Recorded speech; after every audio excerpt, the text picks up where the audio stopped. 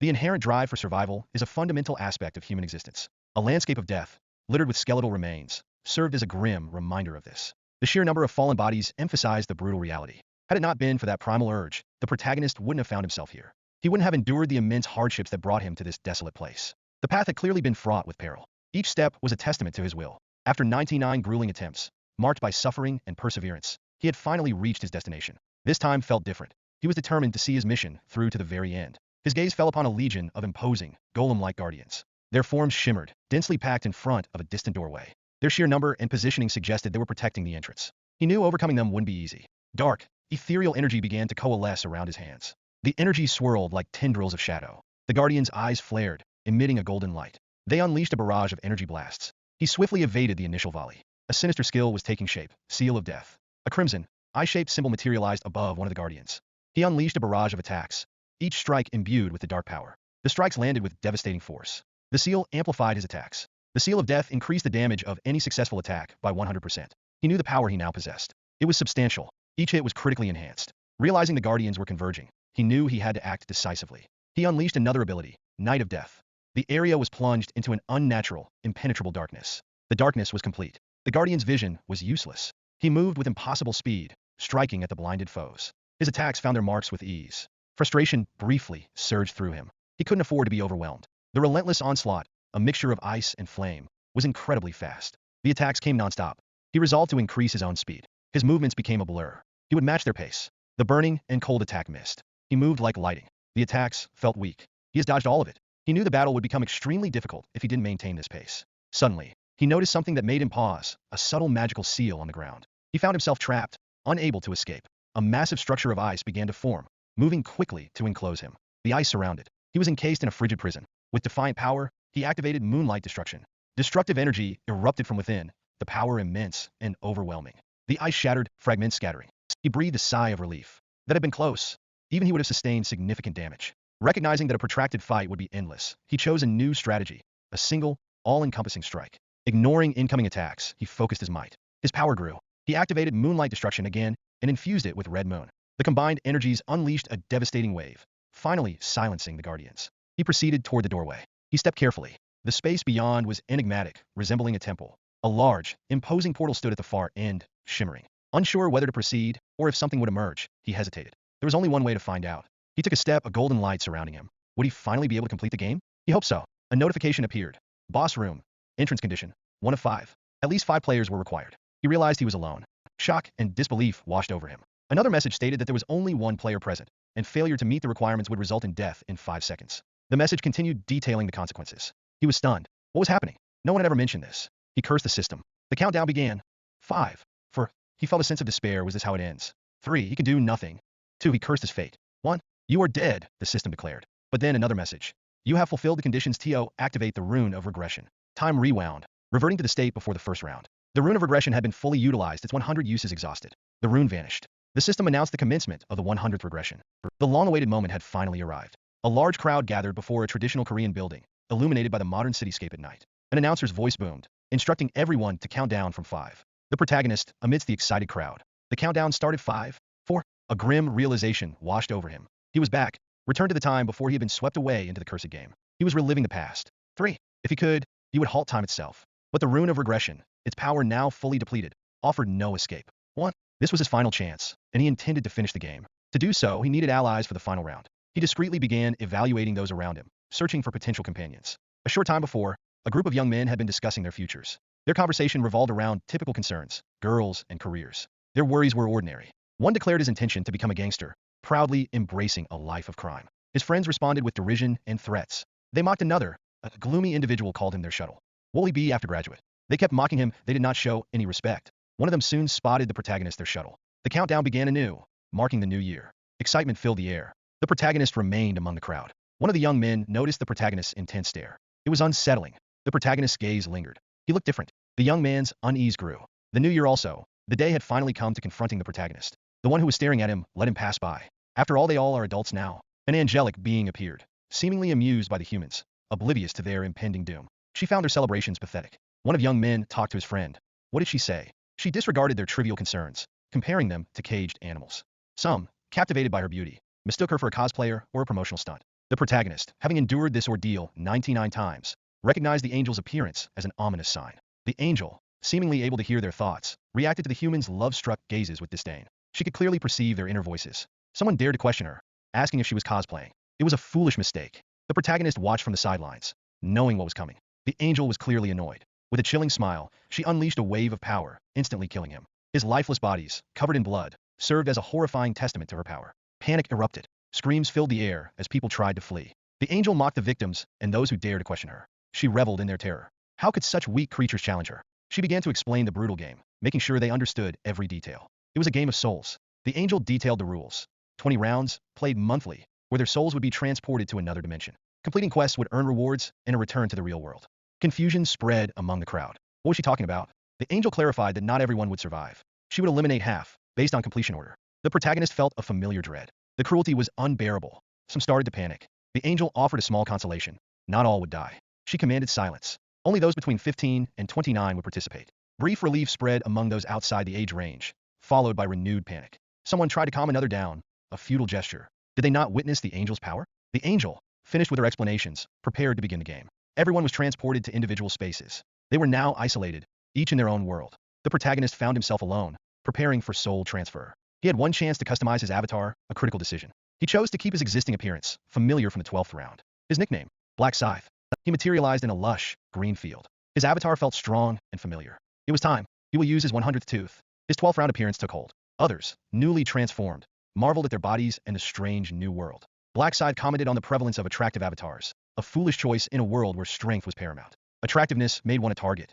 Death here meant death in reality. It was time for his nemesis to appear. Huang Yongmin materialized, his physique noticeably enhanced. The protagonist observed him, unsurprised by his transformation. The angel surveyed, pleased with the participants' expressions. Some tried to estimate how many. She clarified, 1,800,000,000 people were involved all around the world. She sneered at their insignificance, reminding them this wasn't the only space. With the start declared, she instructed them to access their status windows. The protagonist complied, the familiar screen displaying his stats. It was a system to make them stronger, a cruel irony. Anyone familiar with games would recognize their weakness. They needed to grow stronger, to survive and clear all 20 rounds. Success would grant them freedom, and a wish.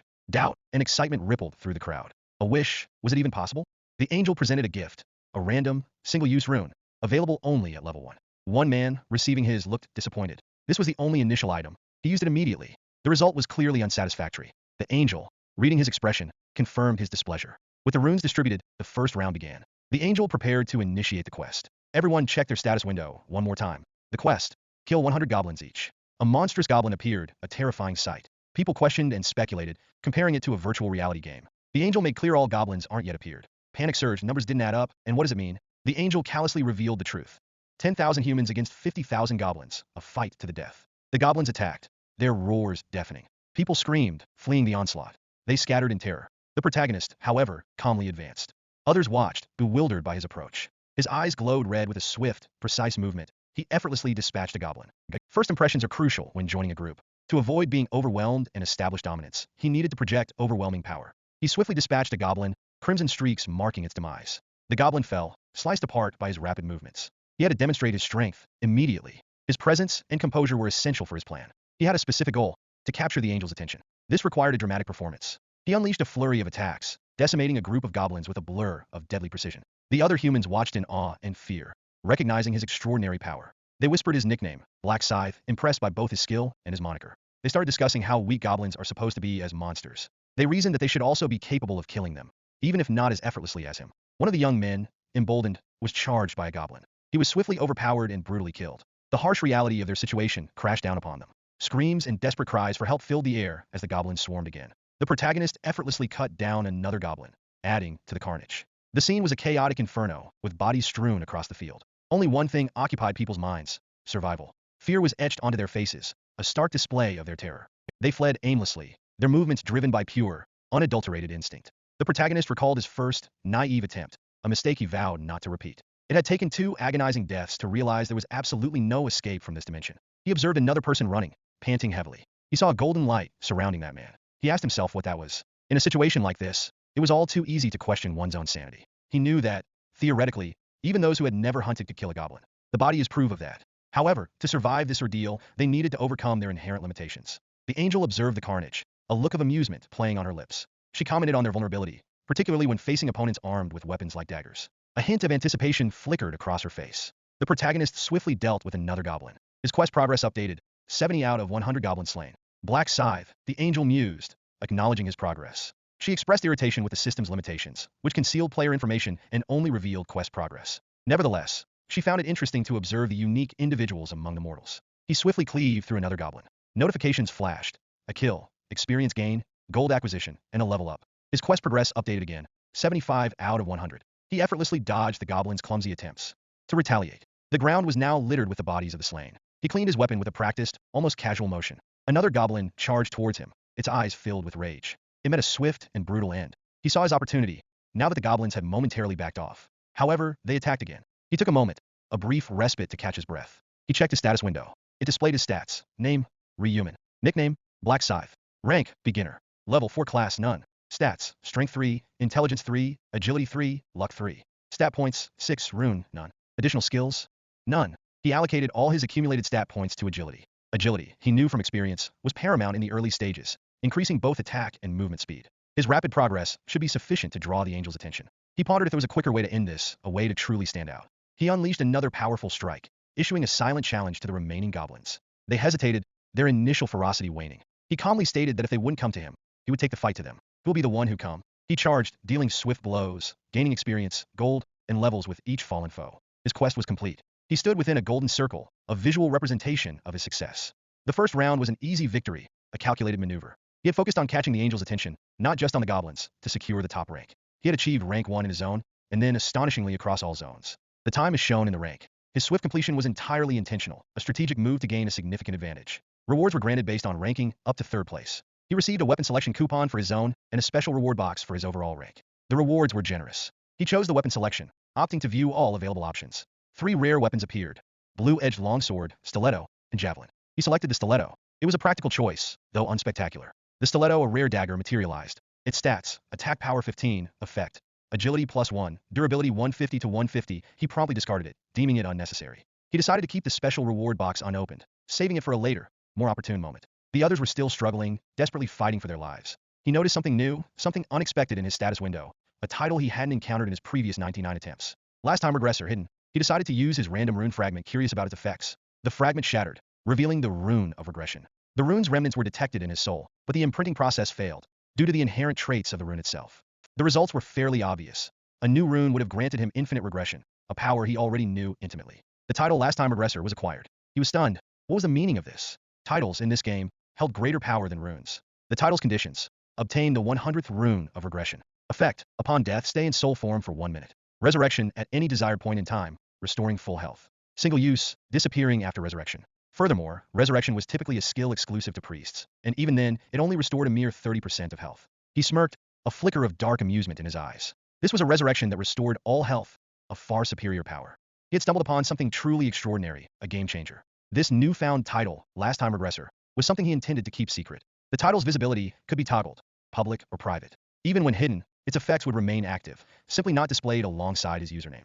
Stretching languidly, he wondered how Youngmin was faring. He spotted him, still battling, though visibly injured. It appeared Youngmin would survive this round too. The golden lights of those who had completed the quest began to shimmer, preparing them for departure. The angel, observing, expressed her boredom now that the initial chaos had subsided. The number of remaining humans dwindled, roughly equaling the surviving goblins. She decided to inject some excitement into the proceedings. A wave of despair washed over a fallen player, his hope extinguished. He began to panic. The bodies surrounding them began to disappear, a horrifying spectacle. Golden light enveloped the area, a precursor to change. More goblins surged forth, their numbers replenished, reigniting terror among the remaining humans. They realized what was coming. The angel, with a cruel smile, announced she had added 50,000 goblins to the fray. The desperate struggle continued, a bloody massacre unfolding before them. The scene was a horrific tableau of death and despair. The number of surviving humans was displayed, a grim countdown. It continued to decrease at an alarming rate. The protagonist sat calmly amidst the carnage, a detached observer. A man touched the barrier surrounding him, trying to save another. He watched a man desperately fighting a goblin. The angel, finally satisfied, noted that half the participants had completed the quest, triggering its conclusion. The protagonist smirked. Golden pillars of light erupted, marking the departure of those who had survived. The remaining goblins vanished, leaving behind a scene of utter devastation and loss. The angel declared the quest over, stating that the remaining humans were destined to die, according to the game's harsh rules. These were the unyielding rules. Those who hadn't finished cried out in disbelief, their voices filled with terror. They begged for mercy, pleading for just one more kill, one more chance. Their desperate pleas were met with cold indifference, their cries echoing unheard. The angel cruelly mocked their expressions, reminding them that those who had survived could now return. She offered congratulations to the first round winners, promising a more difficult second round. The results were displayed. Black Scythe, level 5, no title, was first in all areas, with a completion time of 10 minutes and 21 seconds. Stupid Idiots, level 5, no title, were second at 16 minutes and 15 seconds, and Heavenly Demon, level 5, no title, third at 17 minutes and 7 seconds. His area's rankings mirrored the overall results. His rewards were listed: a lowest rank rare weapon selection coupon, a special reward selection box, and 1,000 gold. He could access the shop upon reaching level 10. He briefly observed the other players, their faces a mixture of relief and lingering trauma. Everyone now knew of his first place ranking, his dominance established. The angel, clearly impressed, addressed him directly as Black Scythe. He simply acknowledged her with a curt nod.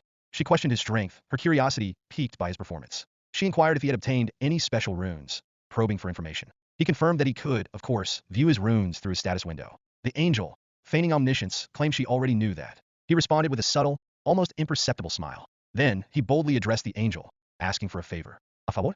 Her surprise was evident. He stated that he believed the rewards for achieving first place were inadequate, too meager for his accomplishment. Others, overhearing his audacious request, reacted with shock and astonishment. The angel, her expression morphing into one of dangerous amusement, asked what kind of reward he desired. She questioned his very humanity, his audacity to demand something from her. He calmly reiterated his desire for a better reward, expressing dissatisfaction with what he had received. The other players watched, stunned by his boldness. The angel, her smile widening, admitted to observing him closely, intrigued by his early and decisive performance. She thought whether he was underestimating her, simply because he had swiftly dispatched a few goblins. She threatened to obliterate him, her power evident. She noted the irony. He had already used that power. She can't even kill him. A flicker of realization, a spark of a new idea, crossed her face. She had a brilliant, cunning plan. She offered him the possibility of a better reward. Usually request would be rejected, proposing a private conversation. Others wondered if they, too, should ask for better rewards, inspired by his courage. A negotiation with an angel. Was such a thing even possible? Some are also starting to think about it. He gives her a subtle, assessing glance. Another player watched him, a mixture of envy and bewilderment on his face. The other gives him a cold stare. The protagonist and the angel walked away, leaving the group behind, moving towards a secluded area. The angel questioned his cautious distance, asking why he kept away. She insisted on closeness, emphasizing her need to ensure he remained within her sight. She called other humans stupid. She wondered how he intended to change the reward, especially since he hadn't even made a selection. She implied that his audacity was foolish, not courageous. She decided to teach him a lesson for his greed, a harsh punishment for his impertinence. She planned to kill him as soon as they were out of sight, eliminating the troublesome human. However, she recognized the potential complications. Killing a player for personal reasons could be problematic, especially if others complained about fairness. The higher-ups might blame her for disrupting the game's balance. Therefore, she needed to ensure there were absolutely no witnesses to her actions. She internally cursed the stupid human, his audacity infuriating her. He should have remained silent, accepting his fate. Now he demanded a reward? What kind of reward did he even want? Suddenly, a punch hit her face, sending her flying. She was caught off guard. The angel, stunned by the protagonist's sudden assault, recoiled in pain and utter disbelief. The protagonist stood firm, his gaze unwavering as he watched her fall. Incensed and incredulous, the angel demanded to know how a mere human could have landed such a blow. Wings shimmering with furious power, she unleashed a barrage of energy blasts. The projectiles, leaving trails of golden light, ripped through the air. With impossible speed, the protagonist vanished, a blur dodging the deadly attack. His hand slammed into the angel's wing. The angel recoiled, she screamed, a mixture of pain and fury, ordering him to stop. The protagonist, his eyes blazing crimson, met her desperate cries with a defiant roar. Pristine white feathers scattered, drifting down like fallen snow. He moved with blinding speed, a whirlwind of motion, striking her again. He told her, with a chilling calm, not to be so dramatic. Another powerful blow connected, sending her sprawling to the ground. He informed her, his voice devoid of emotion, that she could no longer run. With a touch of mockery, he inquired if she felt pain, knowing the answer all too well. He then twisted her earlier words, reminding her of her amusement at the human's suffering, a cruel echo of her own taunts. Confused and enraged, the angel accused him of insanity. The protagonist, however, calmly revealed his knowledge of her concealed dagger, exposing her planned treachery. He had foreseen her attack. He stated, with chilling certainty, that he could read her face, easily deciphering her intentions. She was shocked. He retrieved the discarded dagger, holding it aloft for her to see. She questioned his actions, baffled by his sudden display of the weapon. He turned her own threat back at her. He confidently asserted that she no longer possessed that specific skill, having already used her authority. A flicker of fear, a hint of vulnerability, crossed the angel's face. She warned him that her fellow angels would never forgive such a transgression, a desperate plea. He dismissed her concerns, stating that angels were inherently selfish beings, unconcerned with the fate of others. He revealed he knows he can't go back if his die. He further provoked her, claiming he didn't need to torture her for information. He already possessed all the knowledge he required. He understood their lives, their limited objectives, their roles as mere pawns, guides, in this twisted game. She didn't understand what was happening. With another burst of blinding speed, he launched his final attack. The force of the impact resonated, a shockwave tearing through the area. System messages flooded his vision. He had defeated an angel. He was the first player to achieve this seemingly impossible feat. He had earned the title First Ever Angel Slayer, along with the Rune of Slaughter, as rewards. These powerful rewards were automatically and permanently bound to his body. He was aware he was the first. The First Ever Angel Slayer title doubled all his stats when battling divine beings, a significant advantage. The Rune of Slaughter boosted all stats by 1%, up to a maximum of 100%, with each opponent killed, the effect lasting until the round's end. He recognized the unique nature of these rewards, designed for a single individual. He was determined to exploit them. Then, he revealed the ultimate prize, Angel's Blood, a one-time use item granting a level 10 or higher player the ability to change their class to Grim Reaper. He explained that players typically choose from 30 different classes at level 10, usually through items found during hunts or by completing specific conditions. However, Angel's Blood offered a vastly superior, unique class change, a path to unparalleled power. This exceptional item bestowed bonus stats, class change runes, skill options, and other advantages, a clear departure from ordinary class changes. He recalled his past runs, where he'd never reached the final round. This time, he aimed to secure first place in all zones, selecting a triple EXP buff for the second round as an additional reward. Reaching level 10 was very important. He selected it. His determination was absolute. He needed to become stronger, no matter the cost. The first round officially concluded. Globally, 900,514,645 players survived. In his area, 5,143 remained. The players' souls would soon return to their bodies. The second round was slated for February 1st. Back in the real world, people awakened, disoriented and confused, some initially believing it had all been a vivid nightmare. Huang Yongmin found himself back in reality. He looked around, recognizing his location, Bozingak, a familiar landmark. Some individuals remained unconscious. He checked his phone. 5:20 a.m., Sunday, January 1st. The time elapsed in the game precisely matched the time passed in reality. Others began to stir, their bodies aching, their minds struggling to process the horrific events they'd endured. Yongmin and his companions were also present, visibly shaken and traumatized. They began to realize that many had shared similar, terrifying dreams. They finally understood that it was real. They questioned whether the goblin encounter, the first round, had truly happened. They were going back February. Some people start waking up. One of them tries shaking someone to wake them up. A horrifying realization dawned. Some of their companions were dead, their lifeless bodies a stark reminder of the game's lethal stakes. They are corpses. The chilling reality of their situation sank in. Only half had survived. The terrifying prospect of future rounds loomed, filling them with dread. Huang Yongmin started to think it is awesome. Amidst the real world's chaos and the lingering grief, a man breaks down, railing against the inherent unfairness of life, of being thrust into a deadly, unforgiving game. A second man, far more callous, snaps at him to calm down, stressing that survival is the only imperative. The first man continues his lament, grieving for a life unlived, a future stolen. The callous one cuts him off, asserting that everyone faces the same grim reality, dismissing the outburst as the ramblings of a lunatic. He adds, with a cruel edge, that the complainer was nothing but a common thug, implying his death wouldn't be a loss, nor would it be unfair. Huang Yongmin begins to look around, searching for someone. He realizes he can no longer find his usual errand boy. He wonders aloud where the person had disappeared to, remembering seeing him earlier. A flicker of concern, quickly replaced by disdain, crosses his face. He speculates that the missing person might have perished without even clearing the first round. He scoffs at the notion, declaring that a loser like that couldn't possibly have survived. A cruel smirk plays on his lips. His attention is suddenly drawn elsewhere. His eyes widen in disbelief. He spots a man, now clad in noticeably different, more impressive attire. The sight is so incongruous that he instinctively accesses his status window. He summons the window. A holographic display shimmers into existence, revealing his stats. Name, Huang Yongmin. Nickname, Huang Yongmin. Rank, beginner. Level, 1 class. None. Title, none. Stats, strength 22, intelligence 3, agility 3, luck 3. Stat points, 0.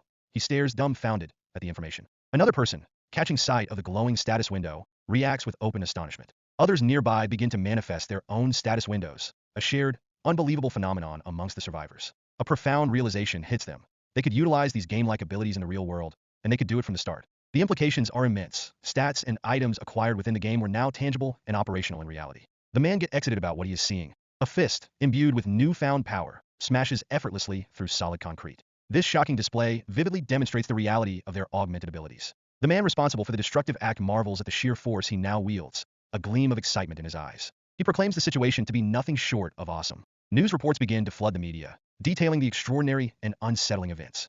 A news anchor presents information about the mass fainting incident that occurred during the Bozingak bell tolling ceremony. Approximately 10,000 citizens had inexplicably lost consciousness. A video clip is shown, depicting an unidentified woman, taking on the appearance of an angel, as she addressed the gathered crowd. Moments later, the woman points directly at an individual, who is instantly obliterated in a mysterious, powerful explosion. This is followed by a widespread collapse, a mass fainting event. The angel is stretching a hand. The unconscious bodies of approximately 10,000 citizens are sprawled across the plaza. Police investigations reveal that the affected individuals primarily fell within the age range of 15 to 29.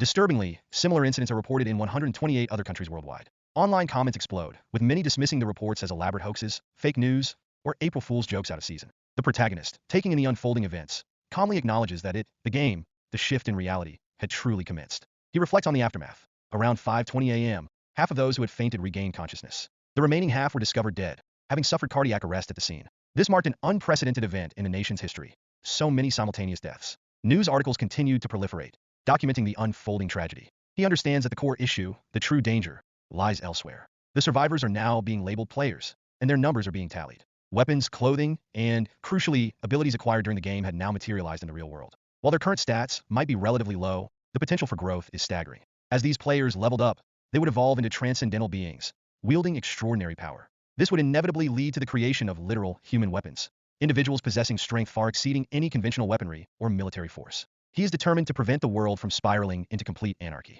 To achieve this, he recognizes a single, necessary path: controlling the newly empowered players through an overwhelming display and application of force. He remembers the stipulation requiring at least 5 players to access the boss room, a far more efficient strategy than his previous solitary endeavors. He already has several potential candidates in mind, individuals he might recruit as allies. However, he decides that it's not yet the opportune moment to act. He has a more immediate, personal task to address. He surveys his surroundings, taking in the quiet, residential neighborhood. He approaches and enters a modest, unassuming home. His thoughts turn inward, reflecting on his current circumstances. He's having instant noodles for dinner. Once again, he makes his way toward his room. Inside, he finds his younger brother, Ryuan, sound asleep. He gazes down at his sleeping brother, a middle school student in his 3rd year. Memories of his family surface. A framed photograph depicts a happier time. Himself, Ryuan, and their parents. Their lives had been irrevocably altered when their parents perished in a tragic car accident. The most significant consequence was that he, at a young age, became Ryuan's sole guardian. He touches his brother's bandaged hand. He looks at his brother's face. Ryuan stirs slightly, murmuring unintelligibly in his sleep. The protagonist gently wakes his brother, announcing that it's morning. Ryuan, still drowsy, grumbles about the early hour, protesting that it's only 6 a.m. Suddenly, he jolts awake, startled. The protagonist informs him that they have no time for leisurely sleep. He adds that he has much to explain, but Ryuan should change his clothes first, as they need to go out. Ryuan, still confused and half asleep, questions their destination, expressing a preference for watching the sunrise and getting more sleep. Ryuman, his expression serious, insists that Ryuan listen to him. He stresses that this is not a time for peaceful rest. The entire world, he explains, is in a state of upheaval. Ryuan, mentioning the bell-tolling ceremony he'd heard about, asks if something significant had occurred. They begin to walk down a quiet, empty street. Ryuan, increasingly bewildered, wonders what could warrant such seriousness from his usually calm brother. He struggles to understand. He addresses his brother directly, asking what's happening in the world and why he seems so frightened. He urges a frightened look. The protagonist instructs him to check the trending searches on his phone. Ryuan, now more alert and apprehensive, reads the news. An angel had appeared, transporting people to the other world, or more accurately, their souls. He confesses that he too experienced this terrifying event, barely managing to survive by killing 100 goblins. Ryuan, his voice filled with concern, asks if his brother was injured during the ordeal. His worry intensifies, his eyes widening with fear and distress. He is reminded of his parents. They kneel in front of the pictures. Tears well up in Ryuan's eyes. The protagonist attempts to reassure him, stating that Ryuman possesses a deep well of inner strength, more than anyone he knows, enough to compensate for the loss of their parents. However, he acknowledges that inner strength and the act of slaying goblins are entirely different matters. He also points out that Ryuman isn't physically strong. He understands what his brother is contemplating. The game system, with its emphasis on stats and its disregard for real-world physical limitations, effectively levels the playing field, allowing even those who are physically weak to attain immense power. He predicts that Ryuan will be astonished by what he's about to witness. Ryuan stubbornly refuses to move another step until his brother reveals their destination. He demands an explanation. The bandage is noticeable. His gaze, filled with worry and confusion, locks onto his brother's. Ryuman finally reveals their objective. They're going to Bang Taijai's hideout, the very person who bullies Ryuan. Ryuan confirms the name, asking if Bang Taijai is the one bothering him. He's surprised, and he asks his brother how he found out. Ryuman counters with a rhetorical question.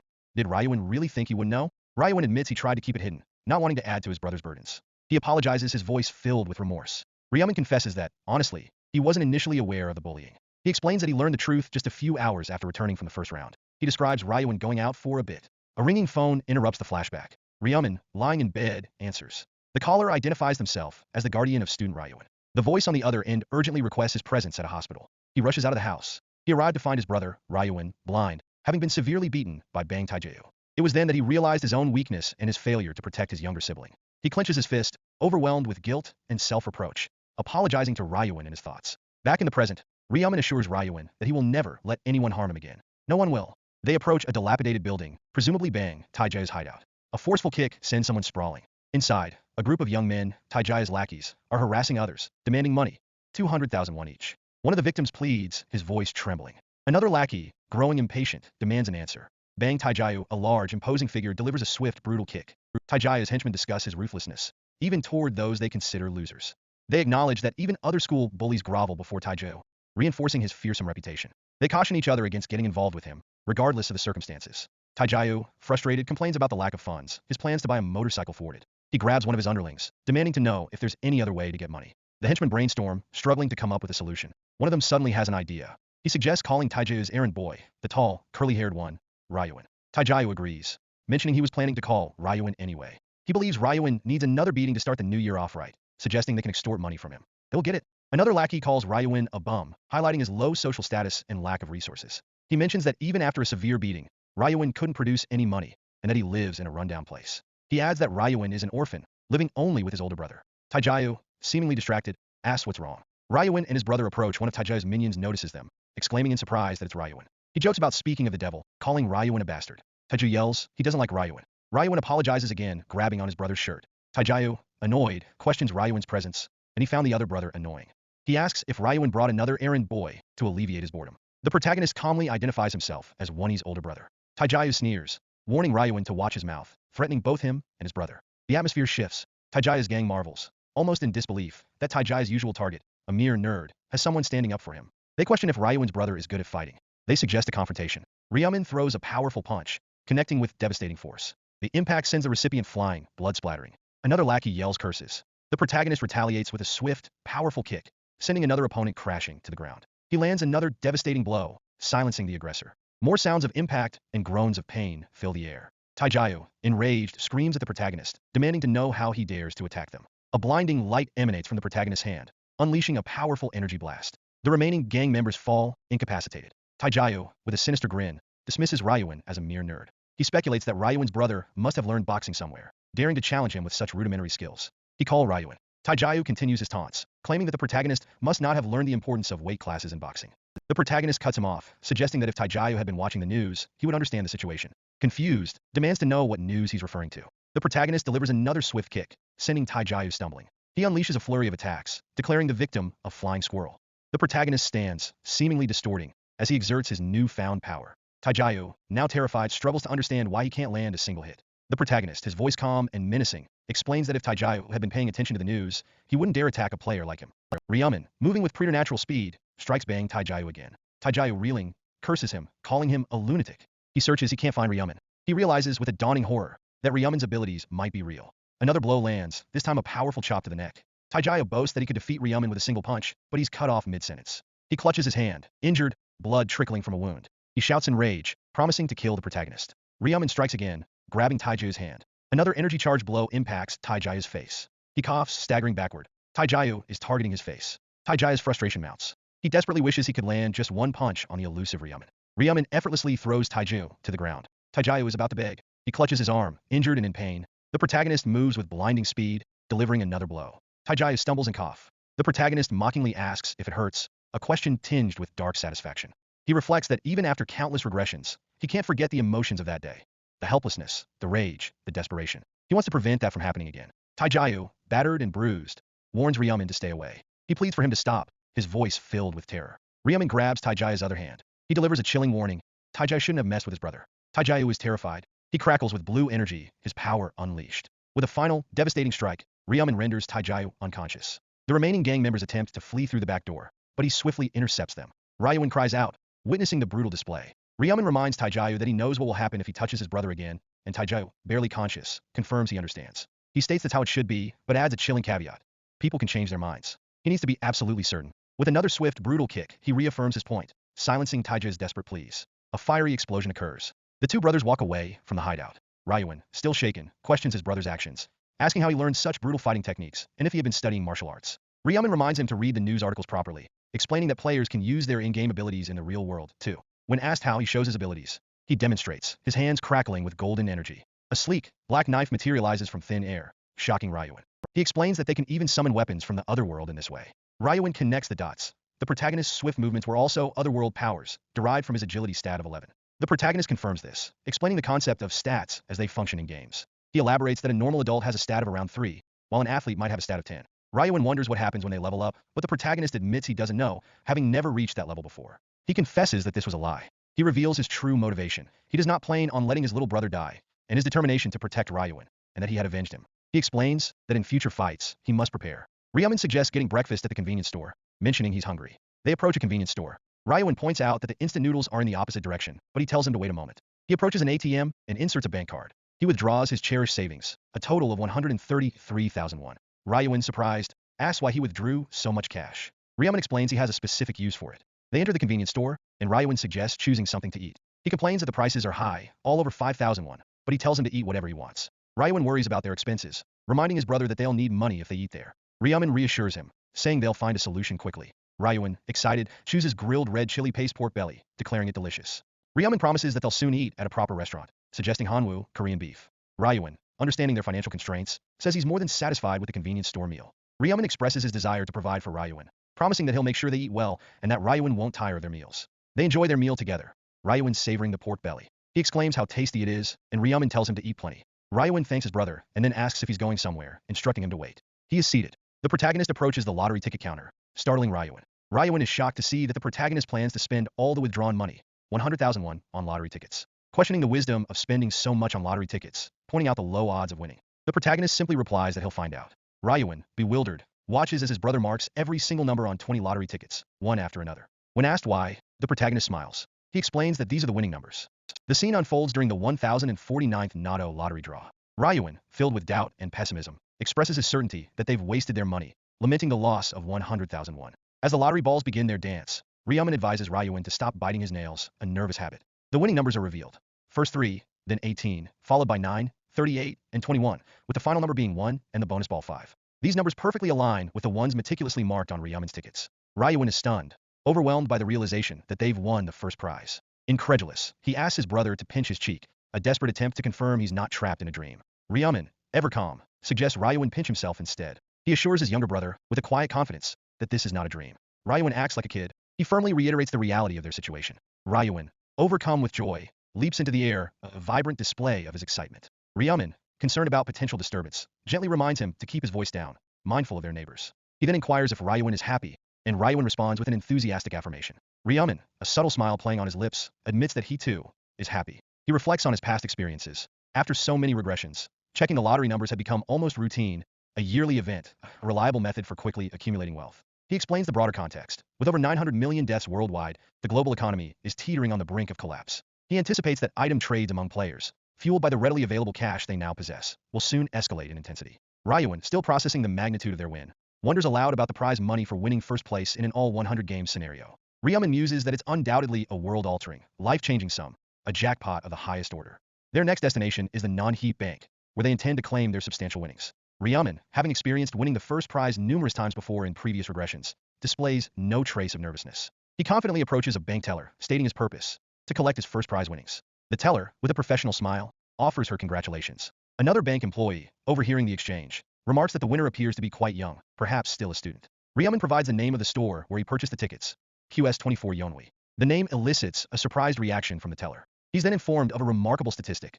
115 games of Natto had first prize winners this time, an extraordinarily high number. Even more astonishingly, 100 of those winning tickets were sold at the very same store, QS24 Yonwi. The implication is undeniable.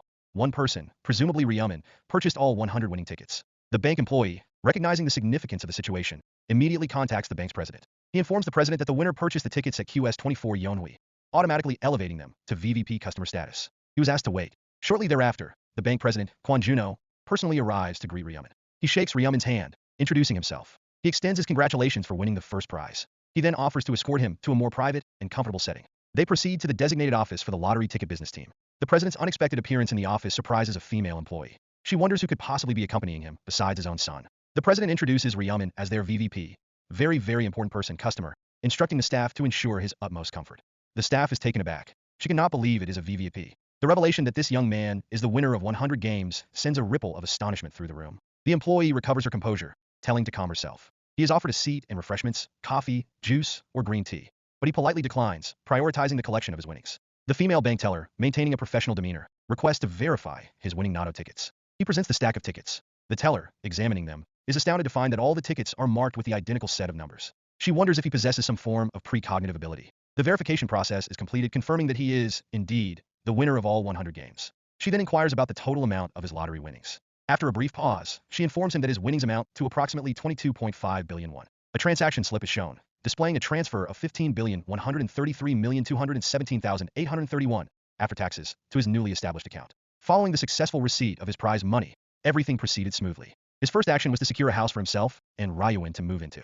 Later that afternoon, he opened a stock account. He anticipates a significant surge in Bitcoin's value, a five-fold increase in the coming month. Therefore, he plans to invest in stocks as his coin holdings grow. Later, Ryuin expresses his admiration for the house they contracted the previous day, saying how good the place is. However, he's curious and a bit concerned about why Ryumin only signed a lease, given their substantial wealth. Ryumin, with a mischievous glint in his eyes, claims he doesn't have any money left, except for 1 billion won, which he used to purchase bitcoins. He declares he now possesses 14 billion.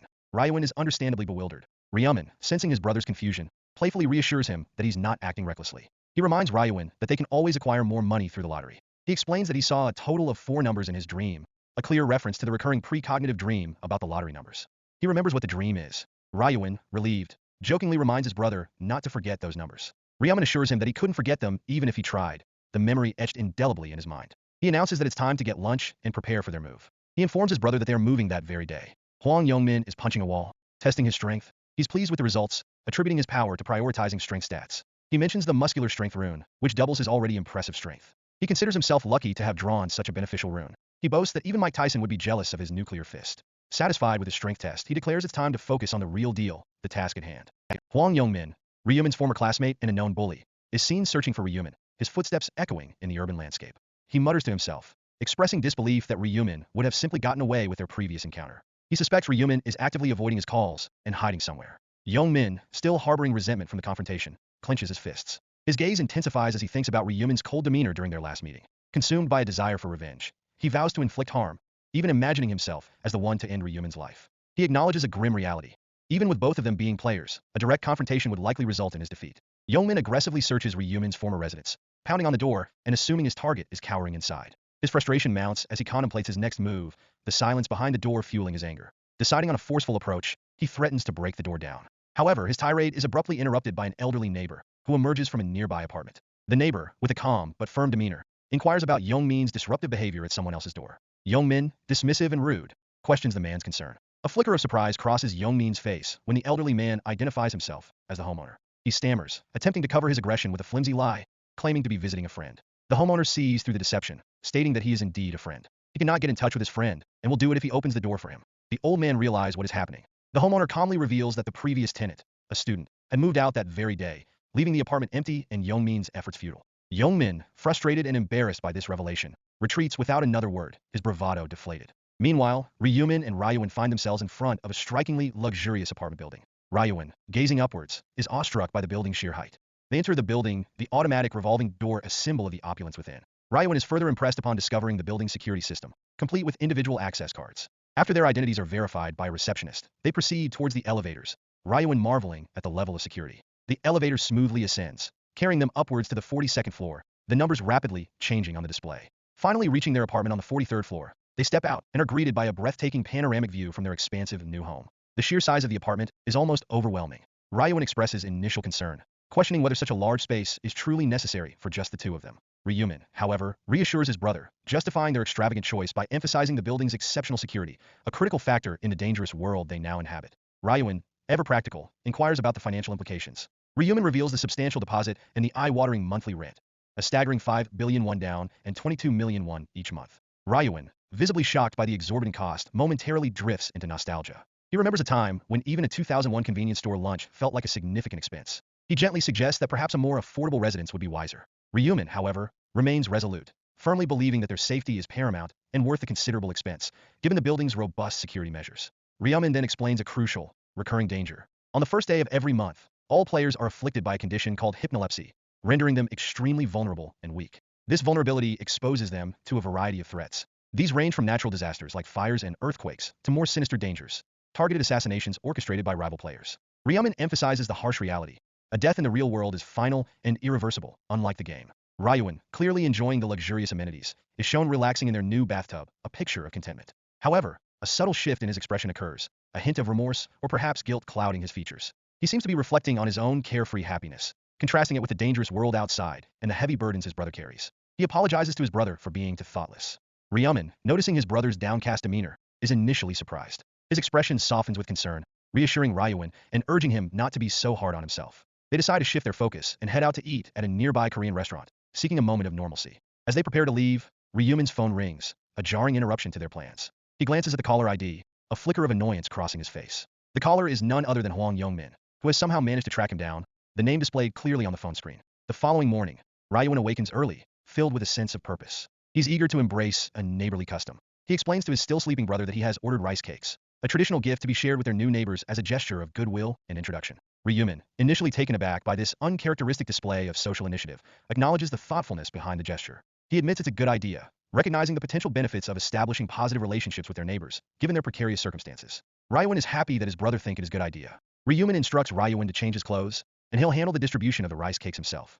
Ryuin, now carrying a box filled with neatly packaged rice cakes, approaches the first apartment door. He carefully presses the doorbell, a small camera above the button recording his actions. A woman answers the door, and Ryuin, with a polite smile, introduces himself and his brother as their new neighbors, presenting the rice cakes as a welcoming gift. The woman, pleasantly surprised by the gesture, greets them warmly. She observes their striking resemblance, confirming that they are indeed brothers, a statement Ryuin affirms with a cheerful nod. She graciously accepts the offering, inviting them to enjoy the rice cakes while they are still fresh and warm. Ryuin mentions their apartment number, 4302, clarifying that they had moved in just the day before. The woman replies kindly to them, and they leave. They offer it to the next neighbors. They continue their rounds, eventually reaching the final apartment on their list. Ryuin discovers that this is the penthouse, a luxurious residence spanning both the 44th and 45th floors. Impressed, he wonders aloud about the identity of the occupant. Could it be the child of a wealthy conglomerate owner, or perhaps a famous celebrity? They press the doorbell, assuming the resident is not at home. Ryumin comments that he is sure that they are at home. As they begin to turn away, disappointed, Ryuin suddenly freezes, his eyes widening in recognition. A figure emerges from the penthouse, and he realizes who it is.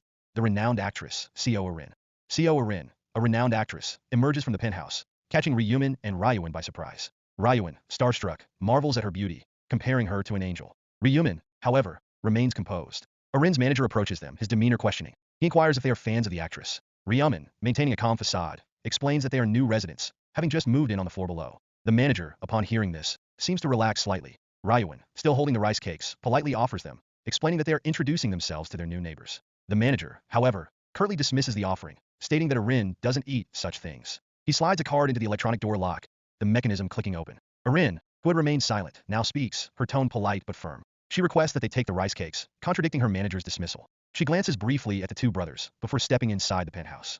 Ryumin stares at her back. Ryumin comments on the encounter, observing that the actress and her manager were rude, despite their attempts at neighborly courtesy. Ryuin, though initially upset, tries to downplay the incident, claiming he's fine. His excitement, however, betrays his true feelings. He's thrilled by the proximity to a celebrity, gushing about seeing Seo Arin in person. Ryumin, ever pragmatic, questions Ryuin's excitement. Ryuin, in turn, challenges his brother, pointing out that Ryumin also recognized the actress. He reveals her identity to his brother, Seo Arin. Ryumin, feigning ignorance, asks who she is. The scene shifts to a series of news reports and online articles, highlighting a disturbing trend: the deaths and disappearances of numerous celebrities. These reports detail the deaths of actors Gong Jiseok, Cha Il-woo, and Lee Hyun-ju, among others. Some celebrities are reported to have taken breaks from their careers due to anxiety. The articles note that a significant percentage of celebrities transported to the other world have not survived. Arin, back in her penthouse, sits on a sofa, reflecting on the grim news. She wonders aloud about the state of the world. Scrolling through messages on her phone, one message announces actor Gwang Mi-ho's break from acting due to anxiety. Another informs her of the death of a senior actor, Gong Seo-jin. Arin confirms she'll attend the funeral, a somber duty in these strange times. She reflects on the fact that even senior actors, more famous than herself, couldn't survive the first round of the game. She acknowledges that without the runes she received, she likely would have been among the casualties reported in the news. A small, self-deprecating smile plays on her lips as she realizes the irony of her newfound fame, given the circumstances. She credits her survival and success not only to her sponsors but also to her manager, whose presence was crucial. The manager, noticing her pensive mood, inquires about her thoughts. Arin initially dismisses his concern, but he persists, offering his unwavering support and a listening ear. She admits she was contemplating how the world had become so chaotic and how she would navigate the challenges of the next round of the game. He reassures her, emphasizing that she doesn't need to worry, as he will be there to protect her. He stresses that she should rely on him, reinforcing his commitment to her safety. Arin, comforted by his words, expresses her trust and gratitude. The manager's selection as her bodyguard by the company had initially made her wary, suspecting he was assigned to monitor her. However, his actions during the first round, where he shielded her from danger, proved his loyalty. He reiterates his unwavering dedication, vowing to protect her at all costs. Arin, touched by his devotion, thanks him sincerely. The manager casually mentions the earlier encounter with their new neighbors, recalling the rice cakes. She expresses her belief that Ryumin and Ryuin were merely being polite and that his actions might have offended them. He then speculates that their neighborly gesture was a calculated move, expecting something in return. Arin, however, disagrees, noting that the brothers didn't seem like the type to seek favors. She points out that one of the brothers appeared remarkably young, possibly around 15, and questioned how he could have survived the ordeal of killing 100 goblins. She is impressed for a survivor, that young looking calm. The manager counters, stating that killing 100 goblins wasn't particularly difficult, and that those who failed were simply incompetent. While acknowledging that skill was a factor, he believes the brothers' survival, especially given the younger one's age, was less remarkable than Arin suggests. He then recalls a specific individual from the first round, known as Black Scythe, whose ruthless efficiency in killing goblins almost made him feel sorry for the creatures. He believes that with someone like Black Scythe as an ally, survival in the second round would be significantly easier. He wonders what Black Scythe's occupation is in the real world. Arin continues worrying. The date and time are displayed. January 31st, Tuesday, 11 a.m. Ryumin is shown diligently vacuuming their apartment. His brother returns home, greeting him warmly. Ryumin asks if he obtained the money, referring to their lottery winnings. Ryumin confirms, mentioning that it was a substantial sum, around 15 billion won, although slightly less than their previous haul. He notes that the bank didn't raise any concerns, this being their fourth time claiming such a large prize. Ryumin smirks at this. The bank's employee, seemingly perplexed, asks Ryumin about his secret, the one he had alluded to previously. Ryumin repeats the explanation he gave before, that the winning numbers came to him in a dream. He expresses his envy, wishing he could have such prophetic dreams. Ryumin, with a faint smile, remains enigmatic. Ryuin then presses Ryumin about his investment strategy, specifically asking if he'll be investing in Bitcoin again. Ryumin confirms his intention, revealing that Bitcoin's value has already soared to 150 billion won. Ryuin asks if they should sell it. Ryumin's response is a definitive, not yet, indicating his long-term plan. He reassures Ryuin, telling him to leave the matter to him and to focus on resting. They are then shown enjoying a meal together, a quiet moment of normalcy amidst the extraordinary circumstances of their lives. Afterwards, they stroll through the city streets, carrying their belongings. It is now 11:55 p.m. on the same day. Ryumin helps his brother, now lying in bed, prepare for the impending hypnolepsy. He gently holds Ryuin's hands, offering reassurance and a promise to return alive from the next round of the game. Ryuin, though worried, acknowledges his brother's strength, recalling how he had defeated Bang Taiju. Ryumin tells to stop worry and sleep. He promised to wake up once his brother woke up. As Ryuin drifts off to sleep, Ryumin is enveloped in a blinding light, the transition to the other world beginning.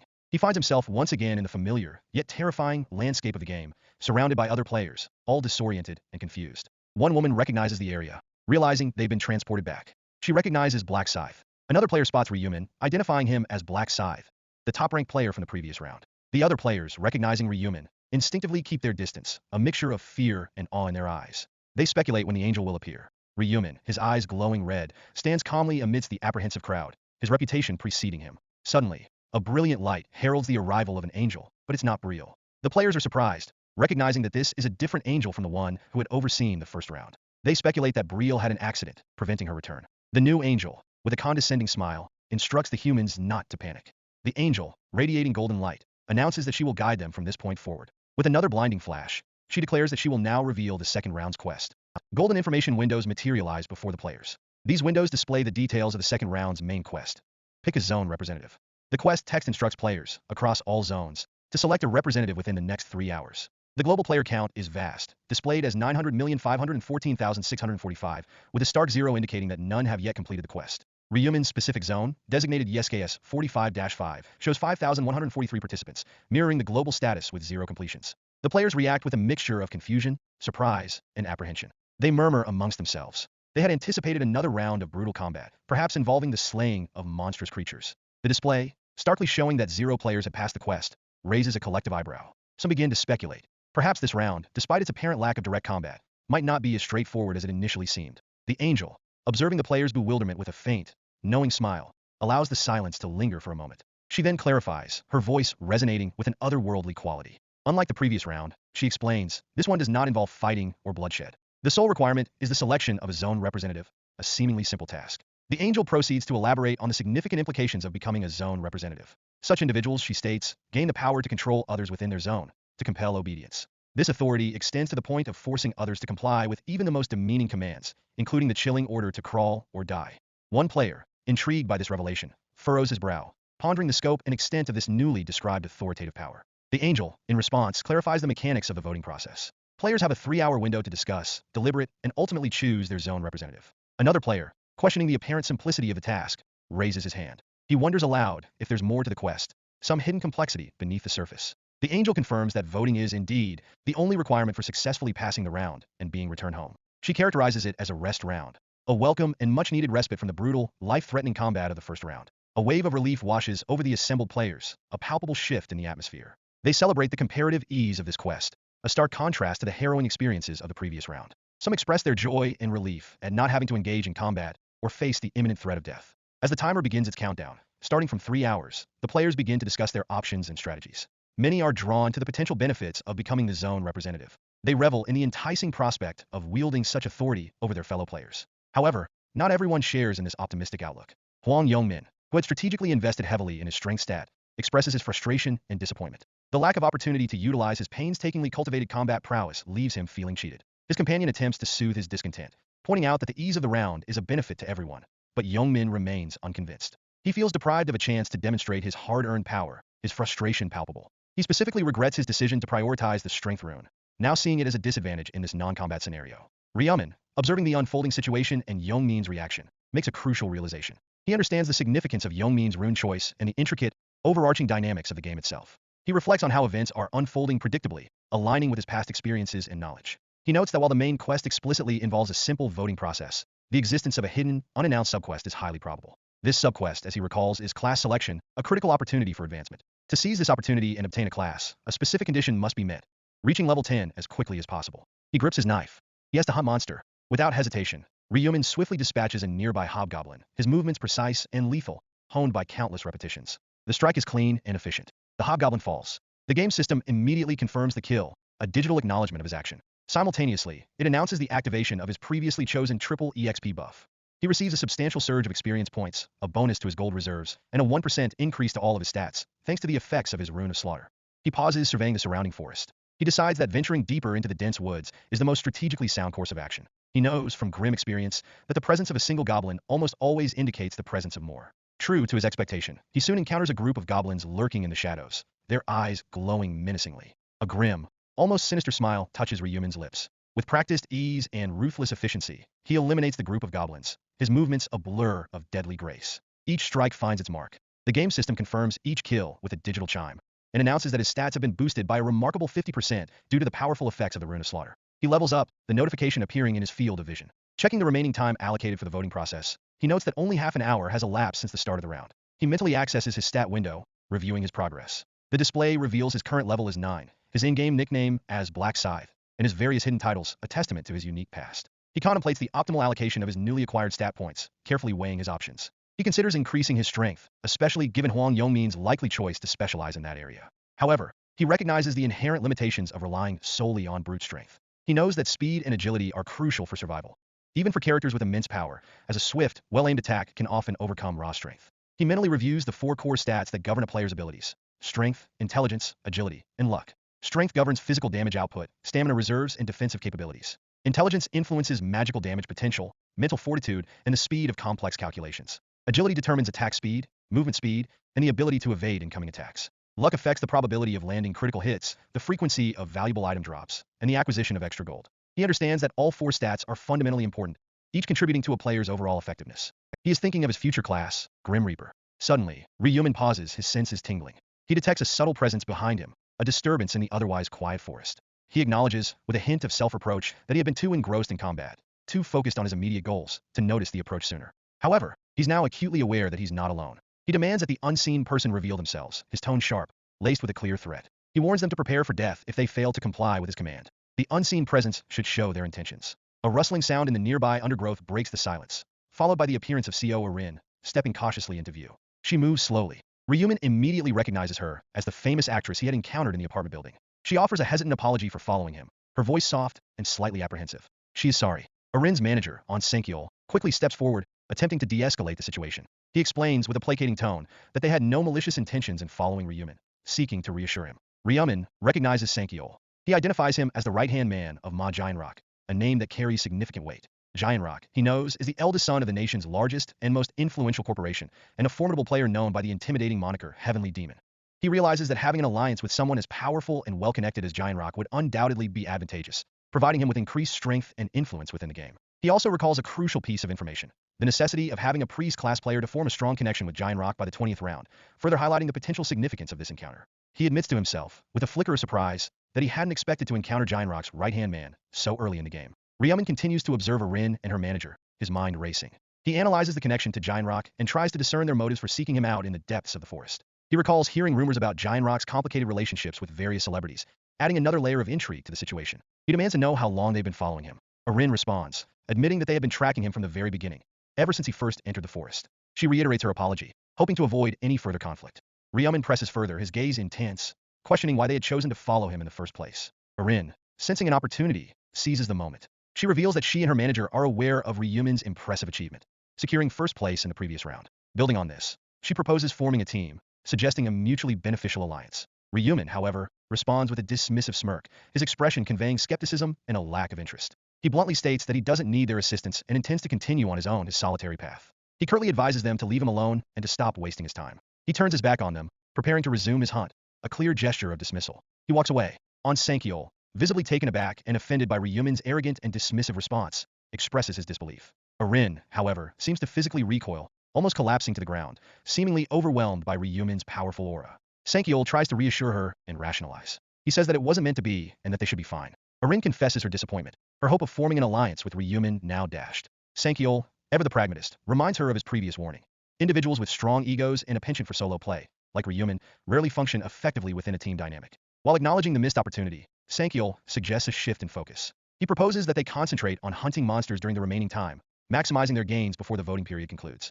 Arin, though still disheartened, agrees with the practicality of his suggestion. As they prepare to move on and resume their own hunt, they are confronted by a new challenge, a sudden disturbance in the dense, overgrown forest. A creature cries. Ryumin is too busy thinking about the team offer. What is important is leveling up. Ryumin, ignoring the distraction, continues his relentless assault, swiftly taking down another hobgoblin with a series of precise strikes. He then finds himself face to face with a pack of snarling gnolls, their eyes gleaming with predatory hunger. He considers himself lucky to encounter them. He carves through them. The system confirms he defeated a gnoll. With each slain gnoll, his stats are boosted by a remarkable 65%, a testament to the power of his rune of slaughter. Finally, he reaches the coveted level 10, a milestone in his progress. The game system announces that he has successfully fulfilled the necessary conditions for class selection. A new information window appears before Ryumin, confirming that he has fulfilled the conditions for a class change. It also grants him access to the iShop, a feature previously unavailable. The window further reveals the existence of a hidden subquest for round 2. He thinks it is time for the change. The subquest details are displayed. Change class before voting begins. Retrieve the class change item and obtain a class. Successful completion promises a 50% discount coupon for an item in the shop. Ryumin reflects that most players encountering this subquest for the first time would likely be confused, unsure of how to proceed. The subquest information is unclear. He explains. Players are understandably bewildered, questioning where to find the class change item, as there are no clues or directions provided. While it's generally understood that acquiring a class is beneficial, the specific method for obtaining the required item remains a mystery. The game mechanics dictate that specific conditions must be met to acquire a class change item. For warriors, the requirement is to raise their strength stat to 10 and defeat 30 monsters within an hour. Berserkers, on the other hand, must engage in continuous combat for an hour while actively bleeding. Assassins need to successfully ambush several monsters from behind. In essence, obtaining a class change item requires performing actions aligned with the characteristics of the desired class. Ryumin recalls his own experience. He had repeatedly chased monsters constantly on the move, ultimately leading to him obtaining the Hunter class. However, he had prioritized obtaining the Grim Reaper class, and that was all he focused on. He holds the Angel's Blood item in his hand, a golden, glowing orb. This item is the key to unlocking the Grim Reaper class. He activates the item. A confirmation message appears. You cannot change your class later, so decide carefully. Would you like to change to the Grim Reaper class? He selects yes without hesitation. The system confirms his choice. You have switched to the Grim Reaper class. As a reward for the class change, he receives the Grim Reaper's rune. The rune's effects are detailed. It doubles weapon attack damage when wielding a scythe, increases attack speed by an additional 50% at night, and significantly reduces the chance of being detected by enemies while stationary at night. The acquired runes are automatically imprinted onto the player's body, a permanent enhancement. He also receives the Grim Reaper scythe as a commemorative reward for his class change, a weapon specifically tailored to his new class. Along with the rune and weapon, he receives a 50% discount coupon for completing the subquest, marking his advancement from a beginner to an apprentice. His rank and class are now displayed in his status window, along with his increased stats and hidden titles. The game system explains the player ranking system, which consists of 6 levels. Grandmaster, level 99, Master, level 60, Expert, level 40, Regular, level 20, Apprentice, level 10, and Beginner, level 1. Similar to a game, advancing to a higher rank provides various perks, including access to new class-specific skills or the unlocking of previously restricted skills. Ryumin learns the Grim Reaper exclusive skill, Seal of Death. This skill allows him to cast a seal on a target, making only the target's remaining health visible to him. His attacks deal an additional 100% damage to the sealed target, but the seal can only be applied to one target at a time. He can also equip a higher ranked item. He received confirmation that his class change was unique, making him the first player to achieve this milestone. As a reward, he receives a random gold pouch. The game also notes that the earlier one changes class, the better. He then learns the general skill, Tracking, as an additional reward for being the first. This skill allows him to track the location of a desired target, provided he has a matching face and nickname. Ryumin immediately considers using the tracking skill, now worth 20,000 gold, to locate Huang Yongmin. The skill activates, displaying Yongmin's face and nickname. The system confirms the location of the target and indicates the distance, 190 meters. An arrow appears, guiding Ryumin towards his target. He wonders if Yongmin has also entered the forest, recalling that the distance was 2,000 meters in his previous regression. He decides to investigate. Meanwhile, on Sankiol and Seo Arin are shown struggling, exhausted and panting, as they flee from unseen pursuers. Arin, unable to run any further, collapses to the ground. Sankiol urges her to keep moving, warning her of the danger if their pursuers catch up. Arin apologizes, her body aching, particularly from a wound caused by an arrow. The pain is described as a burning sensation. Sankiol speculates that while injuries sustained in the other world don't directly harm their real-world bodies, survival is still paramount, as they can return home if they endure. Arin, determined, struggles to stand, vowing to persevere. Suddenly, they are confronted by a group of menacing figures. They are not monster. One of the figures mocks Sankiol's weakened state, questioning his ability to fight. Sankiol grits his teeth in frustration. He blames Arin for slowing them down. He realizes that he has no choice but to confront their attackers. The leader of the group, a sinister-looking man, taunts Sankiol, questioning his ability to fight back. The group is made out of 4, including their leader. Sankiol, desperate, demands to know why they are being attacked, claiming they have done nothing wrong. The leader dismisses his pleas, stating that they attack others simply to get something. Sankiol is shocked and confused by this ruthless rationale. The leader reveals his true target, Seo Arin. The other members of the group confirm her identity, noting that her face and nickname match. However, they entertain the possibility of an imposter. One of the attackers states it doesn't matter. The leader proposes a deal. If Sankiol hands over Seo Arin, they will spare his life. Sankiol expresses that he doesn't plan on dying for her. He also adds that if he fails to protect her, his boss will be disappointed in him. The attacker mocks Sankiol's attempts at intimidation, questioning his ability to fight despite his bravado. Sankiol accuses them of committing a crime, but the attacker dismisses the concept of crime in this lawless world. He and his group laugh maniacally. He mocks Sankiol's appeals to law and order, asking what he intends to do, report them to the authorities upon returning to the real world. He challenges Sankiol to provide proof, even questioning the authenticity of his own face. Sankiol, though angered, acknowledges the grim truth in the attacker's words. He realizes he cannot simply threaten his way out of the situation and that a physical confrontation is inevitable, despite his injuries. Just as the situation reaches a critical point, Black Scythe intervenes, announcing his presence. Sankiol immediately recognizes him as Black Scythe. He wonders about Ryumin's sudden appearance. Black Scythe, his eyes glowing red, demands to know what is happening. Sankiol attempts to deflect, urging Black Scythe to mind his own business, but Black Scythe ignores him, stating that he didn't ask for his input. He states that are under attack. He offers compensation in exchange for his help, identifying the attackers as being after Arin. Huang Yongmin is unimpressed. Huang Yongmin questions whether or not they are telling the truth. Sankiol, increasingly desperate, tries to convince Black Scythe that this situation doesn't concern him. Ryumin, however, reveals that he knows the people involved, his gaze piercing. Black Scythe are shocked and confused. Black Scythe, enveloped in a dark, swirling aura, materializes his Grim Reaper's scythe, a menacing weapon radiating power. He warns Sankiol and Arin to stay back, as they are injured. He states his reason for intervening, a simple declaration. He cannot simply abandon injured people, regardless of his personal feelings. Sankiol, recognizing Black Scythe, grits his teeth in a mixture of frustration and relief. Arin, her face pale, manages a weak smile. She and her manager, Sankiol, express their gratitude. Black Scythe, however, cuts them off, warning them not to expect any reward or special treatment for his help. His tone is cold and businesslike. Internally, Ryumin is already calculating the potential long-term benefits of this seemingly altruistic act. He weighs the strategic advantage of rescuing Sankiol, who is Ma Giant Rock's right-hand man. He envisions building a strong rapport with Giant Rock, a powerful chaebol, the scion of a vast corporate empire. Giant Rock, indebted to him, could become a valuable ally. He anticipates that any repayment from someone of Giant Rock's stature would be substantial, far exceeding any immediate gain he could extract from this current, chaotic situation. He admits to himself, with a flicker of disdain, that he has never particularly liked individuals like these, driven by power and privilege. The attackers, initially surprised and momentarily disoriented by Ryumin's sudden appearance and overwhelming aura, quickly recover. They regroup, voicing their threats. They warn him to stay away. They promise to kill him if he dares to interfere with their plans. Ryumin remains unfazed, his expression unreadable, a mask of calm amidst the brewing storm. He questions their lack of fear, a subtle challenge. Huang Yongmin, attempting to reassert his dominance, dismisses Black Scythe's question. He calls it ridiculous, his tone laced with scorn. He taunts Black Scythe, referencing his past achievements, and brings up his record in the first round, a clear attempt to intimidate him. However, a bead of sweat trickles down the attacker's face, betraying his underlying anxiety as he witnesses Ryumin's overwhelming power.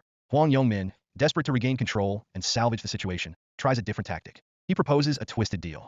He asks with feigned politeness, if he and his men are honest about their lack of fear, will Black Scythe simply let them go, unharmed? He asks again. Black Scythe, however, counters with a chilling proposition, a display of his own dominance.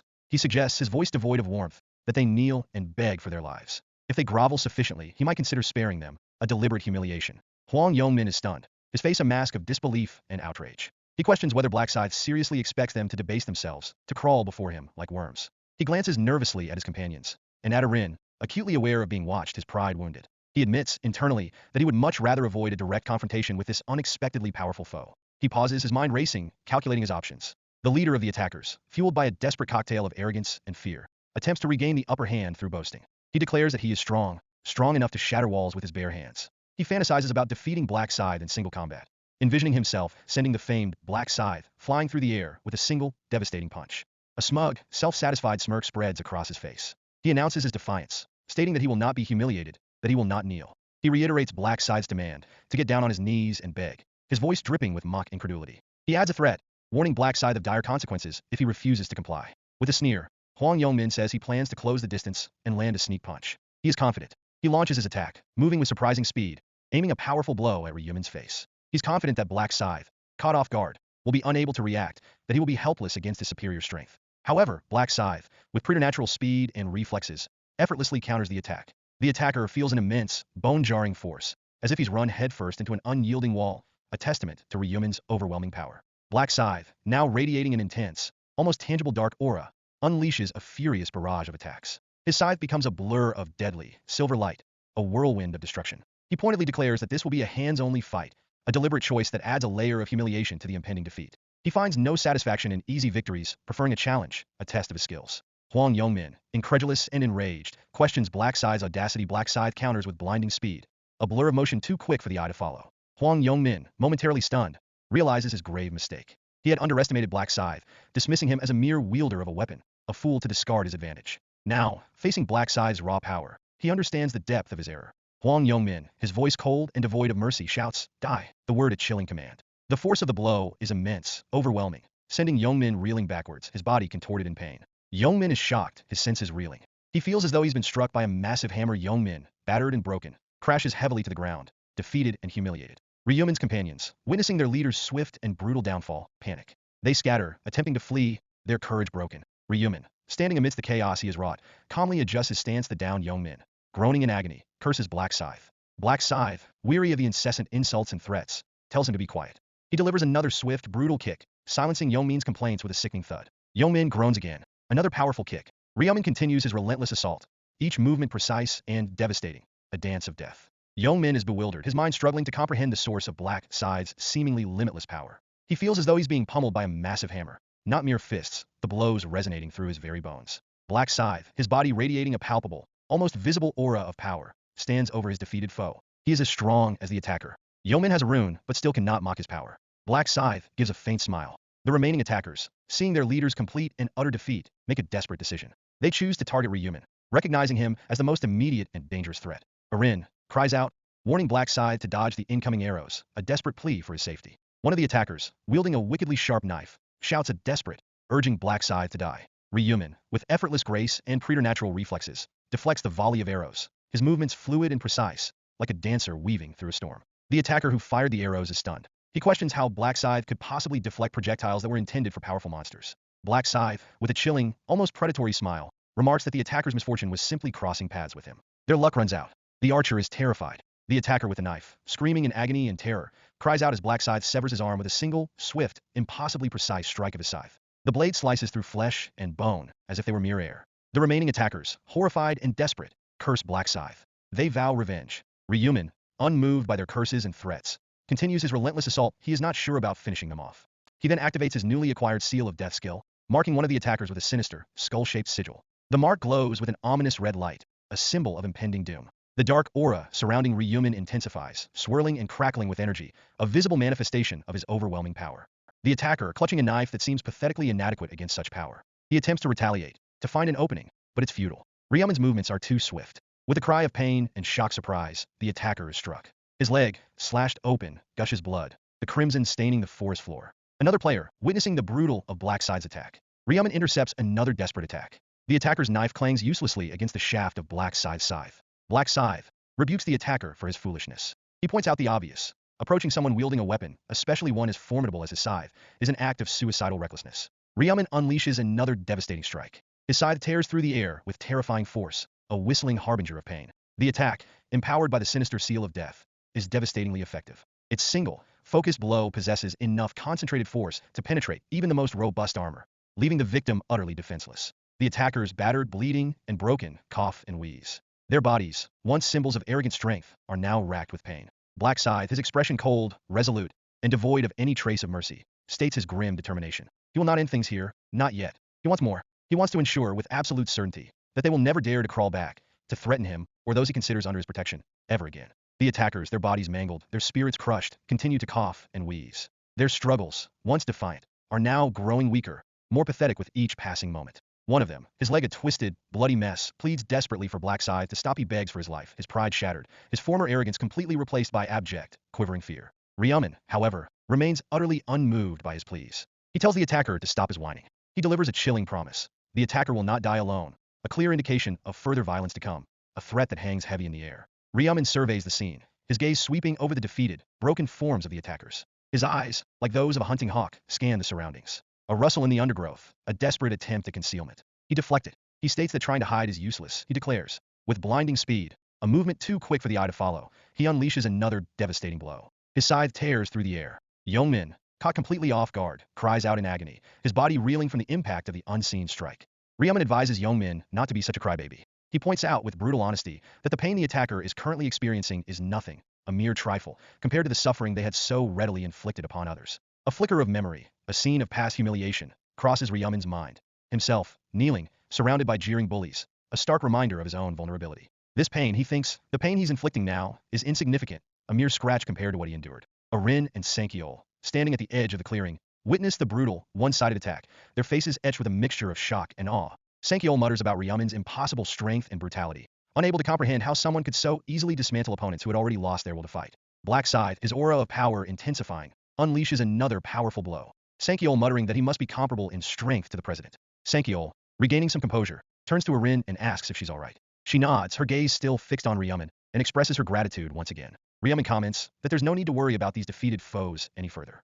Arin and Sankiol, standing together, express their thanks once again. Arin, still visibly shaken by the violence she's witnessed, wonders aloud about the ultimate fate of the defeated attackers. Ryumen, his response cold and devoid of any sympathy, callously replies that they are no better than beasts, dismissing their lives as insignificant, unworthy of consideration.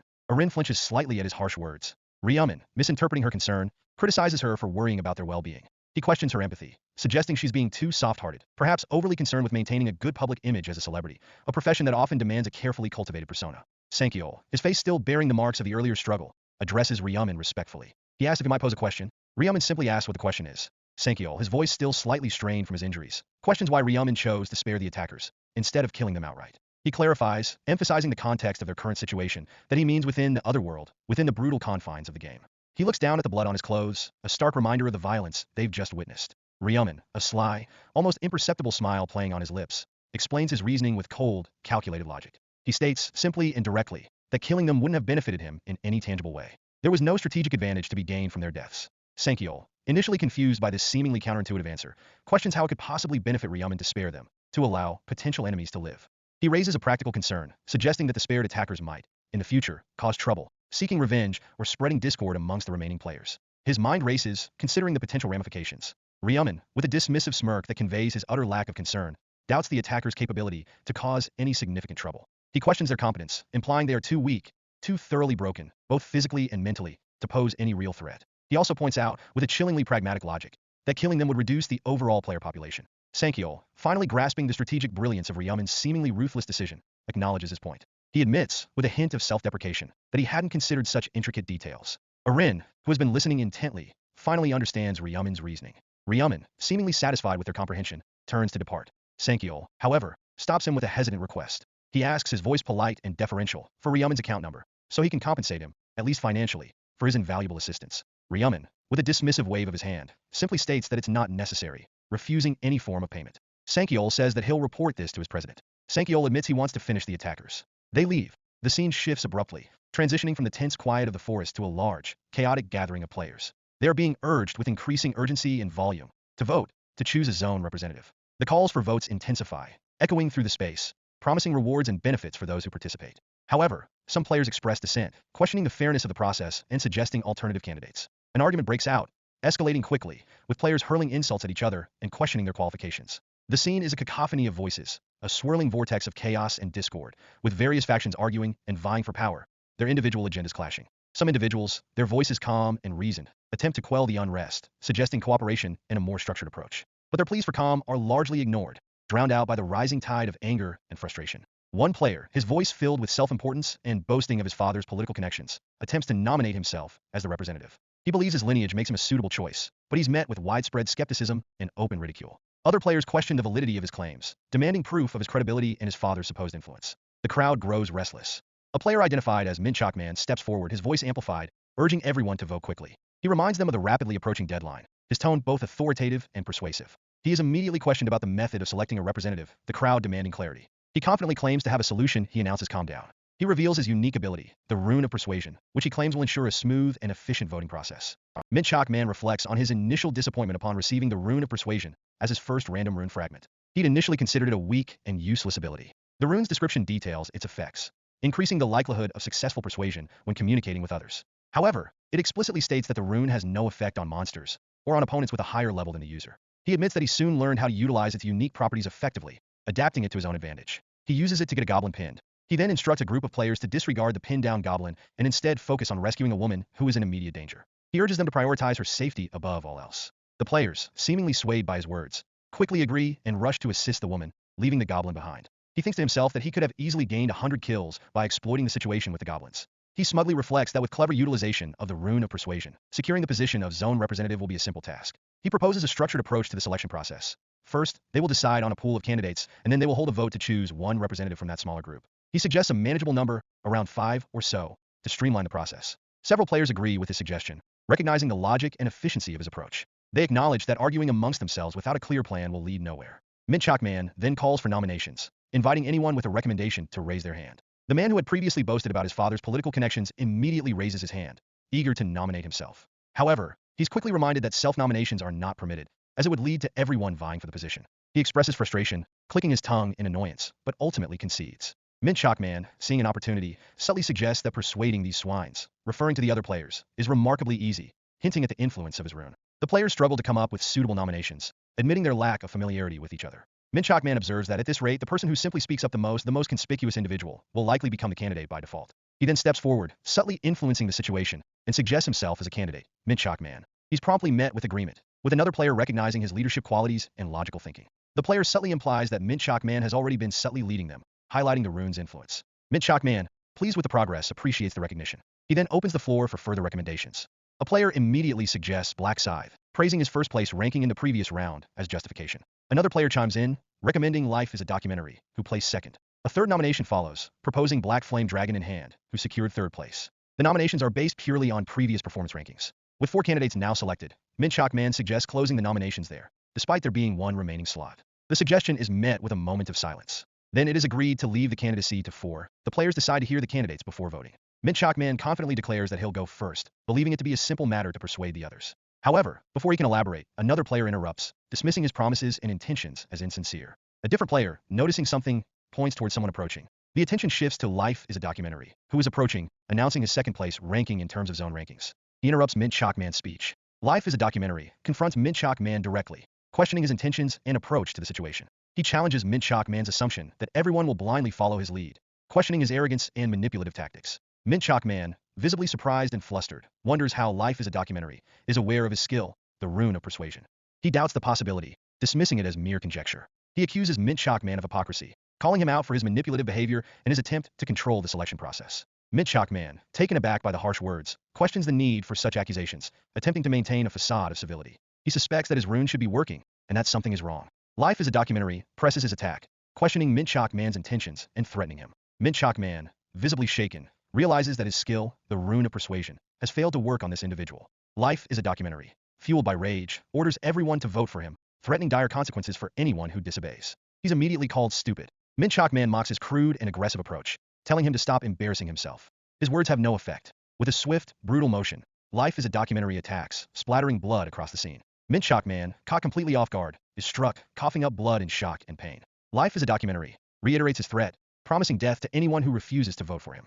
ManhwaCapped continues coughing. He promises that those who does not obey him will end like the one he just attacked. The other players react with horror and fear, realizing the deadly seriousness of the situation. They cry out in alarm, witnessing the sudden, brutal violence. Some label life is a documentary, a murderer. Blood splatters, further emphasizing the brutality of the attack. Life is a documentary. Brandishing the bloodied knife, responds with a chilling indifference, daring anyone to challenge him. The other players, terrified and intimidated, recoil in fear, realizing the extent of his madness. He repeats his threat, promising to target those who refuse to cooperate, or, alternatively, to come after them himself. The relentless, brutal attacks continue, the screams and cries of the victims filling the air. The scene becomes a chaotic, bloody mess. The attacker, his face twisted in a grotesque, blood-splattered grin, revels in the violence, declaring it the best because of the absence of any authority figures. He declares that he will kill to his heart content. He continues his threats, promising death in the next round to anyone who fails to vote for him. He warns everyone to vote for him. He looks at Blackside and promises to kill that arrogant bastard first. Suddenly, a blur of motion, a streak of crimson, cuts through the air. Ryuman, moving with blinding speed, appears, a whirlwind of deadly force. A new kill message pops out. Ryuman, now level 16, reflects on the slowing pace of his leveling progress. Despite having slain a significant number of monsters, his level gains have been modest. He acknowledges the effectiveness of his runes, the Grim Reaper's rune and the Rune of Slaughter, which double his weapon attack power and his stats. He decides it is time to take action. The time expires. It is time to vote. Bodies, victims of life is a documentary's brutal rampage. Litter the ground, bathed in an ethereal, golden light. Other players stand frozen. Arin and Sankiol, standing close together, react with stunned disbelief. Arin's face is a mask of horror, while Sankiol's expression is in shock. The other players, murmuring amongst themselves, try to comprehend the sudden, brutal massacre. They question what has just transpired. The bloody scene underscores the deadly stakes of the game. One of the players, looking towards the carnage, tentatively asks if the one responsible, life is a documentary, killed all the others. Ryuman, his gaze fixed on the scene, notes that it appears Cho Jung-sik has, once again, assumed a position of leadership through violent means. Another player provides background information, identifying Cho Jung-sik as the leader of the Jung-sik faction. He's described as a naturally aggressive fighter who had secured second place in the previous zone rankings. However, his personality is described as deeply flawed, a real piece of work. Ryuman, his face grim, reflects that it's a prudent strategy to eliminate a potential threat, a ticking time bomb, like Cho Jung-sik. However, a sinister smile creeps across his face, hinting at a different intention. He decides that while strategically sound, eliminating Jung-sik is not yet his priority. Sankiol approaches Black Scythe. He questions Black Scythe's prolonged absence, wondering where he's been throughout the chaos. Arin stands beside him, her gaze fixed on Ryuman.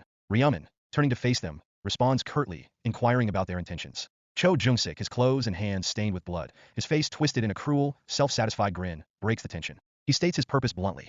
He wants Ryuman to work for him. Ryuman, his red eyes narrowing, questions this proposition. Jung-sik, unfazed, offers a twisted form of protection, a promise to spare Ryuman's life in exchange for his servitude. He brandishes his blood-soaked weapon, a gruesome symbol of his power. Ryuman laughs, a short, sharp sound that expresses his disdain. He inquires if Jung-sik intends to fight, his voice calm, but laced with a dangerous edge. Ryuman commands Jung-sik to kneel. He offers a twisted bargain. If Jung-sik prostrates himself and begs for forgiveness, Ryuman might consider sparing his life. The demand is a clear demonstration of Ryuman's dominance. Jung-sik, enraged by Ryuman's audacity, accuses him of being insane.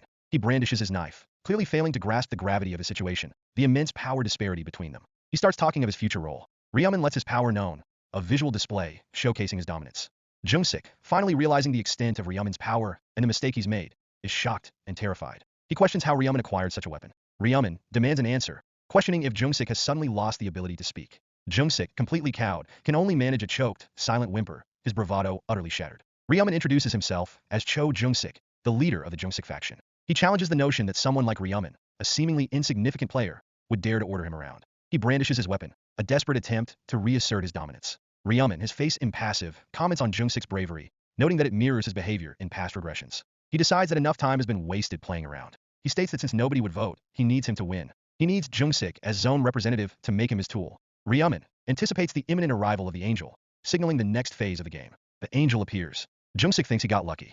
Ryuman warns Jung-sik to watch out for the next challenge. Jung-sik, fueled by a desperate hope, promises to make Ryuman pay once he becomes the zone representative. The Angel addresses the gathered players. She confirms that they have completed the initial task, though she notes their failure to utilize the allotted time effectively. She expresses her indifference to the players' fates, her laughter echoing cruelly. Her words confirm her detached, uncaring nature, her amusement at their struggles. She then announces the commencement of the voting process. The voting interface appears, displaying instructions.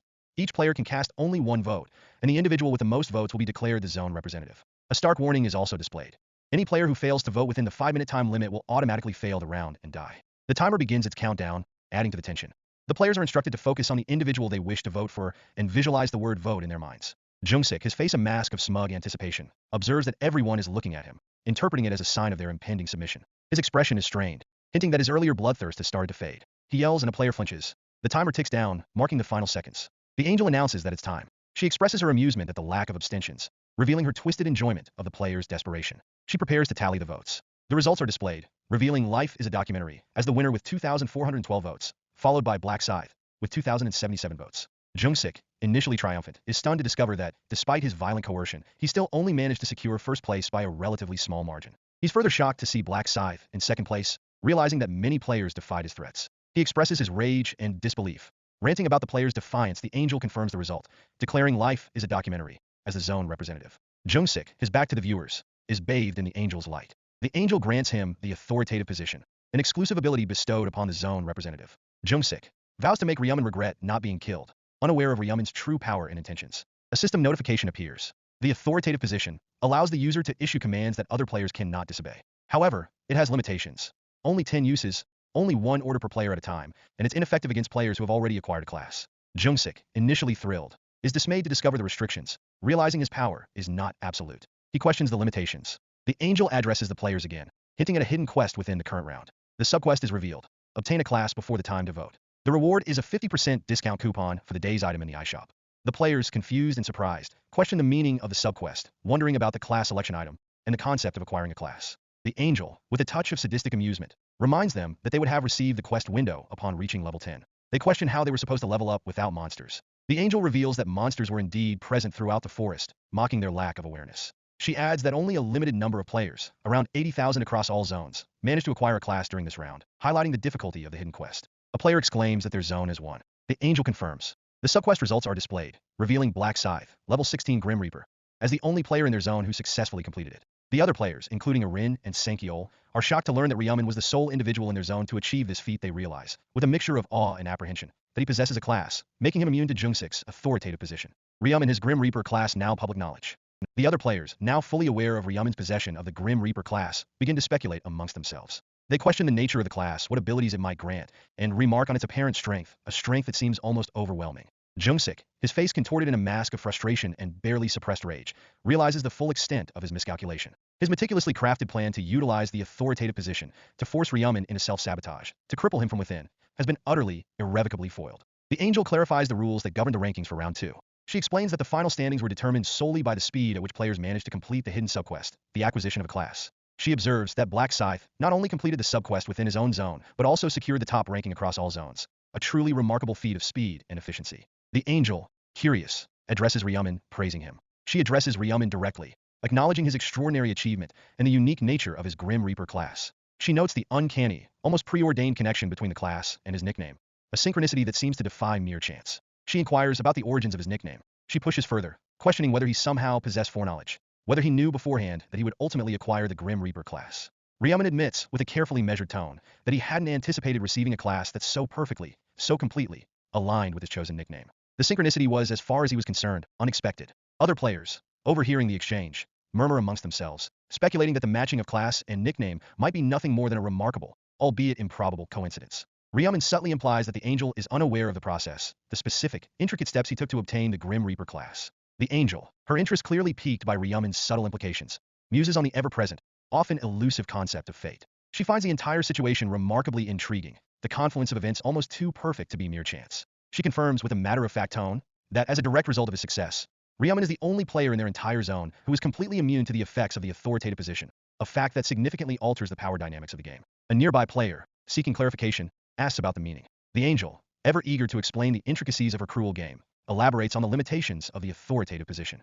She clarifies that this powerful ability, bestowed upon the zone representative, cannot be used to control, manipulate, or influence players who have already acquired a class. The information is confirmed as the other player shows his understanding. The players nearby begin to grasp the implications. The zone representative's seemingly overwhelming power is, in fact, limited, restricted to a mere 10 uses, and utterly ineffective against the select few who have managed to obtain a class. Jungsik, overhearing the angel's detailed explanation, explodes in a fit of furious rage. He rails against the angel, accusing her of deliberately revealing this crucial, potentially game-changing information to everyone. The angel calmly states that the fastest player to acquire a class, the one who demonstrated the greatest skill and efficiency, deserves a fitting reward for their accomplishment. She offers her congratulations to Ryumin, acknowledging his achievement of securing rank 1, not only within his own zone, but across the entirety of all zones. A truly impressive feat. As a reward for his zone ranking, he receives a low-rank rare armor selection coupon, a valuable prize. And for his unparalleled achievement of securing the top rank overall, he is awarded a special reward selection box. He's presented with a choice of 3 distinct rare armors: the sturdy but cumbersome medieval knight's plate armor, the versatile seasoned hunter's leather armor, and the defensively weak but magically attuned airy robe of a mage. He rejects the plate armor, deeming it far too heavy and restrictive for his agile fighting style. He similarly dismisses the mage's robe, recognizing its complete lack of defensive capabilities. His choice, almost instantaneous, falls upon the seasoned hunter's leather armor, a perfect balance of protection and mobility. For his special reward, the one earned for his overall dominance, he's given a choice between 3 enticing options: a potent 3x EXP boost buff, with a limitation, its effects only lasting through round 3, a substantial sum of 3,000 gold, or valuable information on round 3, a tantalizing glimpse into the future challenges. He contemplates the options, weighing their relative merits, and concludes, with a chilling certainty, that the upcoming round 3 will involve a truly staggering number of monsters, a veritable horde of enemies. Based on this deduction, he selects the EXP buff, recognizing its immense strategic value. With the rewards chosen and bestowed, Ryaman is enveloped in a shimmering, golden aura, a visual manifestation of his imminent return to the real world, a transition back to his physical body. The angel promises that the upcoming third round will be even more fun than the previous ones. She offers a guarantee, suggesting that the player's struggles are a source of entertainment for her. The second round concludes. Soul, his consciousness, snaps back into his physical body, the transition jarring and abrupt. He gasps, his lungs filling with air, his senses readjusting to the mundane reality of the real world after the intense, hyper-real environment of the game. He notices something out of place. He quickly, instinctively checks his body, confirming that both of his arms are, thankfully, intact, a wave of relief washing over him. He reflects on his recent encounter with the arrogant and overconfident Black Scythe. He adds with frustration that he never wants to be in contact with that stone-cold individual. Back in the real world, Arin is being attended to by her loyal manager, Senkiol. He praises her efforts, acknowledging her resilience and determination. But she, with characteristic modesty, downplays her own contributions, instead crediting Senkiol for his protection and support throughout the ordeal. She expresses her sincere gratitude. Senkiol insists, with a characteristic self-effacing manner, that it's simply his duty, his responsibility, to protect her. Arin, her thoughts turning to their rescuer, also expresses a strong desire to thank Black Scythe again, to find some way to properly repay his extraordinary kindness and the debt they owe him. Senkiol points out the inherent difficulty in doing so, given that they have absolutely no knowledge of his real identity, his appearance, or any way to contact him. He reminds Arin that he had, in fact, asked for Black Scythe's account number, a potential means of contact and compensation, during their encounter. Arin, a sudden realization dawning on her, understands why Black Scythe had refused. Revealing his account number could, potentially, expose his real-world identity, a risk he was clearly unwilling to take. Senkiol proposes an alternative. They could perhaps give Black Scythe a valuable item as a gesture of gratitude during their next encounter in the game. Arin, considering the suggestion, agrees. Her mind already working on how best to express her profound gratitude, what item might be suitable, a fitting token of their appreciation. Senkiol advises her to get some much-needed rest, promising to see her the following morning. Senkiol steps into a waiting elevator, his phone buzzing with an incoming call. He answers, addressing the caller as Mr. Ma, revealing the caller to be none other than Ma Jianrock, his superior. The caller, presumably department head on Senkiol, is still awake, despite the late hour. Ma Jianrock mentions that he's already seen the overall results of the round, offering a somewhat perfunctory congratulations to Senkiol on his own class change to Dark Knight. Senkiol explains that both he and Arin had only managed to reach a relatively low level, a mere level 8, and that they had sustained injuries during the round. Ma Jianrock, his tone shifting, pointedly asks Senkiol if he has time to talk. The topic he reveals is Black Scythe, the enigmatic and powerful player who has dominated the game so far. He instructs Senkiol to come to the hotel, stating that he wants to hear the details of what transpired in person, face-to-face. Senkiol estimating his arrival time at approximately 20 minutes. Senkiol arrives at the Haute Ryaman, concealed in the shadows, observes a car from a distance, carefully noting its movements as it drives away. He contemplates, his mind racing, whether the person he's been tracking, Senkiol, is in fact heading to a clandestine meeting with Ma Jianrock. The scene shifts, rewinding to 10 minutes prior. Ryaman, having just returned to his apartment, is resting, his body still adjusting to the transition back from the game. He suddenly decides, on a whim, to utilize his newly acquired tracking skill. He focuses his mind, concentrating intently on Senkiol, visualizing his name and face. The skill activates, and the information he seeks appears. Senkiol's precise location, a mere 9 meters away. Ryaman, with a start, realizes that Senkiol is still inside the penthouse, located on one of the higher floors. He continues to monitor the track distance, observing as the numbers fluctuate, indicating Senkiol's movement within the building. He deduces that Senkiol is currently using the elevator, descending from the upper floors. He wonders about Senkiol's early morning destination. He suspects Ma Jianrock. Ryaman decides to investigate further. He swiftly leaves his apartment, determined to follow Senkiol. Ma Jianrock gazes up at the night sky, noting the dim, almost ethereal glow of the moon, partially obscured by clouds. He remarks, with a touch of grim humor, on the suitability of such nights for working, a veiled reference to clandestine activities, to actions best carried out under the cover of darkness. He looks at the moon, noting its beauty. He tells himself he needs to focus on the report first. Ma Jianrock, reclining in the opulent comfort of his luxurious apartment, sips a glass of whiskey, his thoughts consumed by the figure of Black Scythe, the player who has consistently, and somewhat surprisingly, dominated the first 2 rounds of the game, securing the top ranking across all zones. Something about this entire situation, the unexpected rise of Black Scythe, feels wrong, and it does not feel correct. He reflects on the fact that Black Scythe, despite having ample opportunity, didn't engage in a direct, open confrontation with Sankiol, his subordinate. A sense of resolve hardens within him. He will not, allow anyone, not even the top-ranked player in the game, to interfere with his meticulously crafted plans, to disrupt the intricate web he has so carefully woven. A knock on the door breaks the silence. Sankiol announces his presence, identifying himself. Ma Jianrock grants him entry. Sankiol enters, greeting his superior with a respectful bow. Ma Jianrock expresses thanks, though Sankiol downplays his contributions, pointing out their separation into different zones during the game. Ma Jianrock responds that he feels stronger having him. Sankiol expresses his gratitude and sincerity, to which Ma Jianrock offers him a seat, complimenting his ability to flatter people. He offers belated congratulations on Sankiol's survival. Sankiol dismisses the congratulations, stating the second round as a simple task. Ma Jianrock congratulates him on class selection, though again, the latter downplays the achievement as mere luck. Sankiol reminds Ma Jianrock that luck as a skill, also adding that placing second and third isn't an easy accomplishment. Ma Jianrock expresses his honor for having someone like him under his employ. He laughs, suspecting that Sankiol seeks something in return for his flattery. He reaches for the glass. Ma Jianrock, with a subtle smile, asks if there's a particular question Sankiol wishes to ask. Sankiol hesitates for a moment, then inquires about the source of Ma Jianrock's class selection item. Ma Jianrock responds casually, stating that it simply appeared as he continued to eliminate monsters, dismissing the accomplishment as insignificant. He attributes his success to the Dark Knight's rune. A flashback shows the angel offering a gift. It is the Dark Knight rune, with an ability that boosts stats and dark aura. It activates after reaching level 10, transforming the user into a Dark Knight. He obtained it during the first round. He knows that he cannot share such details with subordinates. Ma Jianrock cuts to the chase, urging Sankiol to get to the point. He demands to know who inflicted the injuries upon him.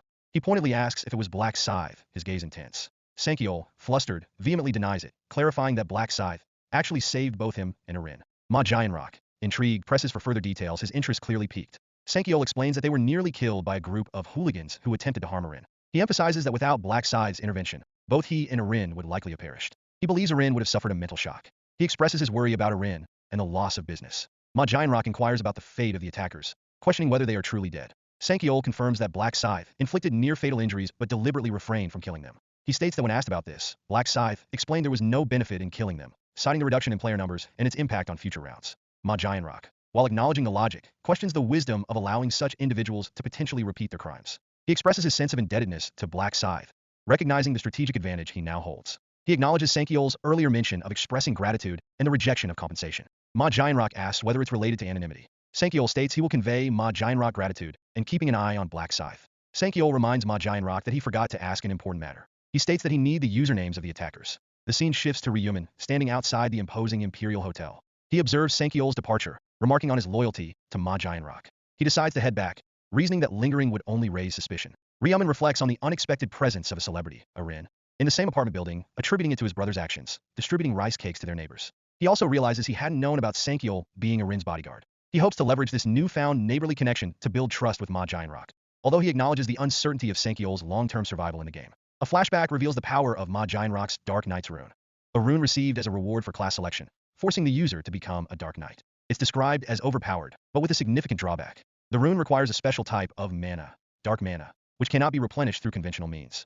This dark mana is seemingly linked to harming others, fitting Ma Jianrock's described psychopathic hobby. Ryuman contemplates the potential danger of having someone like Ma Jianrock, a sociopath with such a powerful ability, on his team. He resolves to keep him in mind for now, recognizing the potential for both benefit and risk. He states there's a lot of skilled players. He heads to convenience store. Inside a convenience store, a weary-looking cashier sits behind the counter, surrounded by shelves stocked with various goods. He's grappling with the economic consequences of recent events, particularly the suspension of lottery sales, which threatens to have his income. A young woman, identified as his daughter, Yuri, enters the store, greeting her father cheerfully. He sighs and she asks why. He explains the situation, lamenting the government's decision to halt lottery sales, attributing it to the actions of players. Yuri, looking at news articles about players' extraordinary lottery winnings, realizes the connection. Her dad expresses his frustration with the economic situation, complaining about rising rent and labor costs and the uncertainty of his future. Yuri, trying to reassure him, mentions her upcoming graduation and promises to help with the family finances. She suggests getting a different part-time job to contribute, but her father insists she focus on her studies. He encourages her to pursue her dream of becoming a doctor. Yuri, however, reveals that she's given up on that dream due to the current circumstances, a decision that shocks and distresses her father. He insists that money isn't the immediate priority, expressing concern about potential dangers in the upcoming round of the game. Yuri apologizes, feeling guilty for causing him worry. She reassures him, telling him not to be sorry, but his concern remains evident. Yuri then reveals that she, too, has survived the second round of the game and, surprisingly, acquired a class. Her father, stunned, reaches out to her, a surge of green energy emanating from her hand. He's bewildered by the sudden display of power, questioning what he just witnessed. Yuri explains that it's a skill called Bless, obtained when she acquired the supporter class. It boosts all stats slightly. He feels the effect, expressing his newfound energy with surprise and delight. Yuri encourages him to cheer up. He thanks her and tells her that he will work hard. A customer walks past. Ryuman enters the convenience store, his presence immediately catching the cashier's attention. The convenience store owner and his daughter, Yuri, react with visible surprise upon seeing Ryuman enter. Yuri, whispering to her father, confirms his suspicion. It's the very same customer who won the lottery after buying tickets at their store. Her father, his memory jogged, clearly recalls the unusual incident of a customer purchasing a large number of lottery tickets, all bearing the same winning numbers. Ryuman approaches the counter, offering a polite greeting. He asks the owner if he remembers him, specifically mentioning his past purchase of 100,000 won worth of lottery tickets. The store owner, a little flustered but recognizing him, confirms that he does, though he's clearly curious about the reason for Ryuman's return. Without delay, Ryuman expresses his intention to apologize. The store owner's surprise is evident, his confusion plain. Ryuman elaborates, referencing recent news reports about his repeated lottery wins. He acknowledges the subsequent suspension of lottery sales, understanding that this has created a hardship for the store. Yuri's expression shows she is shocked. The store owner, though initially taken aback by the unexpected apology, quickly waves it off. He reassures Ryuman, saying it's not his fault and that they'll manage. Despite the owner's attempt to ease his guilt, Ryuman expresses his sincere regret for the difficulties he's caused the store. He then presents a white envelope, offering it as a form of compensation. The store owner, visibly puzzled, asks about the envelope's contents. Ryuman states that it contains 10 million won. The revelation causes both Yuri and her father to react with open shock. The store owner, completely overwhelmed, tries to decline the extraordinarily generous offer. He insists that Ryuman shouldn't feel obligated to compensate them. Ryuman, however, stands firm, reiterating his feeling of responsibility for the store's current troubles. His expression resolute, he begins to turn away. The store owner, caught between bewilderment and conflict, mentally struggles with the unexpected windfall, unable to fathom accepting such a large sum of money. Yuri, witnessing her father's distress, makes a quick decision. She intends to return the money. Grabbing the envelope, she rushes out of the store, determined to catch up with Ryuman. She calls out to him. Ryuman, hearing her call, pauses and turns back. Yuri, slightly breathless, catches up. She addresses him as Ryu-min, confirming his identity. Ryuman, maintaining a facade of cool indifference, pretends not to recognize her, asking who she is. Yuri, a little flustered, reveals that they're actually classmates. This revelation seemingly surprises Ryuman. Yuri, still slightly embarrassed, admits she hadn't realized they shared a class all this time. Ryuman offers a polite apology, claiming he's terrible at remembering faces. An internal monologue unveils Yuri's full name, Min Yuri. It confirms her status as Ryuman's classmate, the convenience store owner's daughter, and crucially, a unique class buffer. This hints at significant abilities within the game's context. A flashback sequence depicts Yuri, apparently using her buffing powers, coming to Ryuman's aid in a past game scenario. The following panels clarify Ryuman saw her. Ryuman's inner thoughts reveal he was aware of Yuri's special class. The coincidence of their meeting surprised him, and he resolves to use her to his advantage. He proposes that they spend some time catching up, casually extending an invitation. Yuri, receptive to his suggestion, simply replies, sure. They find a nearby park bench and settle down. Yuri promptly presents the envelope filled with money, making her intention to return it clear. Ryuman acknowledges that it's the money he gave to her father. He underlines her clear refusal to accept such a substantial amount. He explains his motivation. He gave the money knowing they wouldn't accept, driven by a strong aversion to being indebted to anyone, no matter their situation. Yuri, grasping his reasoning, still firmly urges him to take the money back. Ryuman, however, remains steadfast in his refusal. Yuri, despite her efforts, expresses her profound discomfort with the large sum, finding it excessively burdensome. Ryuman, observing her persistence, subtly changes his approach. He realizes that making her feel indebted is the key to manipulating her, aligning with his long-term strategy. He slyly suggests that the sum shouldn't be so troubling for her. Yuri, feeling pressured, announces that she has to go. Ryuman, with a hint of mockery, proposes a compromise. He suggests she take 1 million won instead of the original 10, effectively testing her limits. Yuri hesitates, questioning whether she has the authority to make such a decision. She suggests he should discuss it with her father. Ryuman casually agrees, acknowledging that the store owner is indeed her father. Yuri confirms this, and Ryuman acts surprised by the fact. He feigns ignorance, acting surprised that the lottery winner is a friend from her class. Yuri, flustered, confirms again that they are classmates. They both acknowledge that this is, surprisingly, their first real conversation. Ryuman playfully admits to learning her name for the first time, just now, offering a polite apology. Yuri is flustered by his words. Ryuman suspects that Yuri should have an interest in him if he treated her like this. He repeats her name, Min Yuri, reiterating their classmate status. Ryuman admits he was joking, stating he remembers her clearly. Ryuman thinks of the situation a reality hit, and comments on how she introduces herself. He finds it satisfactory and that it is fine. He then takes the initiative, asking for her phone number. The request surprises Yuri. He reassures her, stating that it's perfectly normal for classmates to exchange numbers. They proceed to exchange their phones. He encourages her to stay in contact, suggesting they meet again. She agrees and prepares to leave. As she turns to go, she suddenly remembers the envelope filled with money. She realizes, with a slight internal panic, that she failed to return it to him. The encounter leaves her flustered, her heart racing unexpectedly. She admits, internally, that she likes him. A flashback shows Ryuman violently confronting the bullies. She was afraid. She pitied her father, and had followed him to protect him from any harm. The moment she saw Ryuman at his part-time job, She noticed his unusual strength. From that point on, she developed an interest in him. However, her shyness prevented her from approaching him directly. Seeing him again now, she views their meeting as a divinely granted opportunity, a chance to be bolder, and that she can't pretend she doesn't know him when he gave her the money. She intends to use the money as a pretext to suggest they go out for a meal together. Ryaman sits on his bed, phone in hand, reviewing his recent text message exchange with Yuri. The messages reveal Yuri's initiative to meet up, offering to treat him to lunch. Ryaman sees through her overtures, recognizing her attempts to curry favor. He finds this development favorable. His internal monologue confirms his intentions. By growing closer to Yuri, he can solidify her as an ally. He plans to keep her alive until the 20th round. The scene changes, showing Ryuan sitting on the couch, engrossed in a game, as Ryaman approaches, dressed to go out. Ryuan inquires about his brother's destination. Ryaman replies that he's going to meet a friend. Ryuan, with a teasing tone, probes if this friend is a girl. Ryaman announces he's going out for lunch, instructing Ryuan to fend for himself. Ryuan sits alone after his brother's departure in shock. The location shifts to a steakhouse. Ryaman asks if Yuri likes steak. Ryaman and Yuri are seated at a table, engaged in conversation. After a moment of surprised hesitation, Yuri confirms that she does. Ryaman encourages her to eat her fill. Yuri thinks this is a dream. As they eat, a somewhat awkward silence settles between them. Yuri, feeling the need to break the quiet, mentally urges herself to be brave and initiate conversation. She starts by inquiring about his repeated lottery wins, referencing the news reports of his 4 consecutive first-place prizes. Ryaman downplays his success, attributing it to seeing the winning numbers in his dreams and simply being lucky. Yuri presses further, asking about the extent of his financial gains from these dreams. He responds that he's made enough to no longer worry about money, adding that he doesn't have to worry about staying alive now either. Yuri, expressing her curiosity, redirects the conversation to the game's first round. She asks about his experience, specifically mentioning the goblin encounters. Ryaman acknowledges that it took some time to deal with them. She then inquires about his zone, though her memory of the specific number is hazy. She recalls only that the last digit was a 5. Ryaman states that his zone ends in a 7, leading Yuri to express a bit of disappointment that they won't be encountering each other in the game, as the zones are different. Ryaman, however, confidently asserts that they'll inevitably meet. He explains that the zones will eventually be merged as the number of survivors dwindles. Changing the subject again, Yuri asks about Ryaman's current level. He reveals that he's level 10. Yuri mentions that she's the same level, then asks if he has obtained a class yet. Ryaman replies that he hasn't. She reveals that she, on the other hand, was fortunate enough to acquire one, the supporter class. Ryaman, playing along, expresses his approval of her supporter class, asking if she buffs other players in the game. Yuri confirms this, explaining that her buff, called Bless, increases all stats. She offers to demonstrate it on him.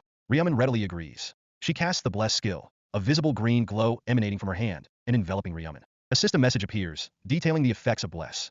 A 50% increase to all stats for a duration of 3 hours. Ryaman, impressed, acknowledges the skill's power, noting that its effects will double once Yuri maximizes her level. He reflects, internally, on his good fortune in encountering her and securing her buff. He remembers the random gold pouch reward he received for being the first to select a class. The pouch, as its name suggests, yields a random amount of gold, influenced by the player's luck stat. Yuri thanks him again for the money, and that her father too asked her to say thanks. Yuri then clarifies she will pay him back the 10 million won. Ryaman refuses to take back the money. He mentions that if Yuri cannot accept money, there are other things she can do.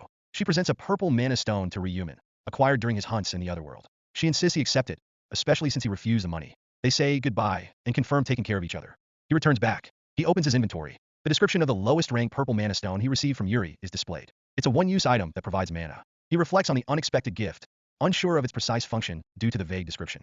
He decides to save it, anticipating that it will be useful once he reaches level 20 and unlocks the combination feature. The combination feature, he explains, allows players to combine mana stones with equipment to add extra properties. He details the 7 colors of mana stones and their corresponding effects. Red for damage, orange for strength, yellow for luck, green for agility, blue for intelligence, and dark blue for damage reduction.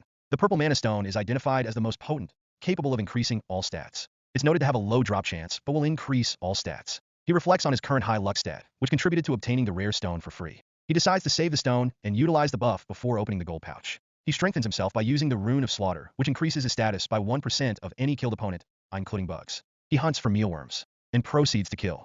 His kill count reaches 100, resulting in a 100% stat increase from the Rune of Slaughter. Reviewing his stat window, he confirms his increased stats, particularly his significantly boosted luck, which has risen from 15 to 45. He prepares to finally open the random gold pouch. The description notes the gold amount is random, affected by luck, and only usable until the next round. He uses the pouch. He anticipates a substantial amount of gold. He can obtain between 300 and 600 gold. A system notification announces that Ryaman has used the random gold pouch. He reacts with stunned surprise.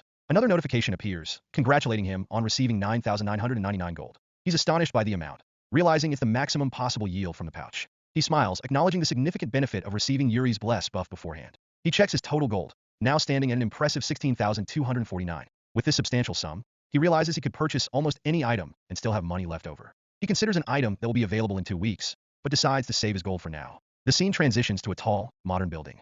Ryaman arrives home, greeting Ryuin, who's relaxing on the couch. Ryuin, curious, inquires about Ryumin's outing, teasingly referring to it as a date. Ryumin dismisses the suggestion, chiding his brother for his nonsense. Ryuin shifts the conversation to food, asking what Ryumin ate for lunch. Ryumin offhandedly mentions ordering jjajangmyeon, a type of Korean black bean noodles. Ryuin expresses his preference for something better, to which Ryumin counters by saying he's been craving jjajangmyeon. He reflects on their improved financial situation, noting that it's only been a month since they were struggling. A bank transaction screen on his phone visually confirms their wealth, with a remaining balance of 100,000 won after a transaction of 33,202. He recalls their investment in Bitcoin, which has surged to 150 billion, mirroring his past life experience, with further growth expected in 2 weeks. He plans to sell the Bitcoin then. Before that, however, he decides to get his driver's license. He's shown taking a written test at a driving center. He reflects on the numerous times he's taken this test in his past lives, finding it trivial. He effortlessly completes the test. Ryumin achieves an impressive 95% score in a remarkably short time. He recalls that obtaining his license took 4 days, a significantly longer time than others due to his extensive driving experience exceeding theirs. He thinks about how old he will be. Immediately after getting his license, he purchased a Lamborghini Aventador, a car he'd always driven in his past lives. He negotiates a direct import of the car, arranging for delivery within a month, and signs the contract. The salesman compliments his excellent taste. 2 weeks pass, and the time arrives to profit from their Bitcoin investment. Ryumin, holding his phone, displays a smug expression. Ryuin approaches, asking if something good happened, noticing Ryumin's cheerful demeanor. Ryumin confirms that he's just sold all their Bitcoin. Ryuin inquires about the profit, to which Ryumin reveals a staggering 300 billion won. Ryuin is shocked and excited by the immense sum. He realizes that their gains from the lottery, around 60 billion, pale in comparison to the Bitcoin profit. He recalls with a mix of amusement and disbelief his initial reluctance when Ryumin first proposed investing in Bitcoin, a month prior. Ryumin admits he hadn't anticipated such a massive increase either, having only made 280 billion in his past life. Ryuin clarifies if he's no longer continuing. Ryumin confirms. Ryuin agrees that is good. Ryumin announces his next plan, stock trading. Ryuin expresses concern, given his lack of knowledge about stocks. Ryumin reassures him, claiming he received guidance in a dream. While Ryuin is not convinced, Ryumin asserts that while money can be anxiety-inducing, his knowledge of the future eliminates that concern. He identifies the company he's targeting for investment. He displays information on his phone about Heavenly Demon Consulting, a stock company currently ranked 85th on the Kosdaq with a market capitalization of 900 billion. The company, owned by Ma Jiangrok, hadn't yet established itself significantly. However, Ryumin knows that after a special system is introduced after the 4th round, the company will experience rapid growth. He sees no reason to delay, understanding that acquiring a significant share of the company will grant him considerable influence and benefits as a major shareholder. His plan is to invest 280 billion, acquiring 31% of the company's shares. He initiates the purchase through his phone. Ryuin expresses hope that Ryumin's dream proves accurate. The purchase is confirmed successfully. The scene switches to a nighttime setting. At midnight, Ryumin accesses the in-game store. He's been saving gold specifically for this. The store offers various items, including equipment, ingredients, consumables, and general skills, all purchasable with gold. He observes that the available equipment is all normal rank, making it pointless to purchase rare or epic items. The Today's Item section offers a daily random item, but since the outcome is unpredictable, it's difficult to acquire a desired item. However, Ryumin, with his future knowledge, knows exactly what will appear and when. Today is the day the epic item he needs becomes available. The item is revealed. The Skeleton Bone Necklace, an epic rank necklace that increases intelligence by +3 and attack speed by 1% for each opponent killed, up to a maximum of +25%. It's usable until the end of the round by apprentice-level players and above, with a durability of 500 and a price of 4,600 gold. He notes the necklace's reasonable price relative to its powerful effects. He opens his inventory. He decides to use the 50% discount coupon he received for completing the 2nd round subquest, reducing the necklace's price to 2,300 gold. After the purchase, his remaining gold is 13,949. He sits on his bed. He originally planned to use the remaining gold to purchase normal equipment. However, he realizes that if he can accumulate another 6,000 gold, he can buy a general skill, which he considers superior to normal equipment. He decides to save up, anticipating numerous monsters in the upcoming 3rd round. Time passes, and the date changes to March 1st, 2023, marking the imminent start of the next round. The scene opens with a chaotic tableau of players scattered across a ruined landscape, a stark contrast to the previous rounds. Other players voice their confusion and apprehension. Someone points out a towering fortress wall surrounding the village, complete with a castle gate. The focus shifts to a large, glowing crystal in the center of the area, prompting questions about its purpose. Ryumin notices the pervasive anxiety among the other players. Ryumin's internal monologue reveals that Cho Jung-sik, Life is a Documentary, is the only one seemingly unfazed by the situation. A player identifies Jung-sik as their zone representative. Others discuss Jung-sik's violent past, recalling his intimidating tactics during the previous zone representative selection. One player suggests that Black Scythe, Ryumin, would have been a better choice for representative. Another player warns against speaking freely, reminding them of Jung-sik's authoritative position ability, which allows him to issue commands. The first player dismisses the concern, pointing out the ability's limited uses. Jung-sik, overhearing the conversation, abruptly silences them with a threatening shout. He confronts them, aggressively questioning their words. He internally blames the angel for increasing the difficulty and is angry. Suddenly, a figure identified as Hwang Yongmin appears, groveling at Jung-sik's feet. He addresses Jung-sik with exaggerated respect, identifying him as the leader of the Jung-sik faction. Yeoman declares his intention to join the faction and serve Jungsik. Jungsik, initially skeptical, questions Yeoman's motives and background. Yeoman eagerly proclaims Jungsik as his role model and expresses his lifelong aspiration to join the Jungsik faction. Jungsik presses for Yeoman's intentions. Yeoman dramatically pledges his unwavering loyalty and service to Jungsik. Jungsik, while acknowledging he's encountered similar individuals, seems to appreciate Yeoman's fervor. He orders Yeoman to stand. Other players react with disdain, questioning Yeoman's sanity and willingness to associate with Jungsik. Yeoman, ignoring the surrounding criticism, expresses his unwavering respect for Jungsik. He emphatically states his indifference to others' opinions, reaffirming his commitment to serving Jungsik. Jungsik, seemingly pleased with Yeoman's response, accepts him, promising to take responsibility for him. Yeoman expresses profuse gratitude, declaring it an honor. Other observers wonder if he belongs to Life is a Documentary side. The angel appears, surrounded by a radiant glow, and addresses the assembled players. She notes the reduced number of participants compared to the previous round. Players express confusion and concern about the decreased numbers. A system notification appears, displaying the details of Round 3's main quest.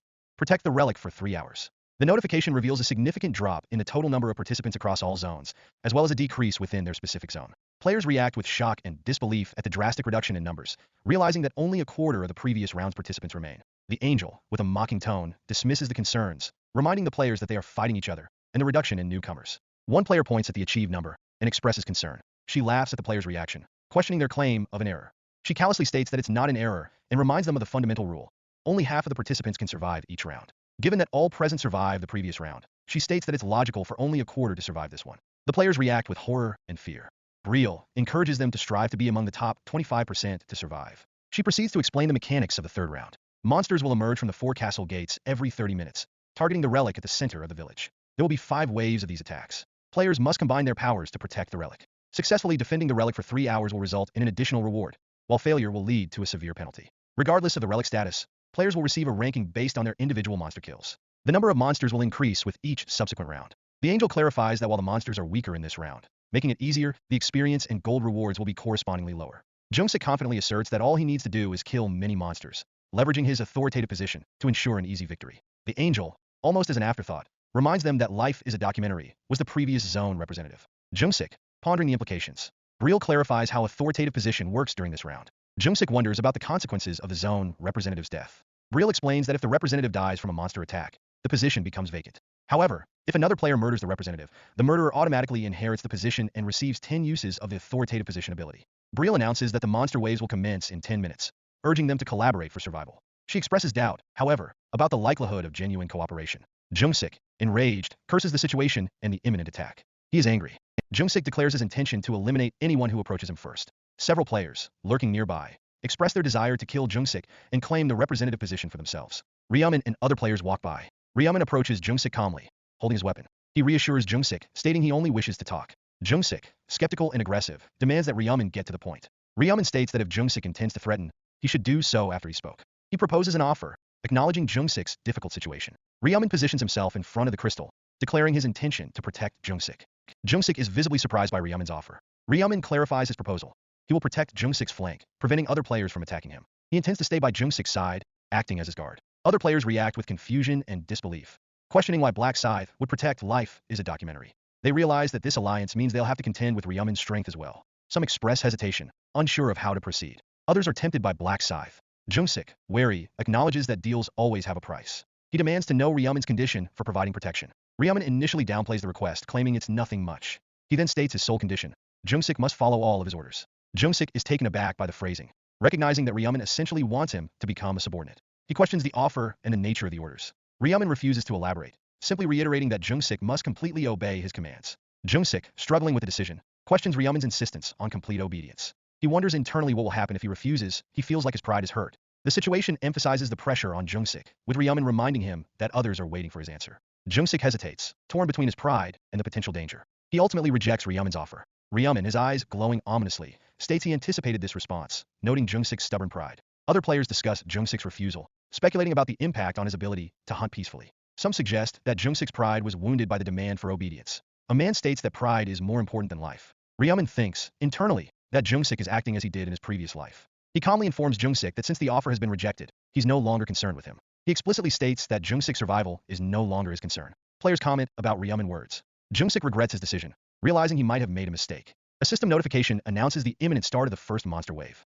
Players, including Jungsik, prepare themselves for the impending invasion. Another notification indicates that 30 minutes remain until the second wave, and the timer for the round begins counting down from 3 hours. Jungsik realizes he can't effectively fight while being targeted by other players. He acknowledges that it's an individual mission, forcing him to rely on his own strength. He spots Ryumin leaving, questioning his destination.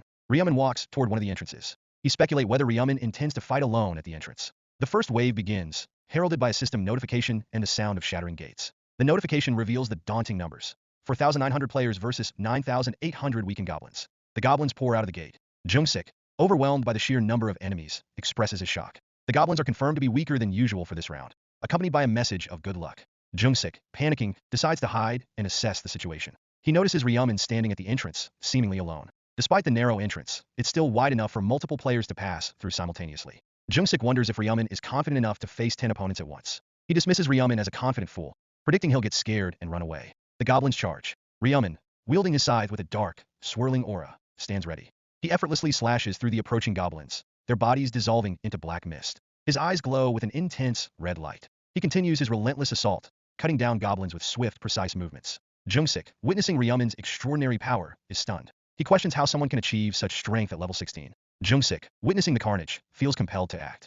He resolves to level up and get stronger. He realizes that other players are likely occupied with the goblins, presenting an opportunity. Players defend from goblin attack. He sees a chance to engage and gain experience. He charges towards a goblin, attacking with his knife. He anticipates the goblin's movements, dodging its attack and successfully landing a blow. He attributes his success to his rune of detection, which allows him to anticipate enemy actions. As he prepares to finish off the goblin, an arrow pierces his head. Jungsik, enraged, realizes he's been sniped. He didn't notice any arrow-wielding goblins. He curses, vowing to find and kill the one responsible. A player manages to stab him. He continues to attack, fueled by anger, cursing his attacker. Another arrow. He rages, realizing he has to worry more about other players than the monsters themselves. He regrets his earlier decision, wishing he had accepted Ryumin's offer. He throws a spear. He thinks about his current situation, his missed opportunity, and his desire to become the zone representative. He resolves to find a way to hunt safely, free from player interference. He spots someone, recognizing him as the zone's rank 3 player, Black Flame Dragon in hand. He approaches the player. Using his authority as zone representative, he ordered Black Flame Dragon in hand to protect him. Ryumin's skeleton bone necklace activates, its effect visibly increasing his attack speed. A surge of dark energy accompanies each swing of his scythe as he swiftly dispatches another goblin. The kill notification appears, updating his kill count, which steadily climbs. System messages scroll by, displaying the benefits he's currently receiving: a tripled experience multiplier and a full 100% stat boost thanks to the Rune of Slaughter. He collects his reward for the kill, a base amount of gold, supplemented by an additional bonus. Ryumin pauses briefly to check his status window. His accumulated gold is displayed prominently. He performs a quick mental calculation, realizing he'll easily reach the 20,000 gold mark by the time the second wave arrives. His internal thoughts reveal a strategic plan. Acquire 2 general skills, which will in turn grant him the coveted Rune of Inner Thoughts. He returns to the relentless slaughter of the goblins. He swings his scythe, black aura trailing in his wake, cutting enemies down. He glances around, observing the struggling efforts of other players. Their movements seem sluggish and uncoordinated in comparison to his own. He dismisses them internally, a silent challenge forming in his mind. If they don't come to him, he'll seek them out. A sudden tremor shakes the ground, followed by a brilliant flash of light emanating from the central relic. System informs players that the wave is over. Injured and exhausted players celebrate their survival, although a chilling notification reveals that 967 players have perished. A reward of 500 gold is granted to each survivor. Ryumin, his gaze sweeping across the blood-soaked battlefield, wonders about Jungsik's current location. Another player confirms Jungsik's survival, though they express doubt about his chances of lasting much longer. Jungsik, his body covered in wounds and blood, curses fiercely. He's become the primary target of other players, who seem more intent on attacking him than the remaining goblins. Another player attempts to eliminate Jungsik, but his minions to protect him despite his critical condition. Jungsik finds a grim satisfaction in having survived the first wave, attributing it to his authoritative position and the protection offered by his loyal followers. Yeongmin rushed to his side, even though he hadn't used his authoritative power on him. Jungsik coughs, blood splattering the ground, his mind struggling to grasp the unfolding events. The sheer volume of blood loss raises serious concerns about his ability to endure the remaining time. A determined glint appears in his eyes as he vows to survive and exact revenge on everyone. A system notification abruptly announces the commencement of the second wave. A staggering 3,933 players remain to face a combined force of 7,866 weakened goblins and hobgoblins, their strength diminished to a third of their usual power. The monstrous horde charges, and Ryumin, unyielding, continues his devastating assault. His scythe dances through the air, leaving trails of black energy as he cuts down enemies with effortless precision. The ground becomes littered with the dissolving forms of slain goblins. In the midst of the chaotic battle, Ryumin achieves a significant milestone. He reaches level 20. His rank elevates from apprentice to regular, unlocking the powerful combination function. This new ability allows him to craft unique items, unavailable through conventional means. As a further reward, his Seal of Death skill receives a substantial enhancement, increasing its additional damage output. He also gains access to the Grim Reaper's exclusive skill, Knight of Death, capable of creating an artificial knight within a 500-meter radius, providing a significant tactical advantage. A notification informs him that his next skill will become available at level 40. He thinks that is useful. Goblins charged. Ryaman greets the approaching wave with a cold declaration of welcome.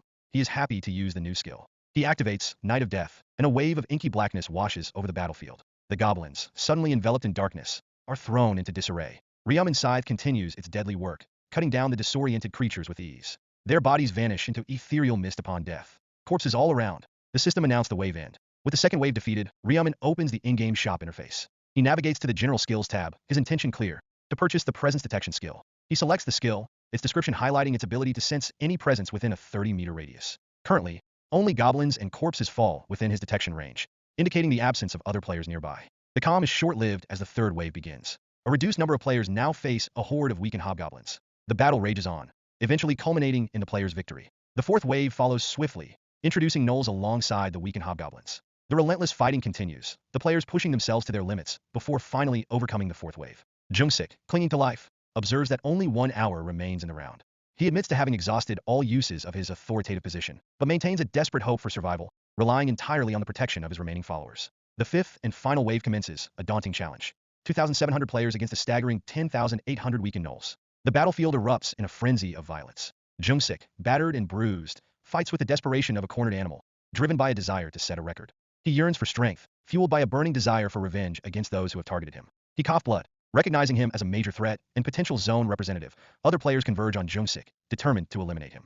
Jungsik commands his followers to intercept the attackers, but a well-aimed arrow pierces his defenses, striking them directly. Now most of his followers are down. Jungsik, gravely wounded, attempts to flee. In a moment of utter desperation, Jungsik's eyes fall upon Ryaman, Black Scythe. He throws pride aside and reverses his earlier decision, desperately accepting Ryaman's previous offer.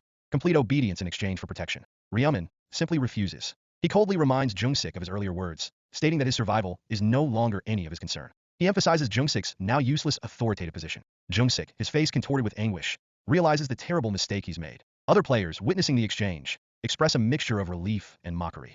They see this as a clear opportunity to finish off Jungsik without fear of intervention.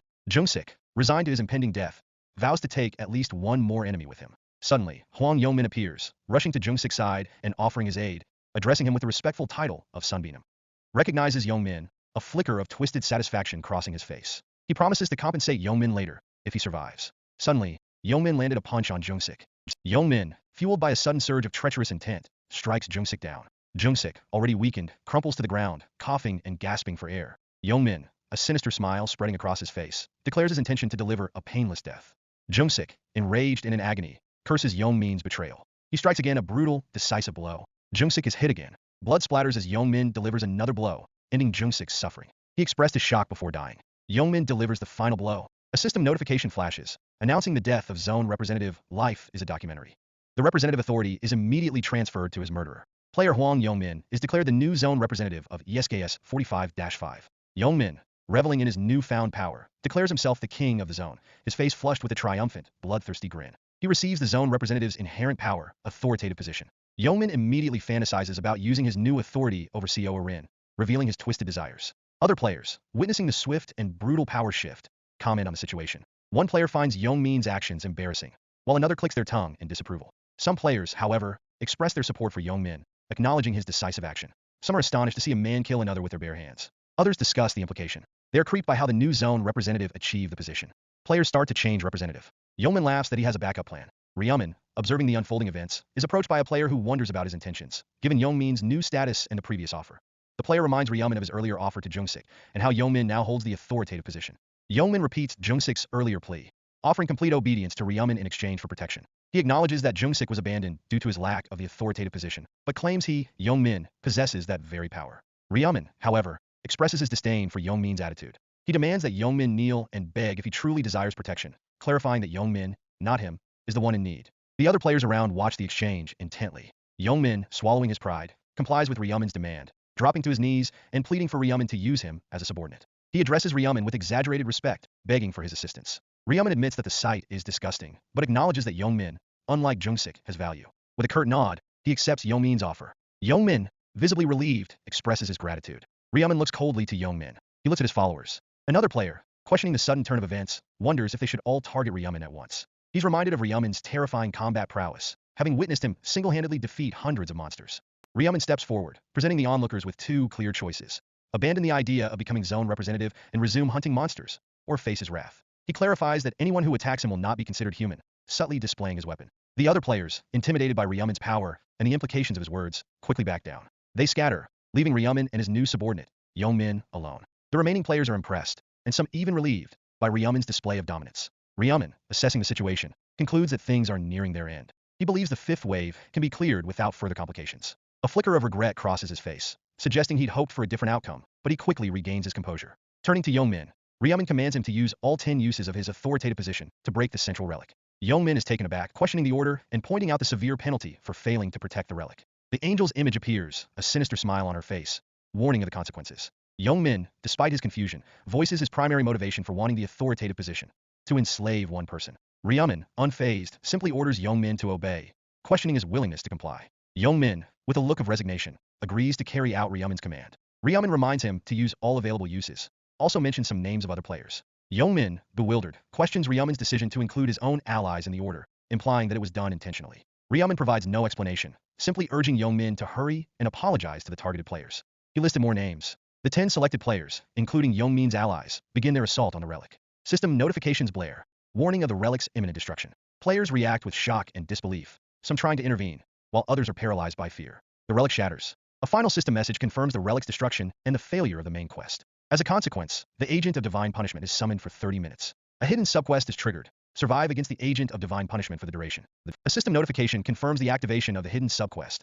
Survive the Agent of Divine Punishment for 30 minutes to earn 3,000 gold. The timer begins its countdown. Players react with a mix of confusion and opportunism. Some mistakenly believe the reward for protecting the relic was 2,000 gold, making the subquest seem more profitable. This realization clarifies why Youngmin, under Ryomen's command, destroyed the relic.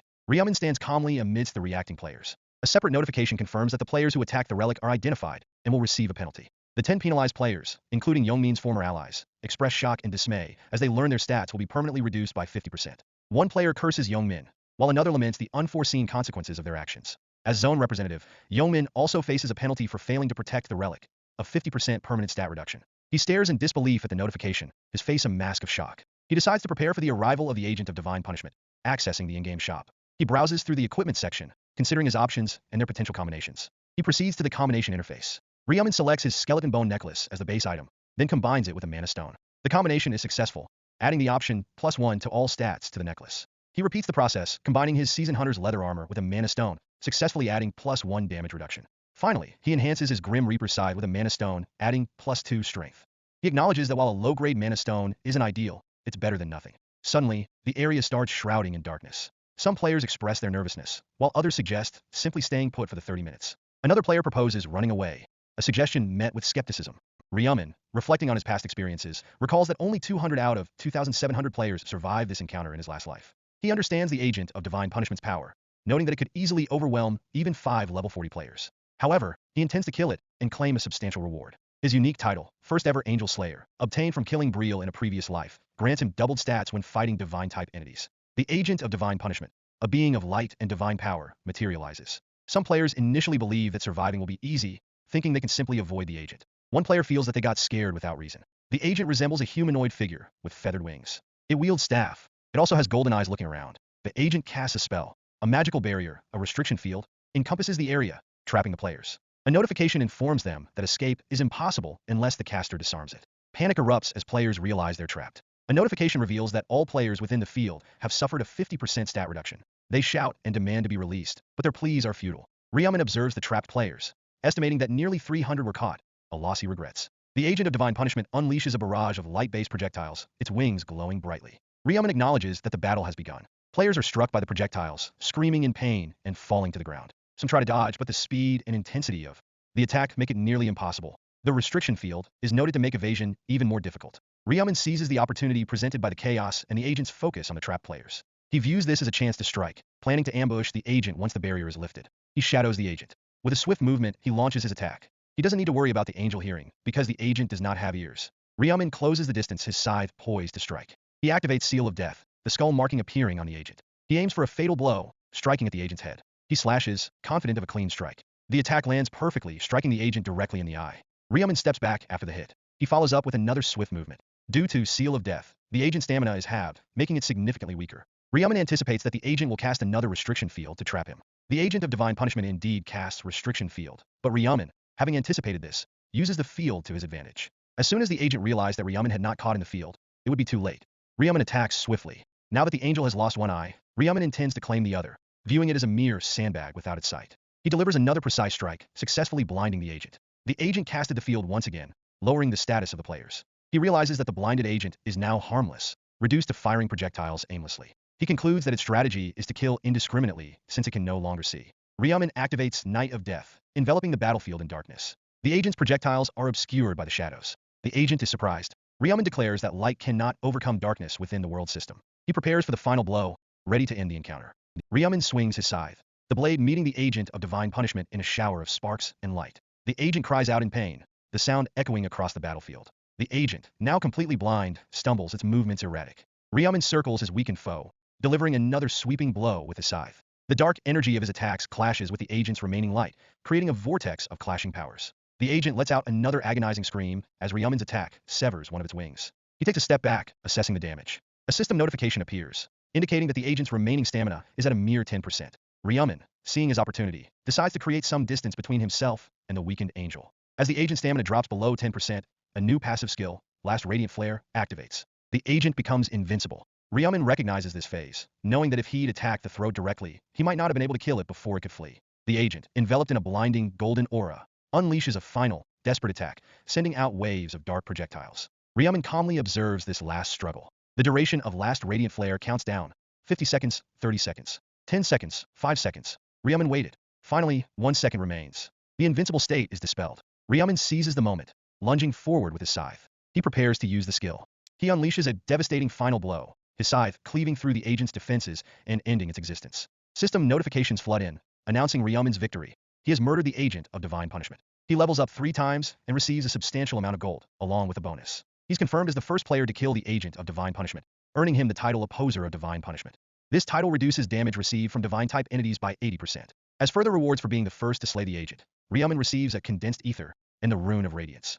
The rune is automatically imprinted onto his body. The condensed ether is described as a rare crafting ingredient, emitting a glow dependent on the viewing angle. It's a key component for crafting god rank items. The Rune of Radiance increases intelligence by 1 and boosts the effects of divine-type skills by 1% for each level. Ryaman notes that, with his current level, his divine-type skills are now boosted by 30%, and he plans to focus on intelligence for a while. The subquest is officially completed, granting the surviving players 3,000 gold. Players celebrate their survival, though many express disbelief and awe at Ryaman's solo victory, calling him a monster. The others agreed. The angel, observing from above, acknowledges Ryaman as the first human she has genuinely acknowledged, praising his feat of slaying the agent alone. She proposes an interview with him the next morning, curious about his motivations. Ryaman dismisses the question as pointless, stating he simply killed the agent because he wanted to. He reasons that if he hadn't, he would have had to endure the constant attacks and deaths of other players. Some players, misinterpreting Ryaman's actions, believe he acted to save them, unexpectedly finding a sweet side to him. Briel, amused by the human's capacity for both cruelty and cooperation, finds their behavior hard to understand. Ryaman counters that such a conclusion is expected from a narcissistic angel. Briel, while praising the players for surviving, reminds them that their fate still depends on the overall results. She prepares to reveal the final rankings. The overall results for Round 3 are displayed, showing Black Scythe, Ryaman, in first place across all zones, with a staggering 3,631 monsters slain. The rankings for his specific zone are also displayed. Other players marvel at Ryaman's overwhelming dominance, noting that the second-place player didn't even reach 1,000 kills. They also comment on his level. Ryaman confirms he received an experience bonus, though he suspects it only applies to the top-ranked player. System notifications congratulate Ryaman on completing the quest as rank 1 in all zones and in a specific zone. He receives a special reward selection box and an intermediate-grade rare ring selection coupon as rewards. He's prompted to choose one of 3 intermediate-grade rare rings: Ring of Rushing Winds, Ring of Azure Magic, or Ring of Resistance. Ryaman selects the Ring of Resistance, despite its seemingly weaker name. The ring's description reveals it grants plus 4 luck, plus 35% resistance, and has a durability of 450. It provides resistance against status effects. He explains that, regardless of stats, status effects can still be lethal, and resistance is valuable even without immediate use, as it can't be boosted through other means. Next, he's presented with another choice of special rewards: a 50% stat boost buff, limited to round 4, for 1,000 gold, or intel on round 4. He notes the absence of a triple experience buff, realizing that round 4 won't be focused on monster hunting. He chooses the 4,000 gold. Briel reveals the cut line for survival: rank 1,225. Some players who fell below this rank express despair and disbelief, pleading with Briel for another chance. Briel, with a cruel smile, prepares to eliminate the failed players. Those below the cut line are swiftly dispatched, their screams echoing briefly before silence falls. A final system notification announces the end of Round 3, stating the number of survivors globally and in Ryumen Zone, 1,225.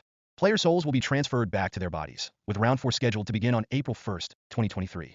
Seo Arin wakes up in her bed, relieved to have survived Round 3. She realizes she received the Summoner class, and a small, winged creature appears before her. She comments on how these creatures protected her, allowing her to survive. She expresses surprise at being rank 3 in her zone, and considers giving the Mana Stone to Ryumen. The penalized players who attack the relic begin to shatter, their bodies breaking apart as a consequence of their actions. Huang Yongmin, suffering the same fate, curses Black Scythe. He regrets his actions. He glances toward his phone, expressing frustration. He acknowledges his defeat and shattered.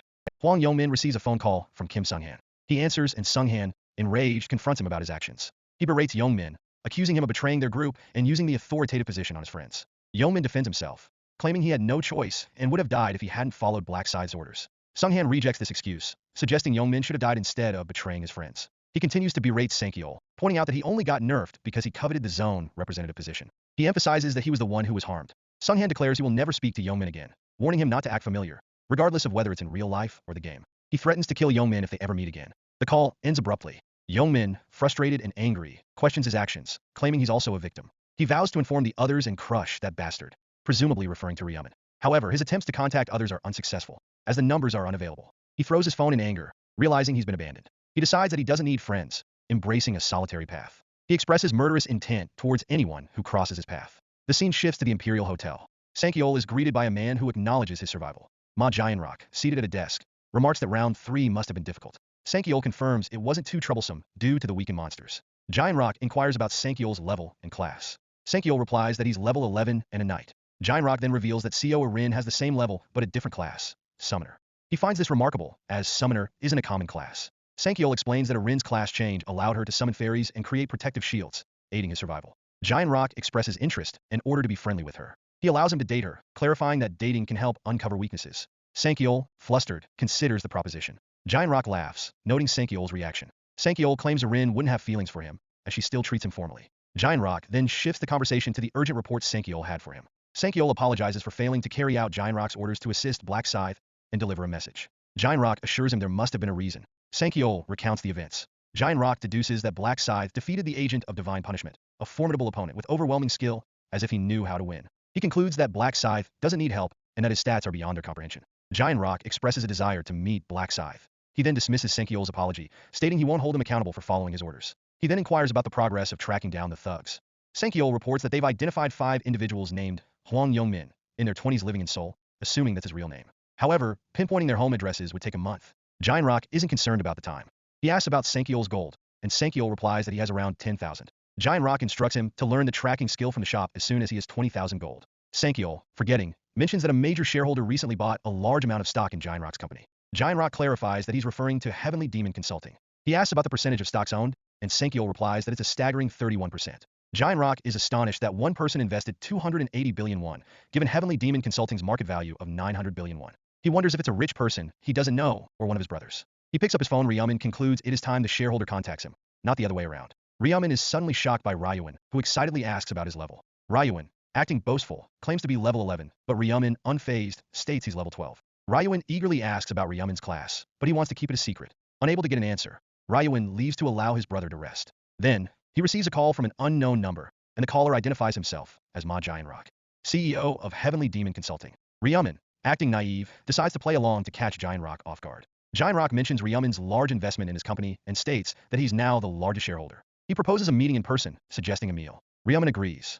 Jianrock suggests Friday, but Ryumen, aware of the importance of that day for obtaining the rune of inner thoughts, declines and suggests Saturday instead. They agree to meet on Saturday. He, anticipating the meeting, reflects on Ma Jianrock's background and the need to acquire the necessary runes. The nature of runes was multifaceted. They could be discovered in specific locations during certain rounds of the game, or awarded as special rewards for exceptional achievements, like slaying the Agent of Divine Punishment. Occasionally, and very rarely, they even dropped from regular monsters. However, a lesser-known fact, one Ryumen was keenly aware of, was that runes could also manifest in the real world. The conditions for such manifestations were, understandably, quite complex. Ryumen's current objective, before his scheduled meeting with Ma Jianrock, was to acquire the rune of inner thoughts. He knew Jang Seokyun, the criminal who had kidnapped Ryuan in a previous life, would soon appear at this specific location.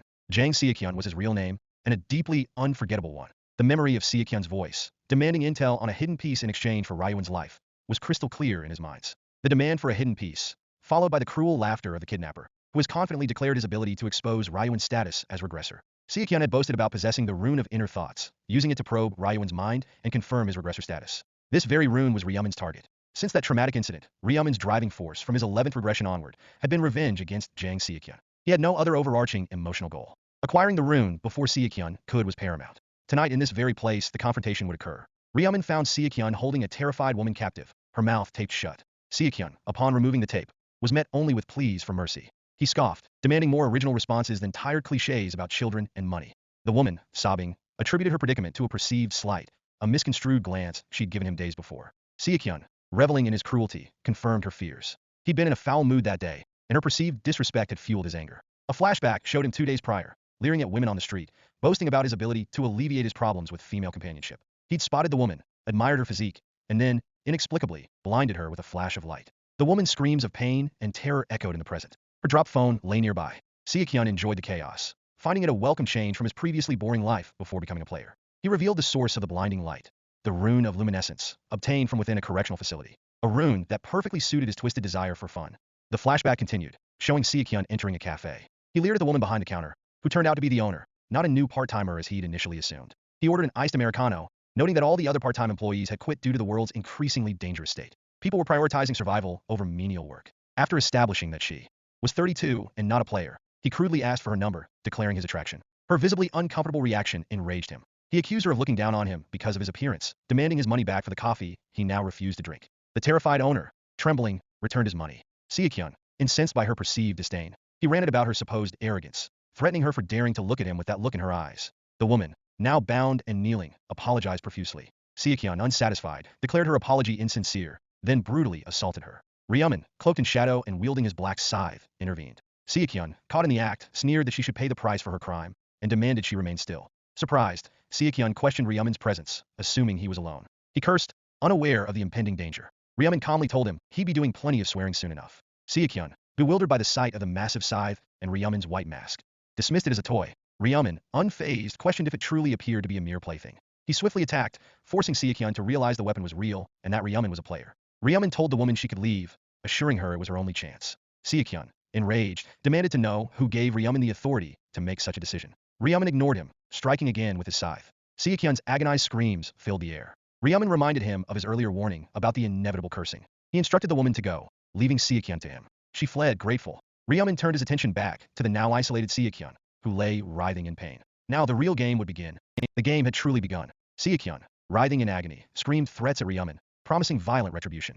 Ryuman, unfazed, found his attitude amusing, remarking that surrender wasn't in Seokyun's nature. He continued his assault, slicing at Seokyun with his scythe. Seokyun, bewildered, questioned how Ryuman was dodging all of his attacks. Ryuman, still wielding the goblin's dagger, continued to expertly evade Seokyun's desperate strikes. Seokyun's pain intensified, and Ryuman calmly inquired if it hurt, stating that he hadn't even truly begun his assault. Seokyun, overreacting to the continued attacks, screamed in terror, realizing Ryuman's intentions were lethal. He desperately planned to blind Ryuman, launching a burst of light from his rune of luminescence. However, the attack proved ineffective.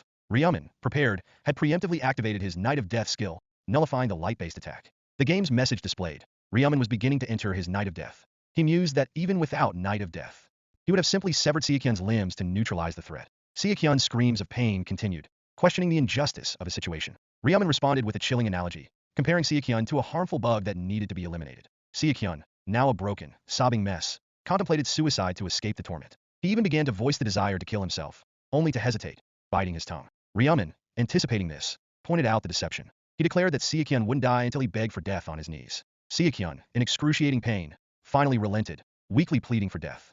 Ryuman, seemingly skeptical, questioned the sincerity of the plea. He reminded Seokyun that they weren't strangers, revealing that he knew Seokyun's real name, Jang Seokyun. Seokyun, shocked and confused, wondered about their connection, suspecting a link to the rescued woman. Ryuman dismissed that notion, stating he had no connection to her. He then revealed the truth. Seokyun had kidnapped his brother and threatened Ryuman for information in a past timeline. While Seokyun vaguely remembered the act, he denied it, understandably confused since, from his perspective, it hadn't happened yet. Ryuman clarified that for him, it was a past event, and that Seokyun would have acquired the rune of inner thoughts if Ryuman hadn't intervened. Seokyun finally made the connection, understanding the situation. A hidden rune was present, its activation requiring a sincere, heartfelt voice from another person.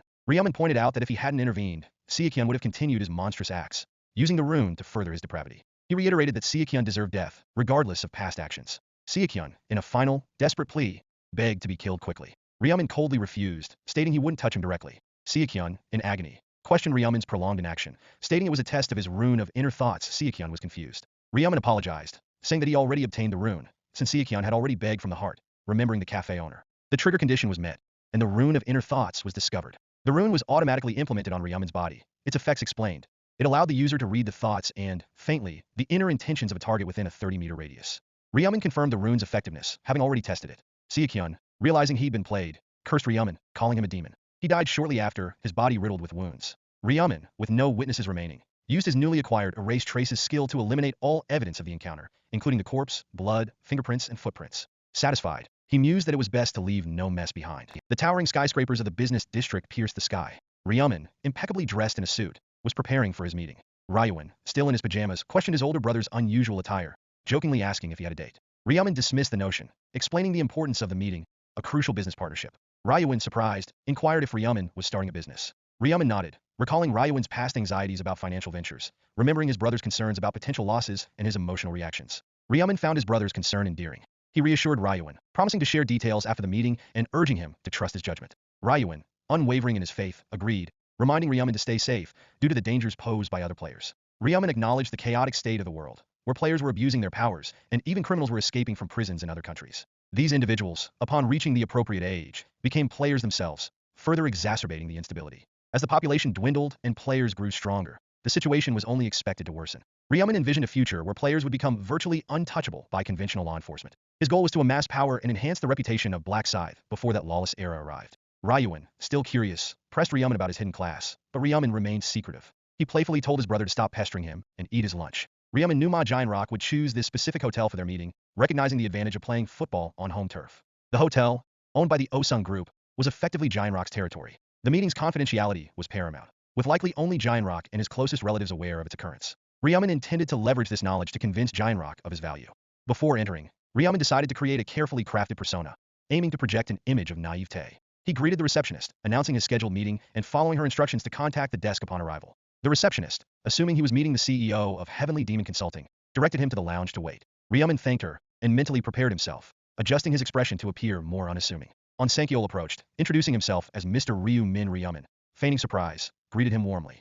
Sankyol, recalling their previous encounter at Galleria Forest, apologized for his past rudeness. Internally, Sankyol was skeptical of Ryomen's apparent youth and wealth, suspecting him of having powerful backers. Ryomen, playing along, acted as if he didn't know Sankyol was the department head, nor that the CEO of Heavenly Demon lived upstairs. Sankyol clarified that he wasn't the CEO, introducing himself as the department head. He explained that Ma Giant Rock was running late and that he had come ahead. He ushered Ryomen inside, instructing him to wait. Sankyol left briefly, communicating via text message with Ma Giant Rock, expressing his doubts about Ryomen's capabilities and suggesting a hidden benefactor. Ryomen, aware of Sankyol's scouting role, knew Giant Rock wouldn't be late to such a meticulously planned meeting. Giant Rock finally arrived, introducing himself as the CEO of Heavenly Demon Consulting. Ryomen, maintaining his facade, introduced himself as Ryu Min. Giant Rock directed them both to sit, even assigning Sankyol a seat without Ryomen's explicit permission, a subtle attempt to take the initiative. Giant Rock suggested they eat before discussing business, offering a Korean menu specifically prepared for the occasion.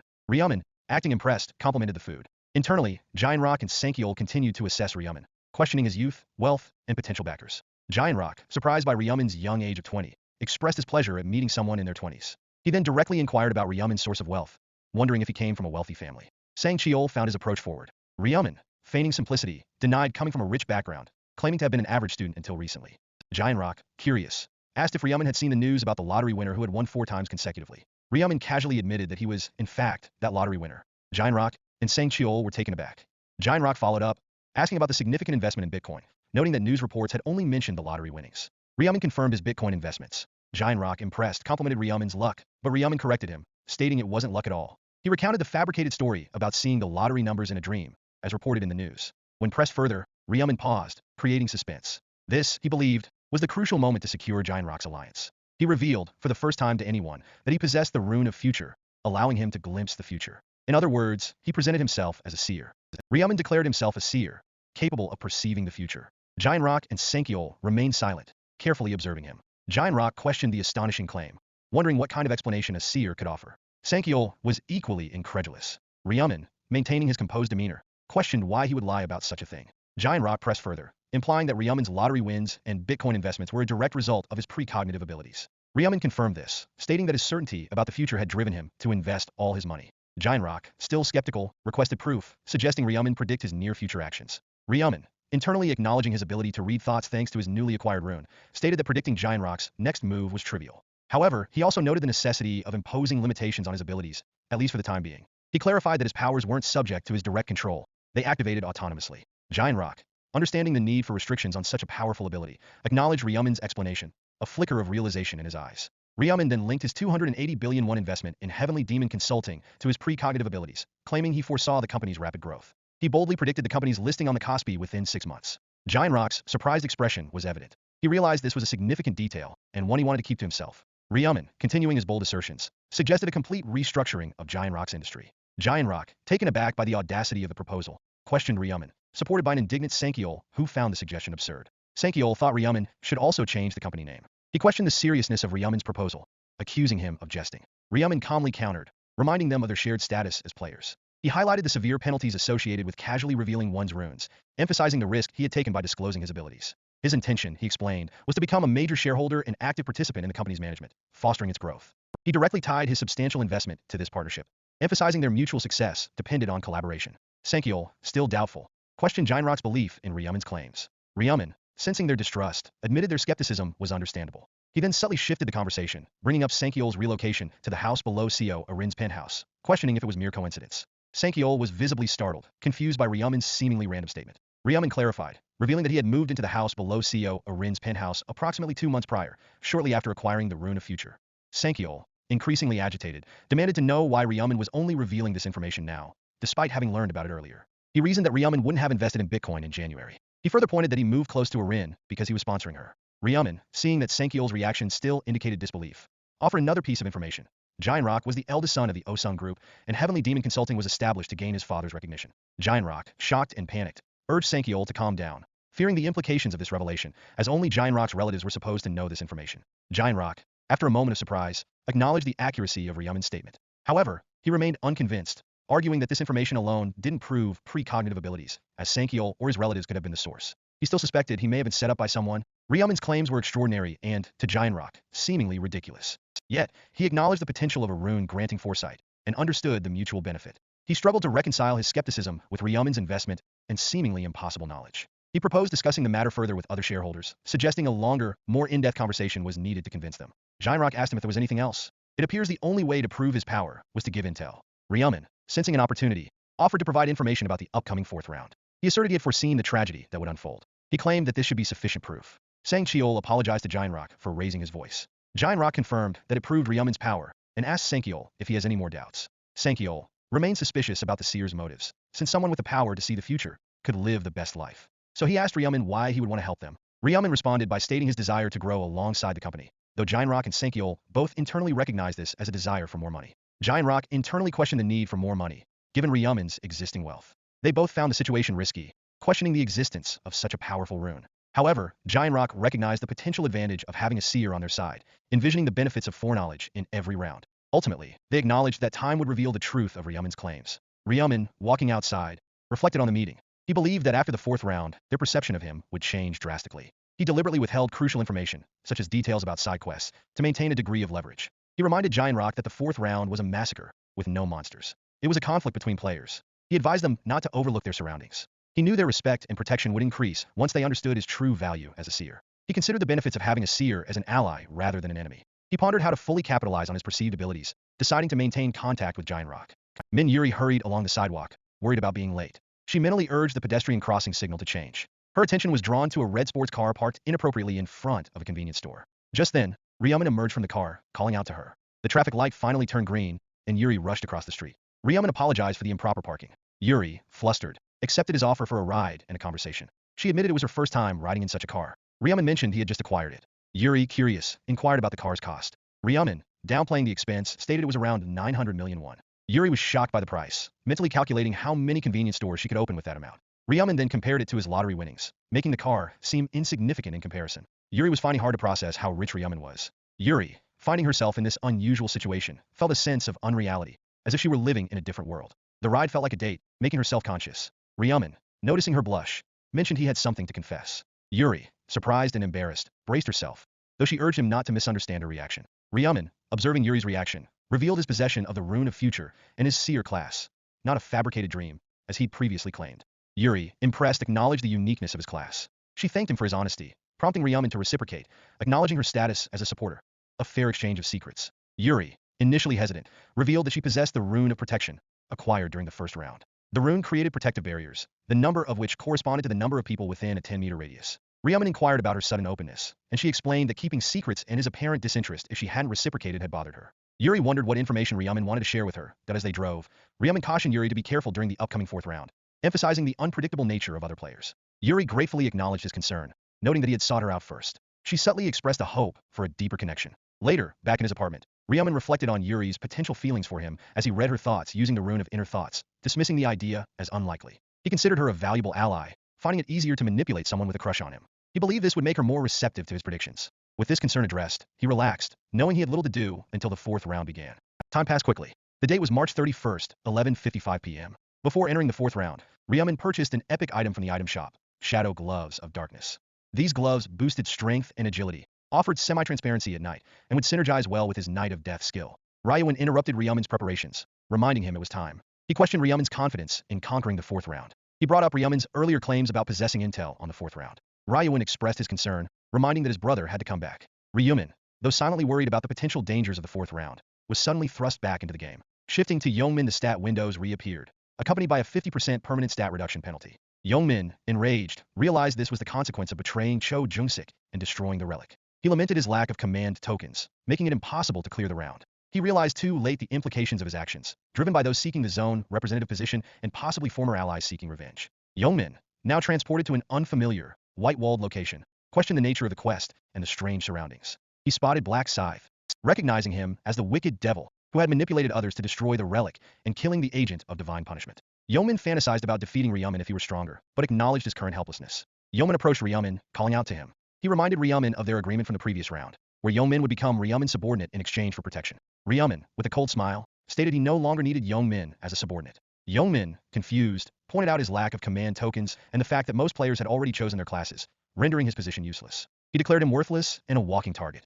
Huang Youngmin stood in the staging area, a bead of sweat trickling down his face as he internally labeled himself a walking target. He shifted nervously, his muscular frame seemingly out of place amidst the other players. Ryaman, ever observant, approached him. Ryaman reassured Youngmin, suggesting that he was only a target in theory, not in practice. Most players, he explained, wouldn't risk targeting the zone representative, especially with the increasing prevalence of class changes limiting the effectiveness of command tokens. Youngmin, still visibly shaken, conceded that Ryaman had a point.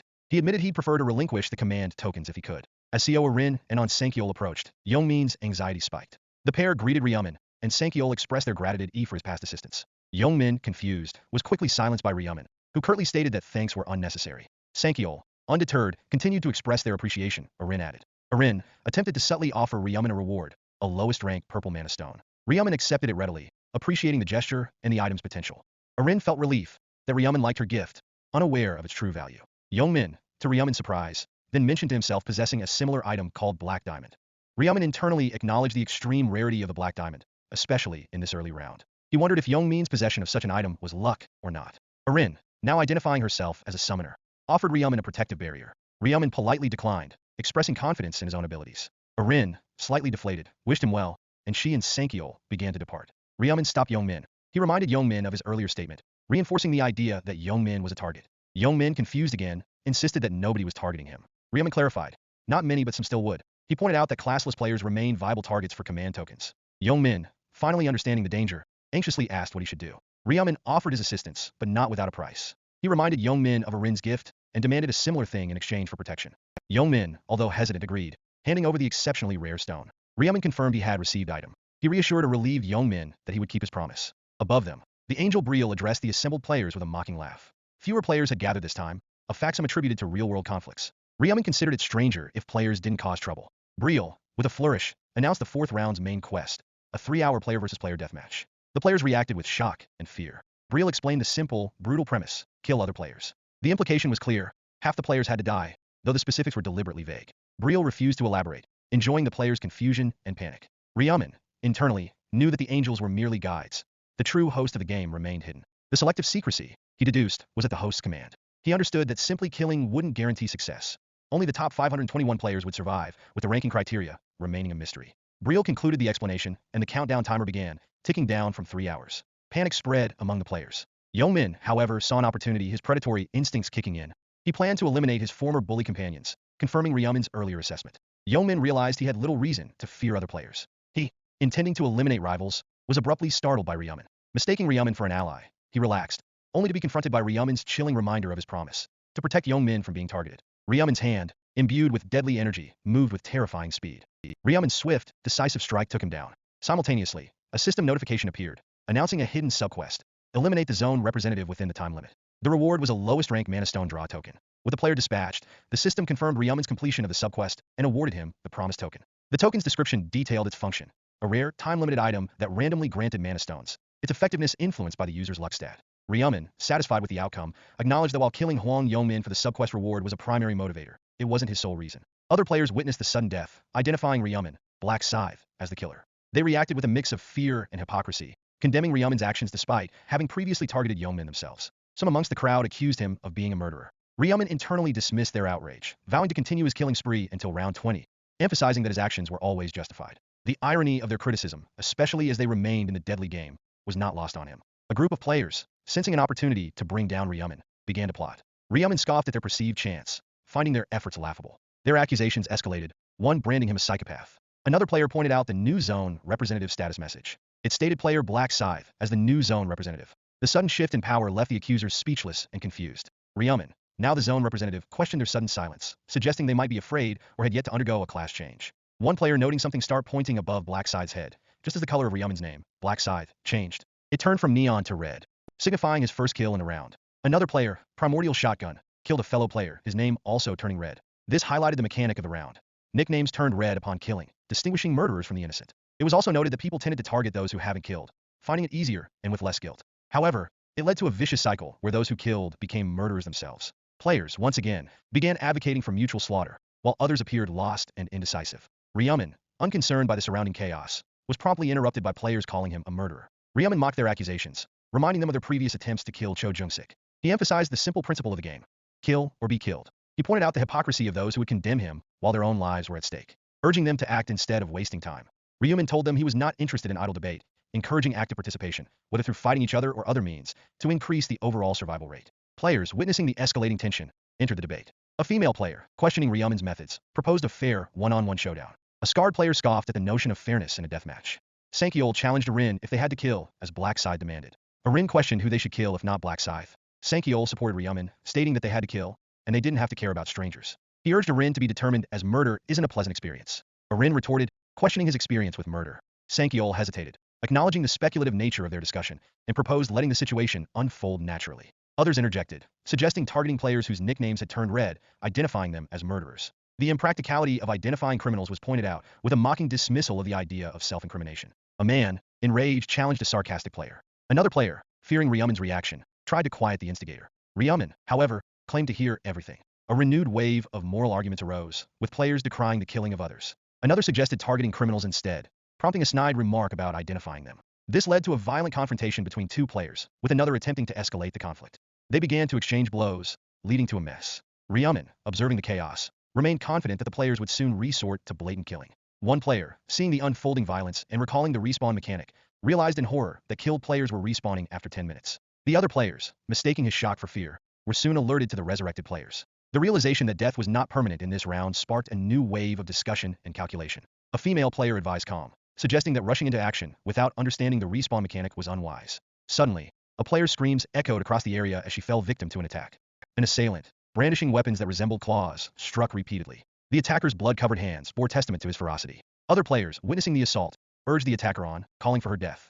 She crumpled to the ground, seemingly lifeless. Those nearby initially believed she would respawn, but a chilling suggestion to wait hung in the air. They theorized that the 10-minute respawn might not be instantaneous. Others agreed, speculating on the timing. Their morbid speculation proved correct. 10 minutes later, the player resurrected, bathed in a golden light that mended her wounds. She struggled to her feet, taking in ragged breaths, her eyes wide with a mixture of shock and fury. Before she could fully recover, she roared, demanding to know who had dared to attack her from behind. The same claw-wielding assailant answered her question with another brutal strike, viciously demonstrating the 10-minute respawn cycle. Players now fully grasped the inevitability and the unpleasantness of killing in this round. The atmosphere had become a pressure cooker. Players, swept up in the escalating frenzy, began to lash out at anyone nearby. Blades clashed, and desperate cries filled the air. One player, wielding dual swords, offered a hollow apology to his victim, claiming he bore no personal ill will. The victim, before expiring, spat back a curse, urging his attacker to experience death firsthand. Another player, impaled, let out a scream of agony as his attacker sneered down at him. The area had transformed into a chaotic battlefield, where approximately 1,000 players were locked in a desperate, bloody struggle. Ryumin, watching the unfolding carnage, decided the time had come to intervene. Some players are surprised to see him. Ryumin's movements became a blur of crimson, each strike precisely placed and instantly lethal. Bodies fell, adding to the grim tableau. Players in the vicinity, armed with a variety of weapons, noticed Ryumin's deadly dance. Mistaking it for vulnerability, they saw an opportunity to ambush him, emboldened by the false assumption that his presence detection would be overwhelmed. Another player, known as Black Flame Dragon in Hand, was also active, seizing the moment. It was observed that he too absorbed power from his kills. Killing players was, in essence, a double reward. It was a feast. Black Flame Dragon, swinging his massive axe with unrestrained glee, Youngmin's absorption stack kept growing as he reaped the benefits of the absorption rune was adding to the death toll. With each kill, he felt a surge of power, a boost he hadn't experienced when fighting monsters. He took another player down. He joyfully slaughtered a few more. His absorption stacked rapidly, a testament to his and his victim's levels. He briefly considered the potential rewards of attacking Ryumin, but quickly dismissed the idea, prioritizing easier targets to ensure his continued, rapid growth. He was focused on progressing, not risking a setback. His rampage continued, punctuated by insincere apologies to his victims, claiming a lack of personal animosity. He found a twisted stress relief in the act of killing, particularly because he'd been prevented from proper hunting earlier by a certain thug. He couldn't properly hunt because of that. He came to a delighted conclusion. This round was tailor-made for his strengths. Black Flame Dragon, like some others, benefited far more from killing players than monsters. He gained a noticeable boost in strength. He reveled in the constant supply of respawning prey, recognizing the perfect opportunity to amplify his power. What better situation could he ask for? The bloodshed continued, driven by a desperate desire to survive and climb the rankings. Ryumin, cloaked in the shadows of Night of Death, became a spectral figure. The abrupt shift to darkness disoriented those nearby. Ryumin's semi-transparent state made him a difficult target to track. His attacks, veiled in the unnatural gloom, were swift and deadly. Black Flame Dragon, realizing his peril too late, fell victim to Ryumin's shadowy assault. A sudden, brilliant flash cut through the darkness, heralding another player's respawn. Players, seizing the moment, unleashed a coordinated attack on the newly resurrected players. Youngmin, a grim satisfaction on his face, confirmed the 10-minute respawn interval. A plan formed in his mind: revenge. He set out to find Kim Sunghan, one of the players who had previously betrayed him. Youngmin's smile grew wider as he considered the possibilities. An archer mocks Youngmin for his obsession with a minor stat penalty. Youngmin finally located Kim Sunghan alongside Huang Yong. He charged, delivering a crushing blow that sent Sunghan sprawling.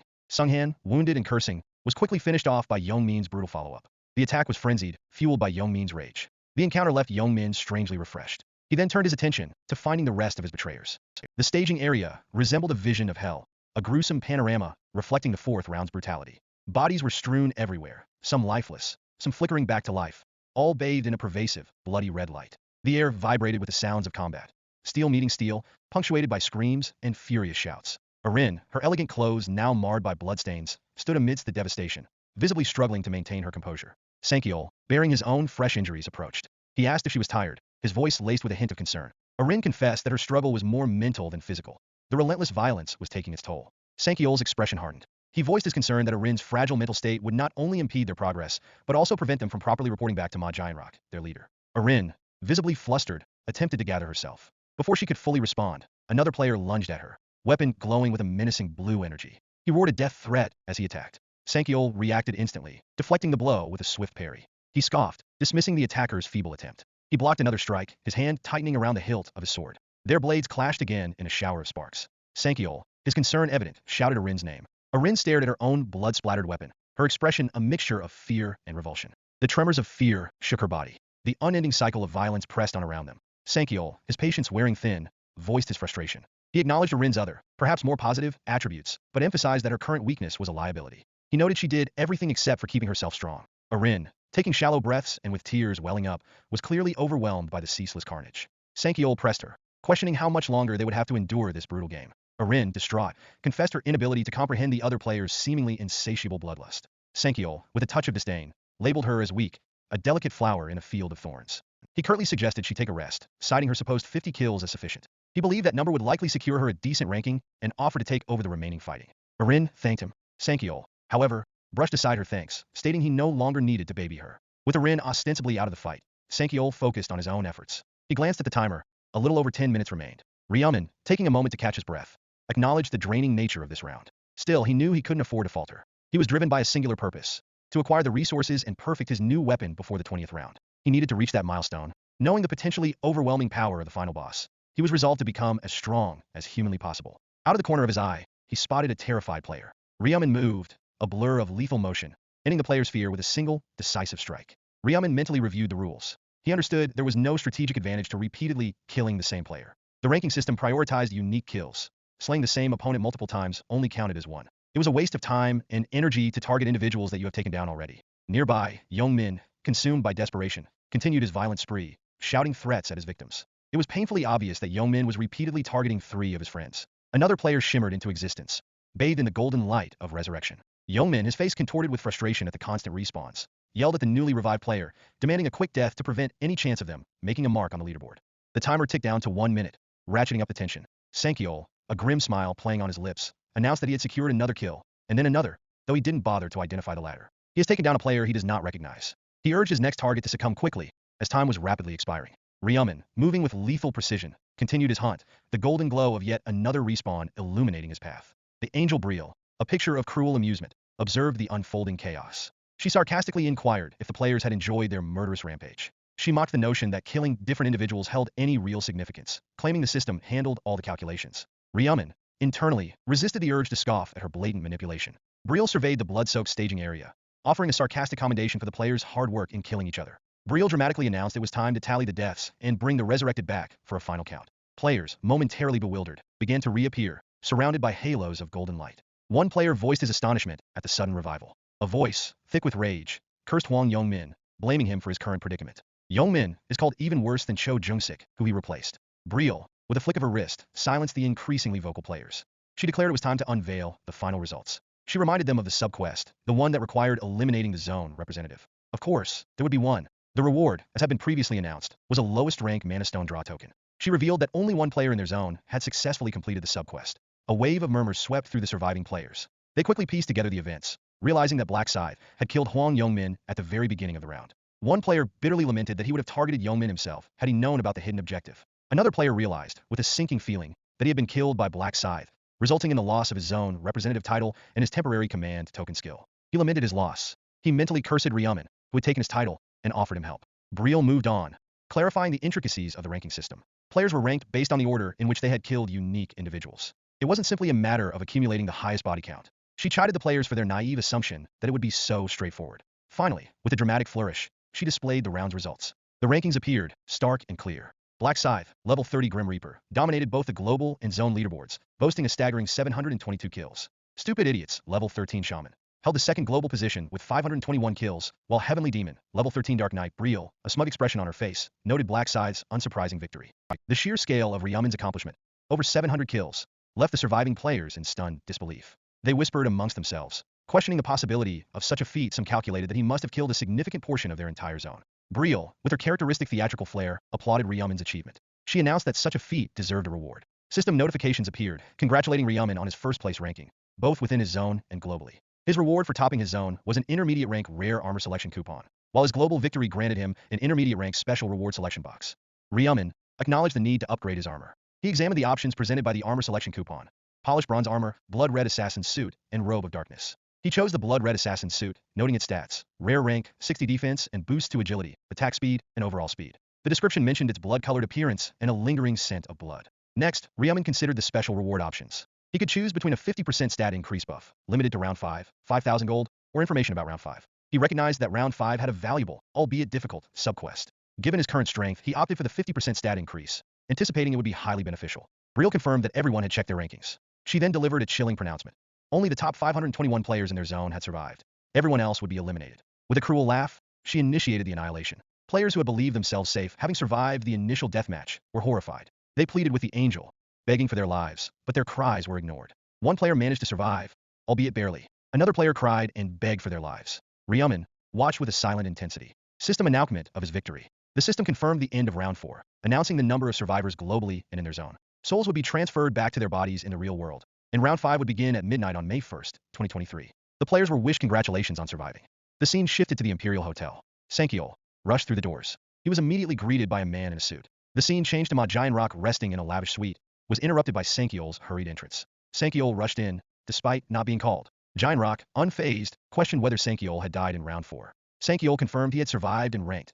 though he admitted it had been a chaotic round. Giant Rock explained that he had passed out upon returning to his body due to mental exhaustion. He casually mentioned that 433 people had died, possibly more if accounting for repeat kills. Giant Rock expressed his growing fascination with Black Scythe, questioning whether he was even human. He speculated that Ryumin might be a highly skilled Special Forces soldier, given his combat prowess. Giant Rock confessed his admiration for Ryumin, expressing a desire to have him join forces. He planned to have his seer investigate Ryumin further. Sankiol confirmed that round 4 had unfolded precisely as Ryumin, the seer, had predicted. He admitted his initial doubts, but acknowledged the undeniable evidence. They reviewed a recording. A flashback of the previous meeting, Ryumin told them that round 4 will be a massacre. Giant Rock warned Sankiol to maintain his composure and to treat Ryumin with respect, despite his age. He stressed the need to win Ryumin over, emphasizing that Ryumin now controlled a significant portion of their company's shares, 31%.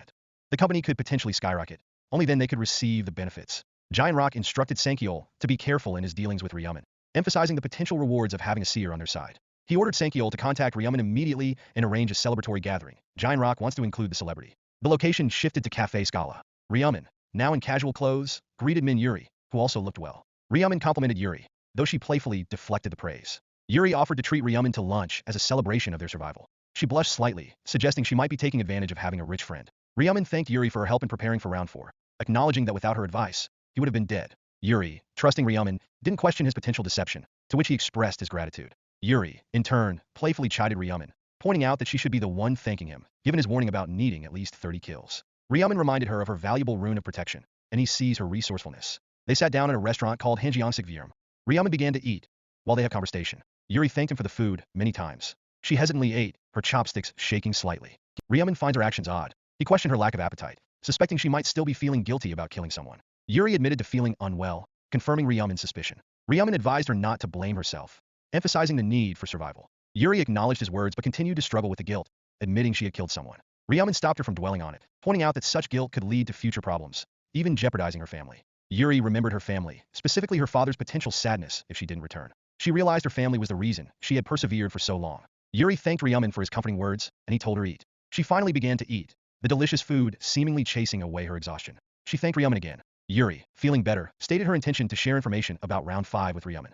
Ryumin, confirming his ability to see the future, learned that round 5 would be the most difficult yet, involving a zone merger. Yuri, visibly shocked, questioned the possibility of meeting Ryumin in the merged zone. Ryumin explained that while they would meet in round 5, he wanted to keep his identity hidden when they did. Ryumin instructed Yuri to listen carefully. He reiterated the extreme difficulty of round 5, suggesting there might be only one way to survive. When Yuri asked what it was, Ryumin simply replied, Black Scythe. He told her to seek him out for help. Yuri, confused, questioned his answer. Ryumin sat across from Yuri at a modest cafe. He confirmed that he was referring to Black Scythe, the top-ranked player across all zones. Ryumin clarified that his advice wasn't simply about help, but about forming a temporary alliance, a necessary measure for survival in the upcoming round. Yuri expressed her doubts. She worried that a player of Black Scythe's caliber, likely level 30, wouldn't want to cooperate with someone who only offered a buff. Ryumin reassured her, emphasizing the exceptional quality of her buff. He confidently asserted that Black Scythe would seek her cooperation, not just for the current round, but the next one as well, a fact he claimed to have foreseen. Yuri, relieved by his certainty, thanked him for the valuable information. Ryumin brushed it off, claiming it was simply what a friend would do. Then, with a sudden request, he asked for her hands. A soft, green light emanated as their hands met.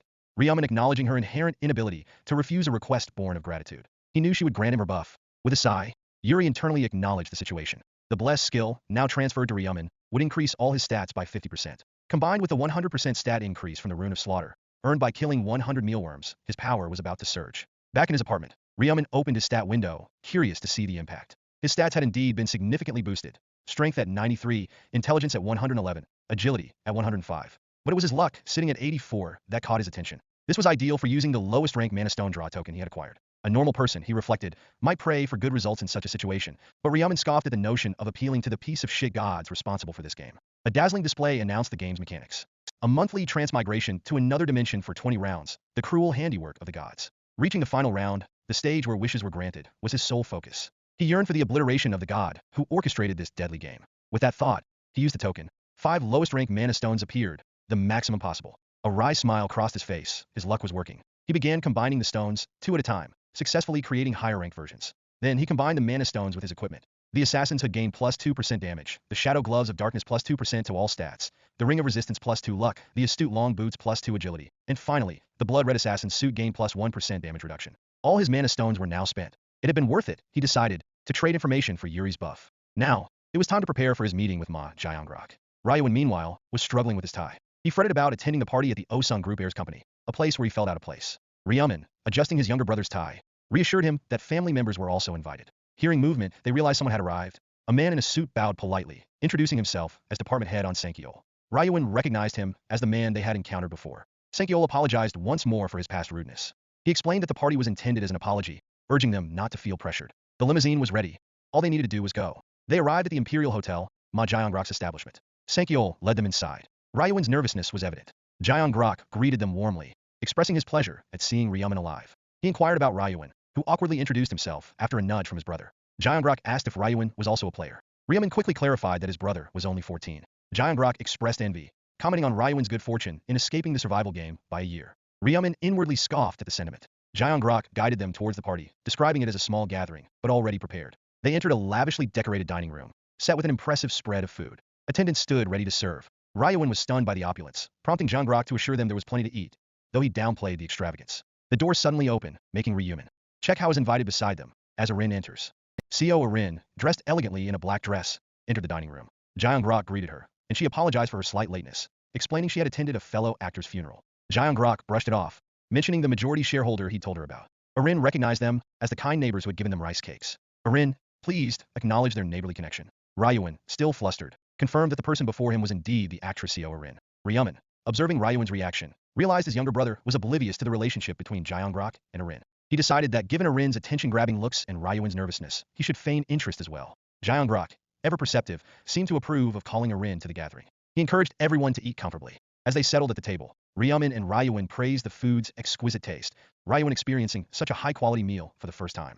Jaeongrok, pleased, attributed it to the chef's extra effort. Then, Jaeongrok posed a question. Why had Ryumin only brought his younger brother, and not his parents or other relatives?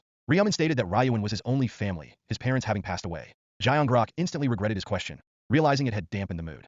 He mentally chided himself, urging himself to remain silent until the atmosphere improved. A tense silence fell over the table.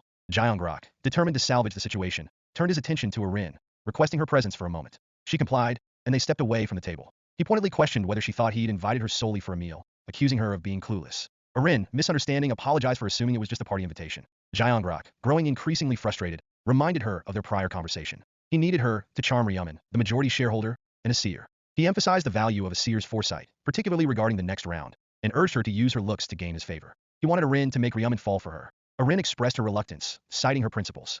Jaeongrok countered by reminding her of the opportunities he had provided, suggesting it was time for her to reciprocate. He instructed her to create a positive atmosphere, leaving the details to her. Arin remained silent, unsure how to respond. Jaeongrok reiterated that he would be watching her performance, and they returned to the table. Jaeongrok, claiming business had delayed them, proposed moving the party elsewhere. He, Ryumin, Ryuin, and Arin stood near the door ready to go. Jaeongrok seemed annoyed with Arin's hesitation, finding it surprising. Ryuin, however, was excited. Jaeongrok, observing the dynamic, realized he needed to adjust his strategy. He pulled out his phone, and Jaeongrok discreetly messaged her, suggesting they focus on Ryuin instead. Arin considered it unfair to deceive an innocent fan. While Ryumin is reading her thoughts, Jaeongrok reasoned that influencing the younger brother would indirectly sway the older one, allowing them to obtain information about the next round more easily. He announced a private room for VIPs, promising unlimited access to drinks, snacks, and entertainment. Ryuin, still in middle school, expressed his inability to drink alcohol, but Jaeongrok assured him other beverages were available. On was instructed to order the VIP special course. Ryumin interjected, stating he couldn't drink either, though he suggested trying it out.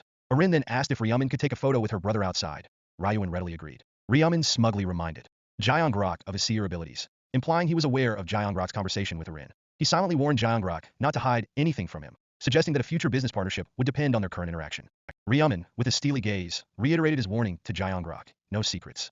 Jaeongrok, taken aback, wondered how Ryumin knew about his conversation with Co Arin, suspecting it was through his future reading abilities. Ryumin accused him of attempting to manipulate him. Jaeongrok apologized, claiming his intention was simply to get closer, but Ryumin called him out for using his brother. Jaeongrok, flustered, apologized again, promising to rectify his mistake. Ryumin, seemingly appeased by the apology, declared he would pretend not to have heard Jaeongrok's conversation with Arin. Jaeongrok expressed his gratitude. Sankyol requested to escort the others to the next room, but Jaeongrok, with a serious expression, stated he had something important to discuss with Ryumin alone. He directed Sankyol to take the others, and Sankyol complied, closing the door behind him. Jaeongrok, now alone with Ryumin, lamented his misjudgment, realizing he'd inadvertently offended the very person he'd hoped to impress. He brought up the topic of intel on the next round. Round 5, the primary reason for Ryumin's acceptance of the invitation. Ryumin, however, expressed his doubts about Jaeongrok's trustworthiness as a business partner or information source, given his recent actions.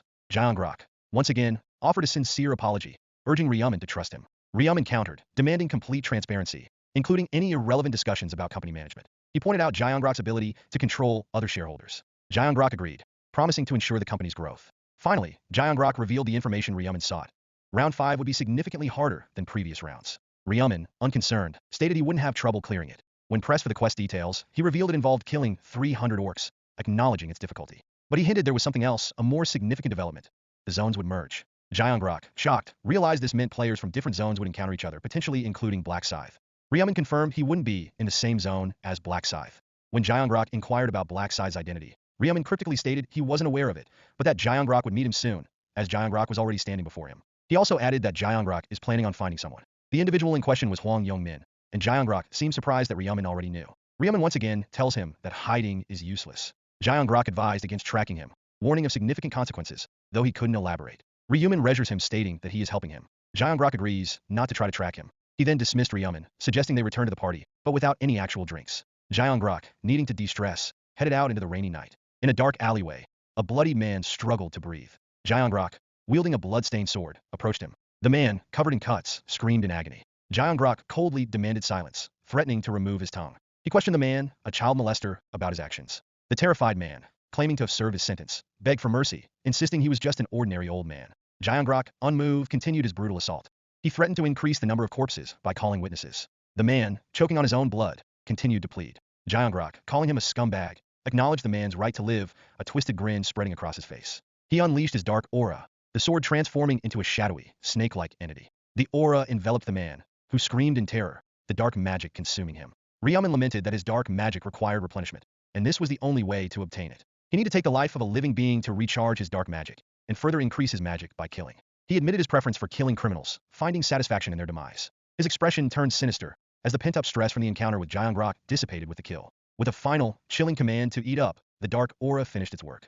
Gyeongrak, however, realized the dark aura couldn't consume corpses, only living beings. He left, disappearing to a dark alley. A cat was his only witness. He reflected that he had deliberately lured his victim into a secluded alley in the early morning. Gyeongrak realizes that Ryumin have witnessed his actions through the rune of future. He then came to a conclusion that if Ryumin have approached him, that mean he know.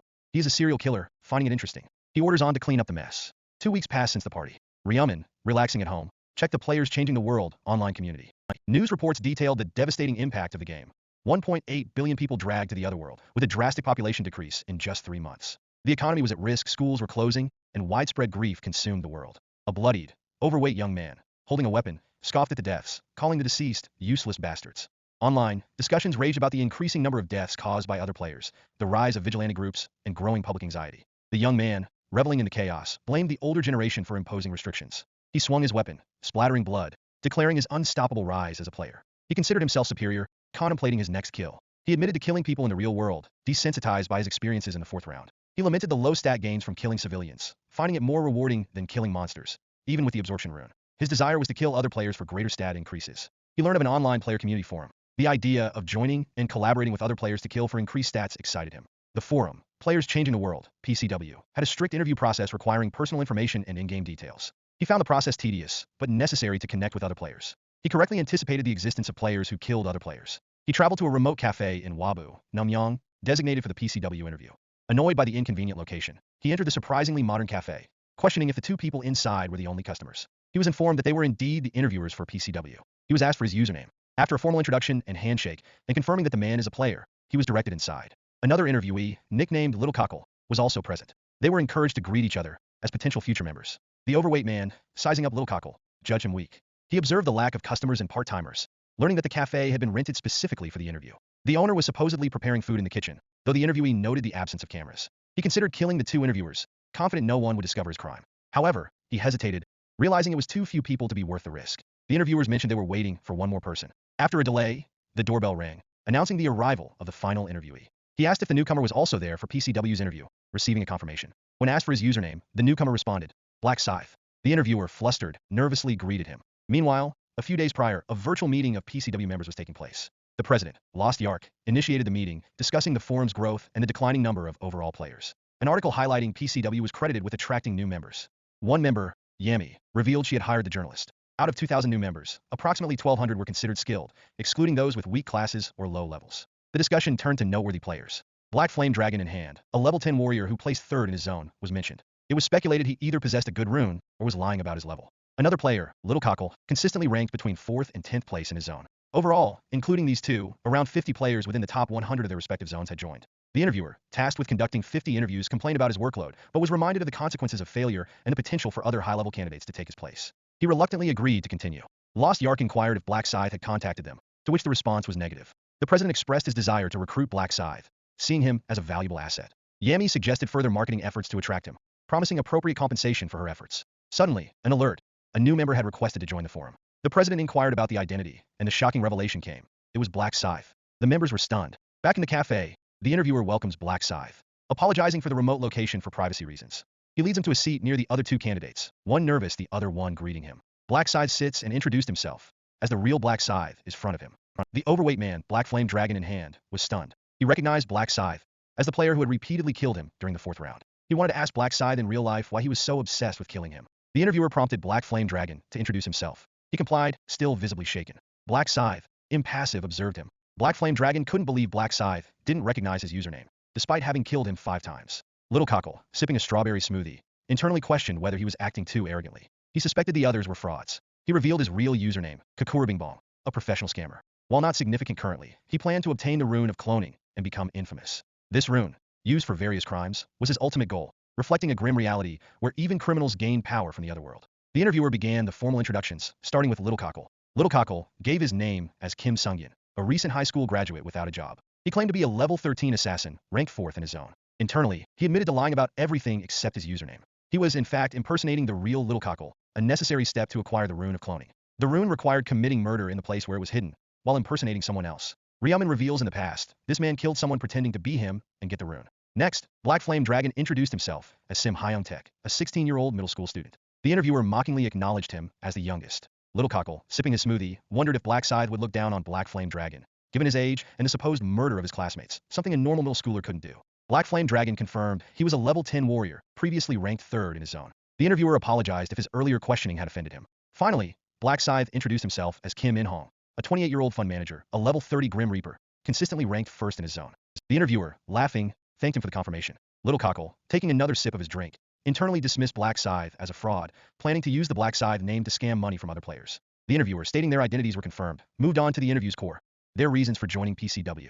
Little Cockle gave a generic answer about seeking safety and companionship in a dangerous world. Black Flame Dragon, unable to reveal his true murderous intentions, claimed he could no longer attend school and worried about the next round. Black Scythe stated he joined because the forum piqued his interest. The interviewer found this a satisfactory answer, implying automatic acceptance for Black Scythe. He declared their answers acceptable, proceeding to the final interview stage, killing another person. Little Cockle, shocked, questioned the need for murder. The interviewer explained that with the government cracking down on players, they needed to unite and demonstrate that players were above the law. Little Cockle pressed for clarification, and the interviewer reiterated the need to show the government their will and that laws couldn't bind them. Little Cockle seemed to understand. The interviewer declared that anyone unwilling to participate could leave, but would be blacklisted and denied future assistance. Little Cockle internally seethed at the pressure to commit murder, preventing him from easily leaving the community.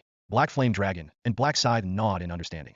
The interviewer, seeing their apparent preparedness, asked who they planned to kill, noting the absence of a target. He revealed his own readiness. The weather turned stormy. The interviewer suggested they get up. The cafe owner emerged, offering them to stay longer, but the interviewer declined, claiming urgency and asking for the bathroom's location. The owner directed him, and he asked for a favor, to have his car moved. He handed over the keys, and the owner readily agreed. The owner, stepping out into the rain with an umbrella, got into the car. Suddenly, a hand grabbed her neck from behind. She struggled as she was choked, the interviewer finding it easy. Little Cockle, Black Flame Dragon, and Black Scythe witnessed the scene. The interviewer urged them to get in the car, and they realized he meant to kill the cafe owner. The car drove off through the rain, arriving at a different building. The interviewer, carrying the unconscious owner, led them inside. He placed her on the floor and asked, who's going to kill her? He offered the task to Black Scythe, but Little Cockle unexpectedly volunteered. Surprised by Little Cockle's eagerness, the interviewer agreed, suggesting Black Scythe allow him to do it. Black Scythe nodded. They all walked. Black Scythe is warning Little Cockle that he is doing him a favor. He thanked Black Scythe again for the rune. Little Cockle asked, rune? He grabs Little Cockle's neck and uses power. The air in the abandoned warehouse crackled with tension.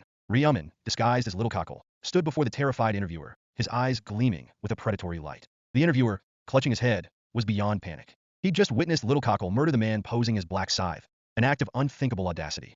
Ryaman, however, was dismissive of the interviewer's terror. The man's eyes, he noted internally, looked like those of a beast. His entire demeanor shifted from moments before. A series of system notifications appeared before Ryaman's eyes, confirming his success. He had committed murder while impersonating another, fulfilling the conditions to acquire a hidden rune. The rune of cloning was now his, automatically bonding to his player body. The deception had been worthwhile. The interviewer, still reeling, stammered, demanding to know why Little Cockle had killed Black Scythe. Ryaman, casually adjusting his mask, explained that the deceased was an idiot, a fraud stealing his assumed identity. The interviewer, now on the floor beside the bodies, pressed further. He was meant to kill the woman, not Black Scythe. Ryaman callously labeled both the dead man and the interviewer as pieces of shit. He moved closed and pressing a cover on face of that woman. Challenged Ryaman's insult, the interviewer, brandishing his weapon, but a swift, brutal strike silenced him. Blood splattered, and Ryaman, now wielding his signature scythe, clarified his assessment. The interviewer's mind raced. He'd never seen anyone wield such a weapon. Then, realization dawned, accompanied by a gasp. A player who used a great scythe. He finally understood. The imposter wasn't Little Cockle, the identity theft was of someone else. He stammered, confirming his newfound understanding. Ryaman simply apologized for the deception. The interviewer, shaking uncontrollably, realized the truth. He was face to face with the real Black Scythe. He groveled, begging for his life, his apologies hollow and desperate. Ryaman, unmoved, simply stated his refusal. Another swift strike silenced the interviewer's pleas. Black Flame Dragon in hand, frozen in terror, recognized the terrifying reality. Black Scythe was on a completely different level. He hadn't even seen the scythe move. Ryaman addressed the remaining player, stating the obvious. They were alone. He offered a chance for last words. Black Flame Dragon, trembling, said he wouldn't waste time begging. Instead, he had a question, one that had haunted him since the 4th round. Why had Black Scythe killed him 5 times? Ryaman's answer was chillingly simple. He perceived him as a rival, the most skilled of the group, a potential threat to be eliminated. Black Flame Dragon, momentarily stunned, managed another question. Why was he really being killed now? Ryaman reiterated his earlier point. He was a piece of shit, someone who'd intended to kill an innocent woman. Black Flame Dragon's protests of inaction were met with Ryaman's scorn. He accused him of being a passive bystander to evil the entire time. A weary sigh escaped Ryaman. He offered a twisted form of mercy, a chance. The ensuing silence was broken only by the sound of Ryaman looting the bodies. In exchange, Black Flame Dragon was to surrender everything he possessed. The items, mundane and common, were deemed barely worthwhile. Black Flame Dragon, relieved, confirmed he'd given everything. Ryaman acknowledged the offering, allowing the terrified man to keep his useless trinkets. He won't even be able to sell them. Hope flickered in Black Flame Dragon's eyes. He confirmed Ryaman's promise to spare him. Ryaman affirmed his word. The overweight player bowed repeatedly in gratitude, thanking Black Scythe excessively. Ryaman, cutting him off, told him to be better in the future. Black Flame Dragon was left to deal with the corpses. Ryaman was taking the unconscious woman. He didn't trust the remaining player enough to let him help. As Ryaman carried the woman away, Black Flame Dragon breathed a sigh of relief. He'd survived, though he'd lost some items. But a nagging doubt crept in. Was it truly so wrong to have been a bystander? Was it fair to be robbed for that? A sudden realization struck him. Ryaman was vulnerable, his back turned. A treacherous thought bloomed. A backstab could kill even someone as powerful as Black Scythe. His stats would skyrocket. It was a once-in-a-lifetime opportunity. Gripping his axe, he crept forward, praying to remain unnoticed. Closer, closer. This was it. He raised his axe, a desperate cry escaping his lips. The axe swung, connecting with something. A distorted laugh filled the air. Black Flame Dragon, now wildly grinning, believed he'd succeeded. He'd killed Black Scythe. It had been easy. His laughter turned manic. He mocked the idea of Black Scythe falling to a level 10 player. He berated the foolishness of turning one's back on an enemy, seizing the presumed stat increase. But there was no notification. No stat increase. Confusion twisted his face. A chilling voice, far too close, shattered his delusion. Ryaman, eyes blazing red, stood behind him, unharmed. The rune of cloning had done its work. Black Flame Dragon's elation evaporated, replaced by a surge of terror. Ryaman, very much alive, stood behind him, his masked face radiating an icy calm. The overweight player's mind scrambled for explanations. He was certain the blow had landed. Was it a resurrection skill? He looked, the body was gone, and blood nowhere to be seen. Ryaman, stepping forward, clarified the situation. Black Flame had struck a clone, a perfect doppelganger created by the rune of cloning. A text box materialized, detailing the rune's abilities. It created a controllable, non-combatant spirit double for 10 seconds, with a 10-minute cooldown.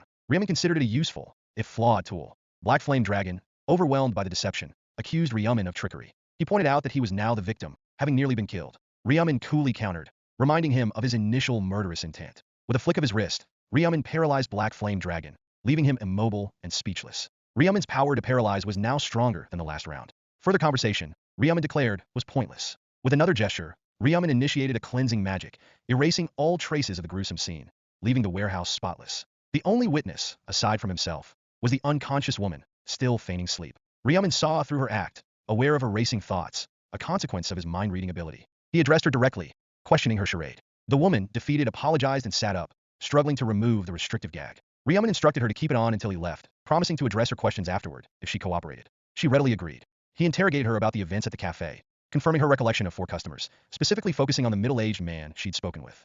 The rune confirmed her honesty. Satisfied, Ryaman declared the interrogation over, allowing her to return home, with a warning against reporting the incident to the police, lest she face his wrath. She readily accepted, grabbing her belongings, and finally allowed to remove the head covering. The woman coughed as she looked around at the scene, now that she had time to reflect and look to the door. She was confused, and Terry fed, believing it was all a dream. The scene transitioned to Ryumin's luxurious apartment, bathed in the warm glow of the setting sun. Ryuin greeted his brother, questioning his late return and noting the borrowed hoodie. Ryumin, exhausted, brushed off the inquiries, claiming he was tired.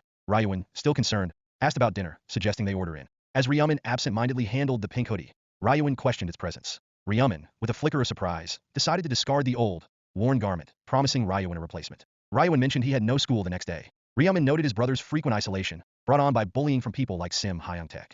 Seizing the opportunity, Ryumin suggested a trip to Eveland, the famous amusement park. Ryuin's face lit up, his excitement palpable. They agreed to eat, rest early, and prepare for their outing. The next day, at Eveland, Ryumin reflected on how difficult it had been to bring Ryuin due to recent hardships. Despite the park's continued operation, many places had closed, highlighting the importance of hope in such difficult times. He spotted a happy family and looked at his brother's joyful smile. Ryuin, brimming with enthusiasm, dragged his brother towards a gift shop filled with plush toys. Ryumin encouraged him to choose whatever he liked, and they browsed the numerous cute items, Ryumin again offering to get him whatever he wanted. They decided to experience everything the park had to offer, starting with a thrilling roller coaster ride. Afterward, they plunged into a refreshing water ride, followed by playful interactions with adorable twin pandas.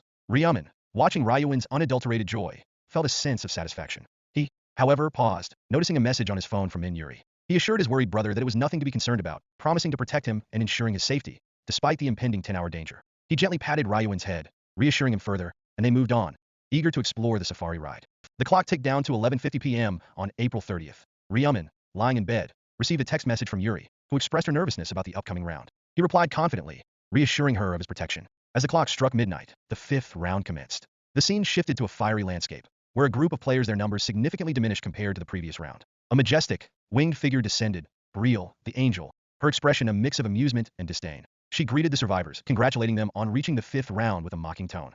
Brielle, reveling in their efforts to slaughter each other, noticed and commented on the conflict in the real world that impacted the survivor count, acknowledging it, yet dismissing its significance. Brielle declared that their low numbers wouldn't make for a proper game, so he had them a gift.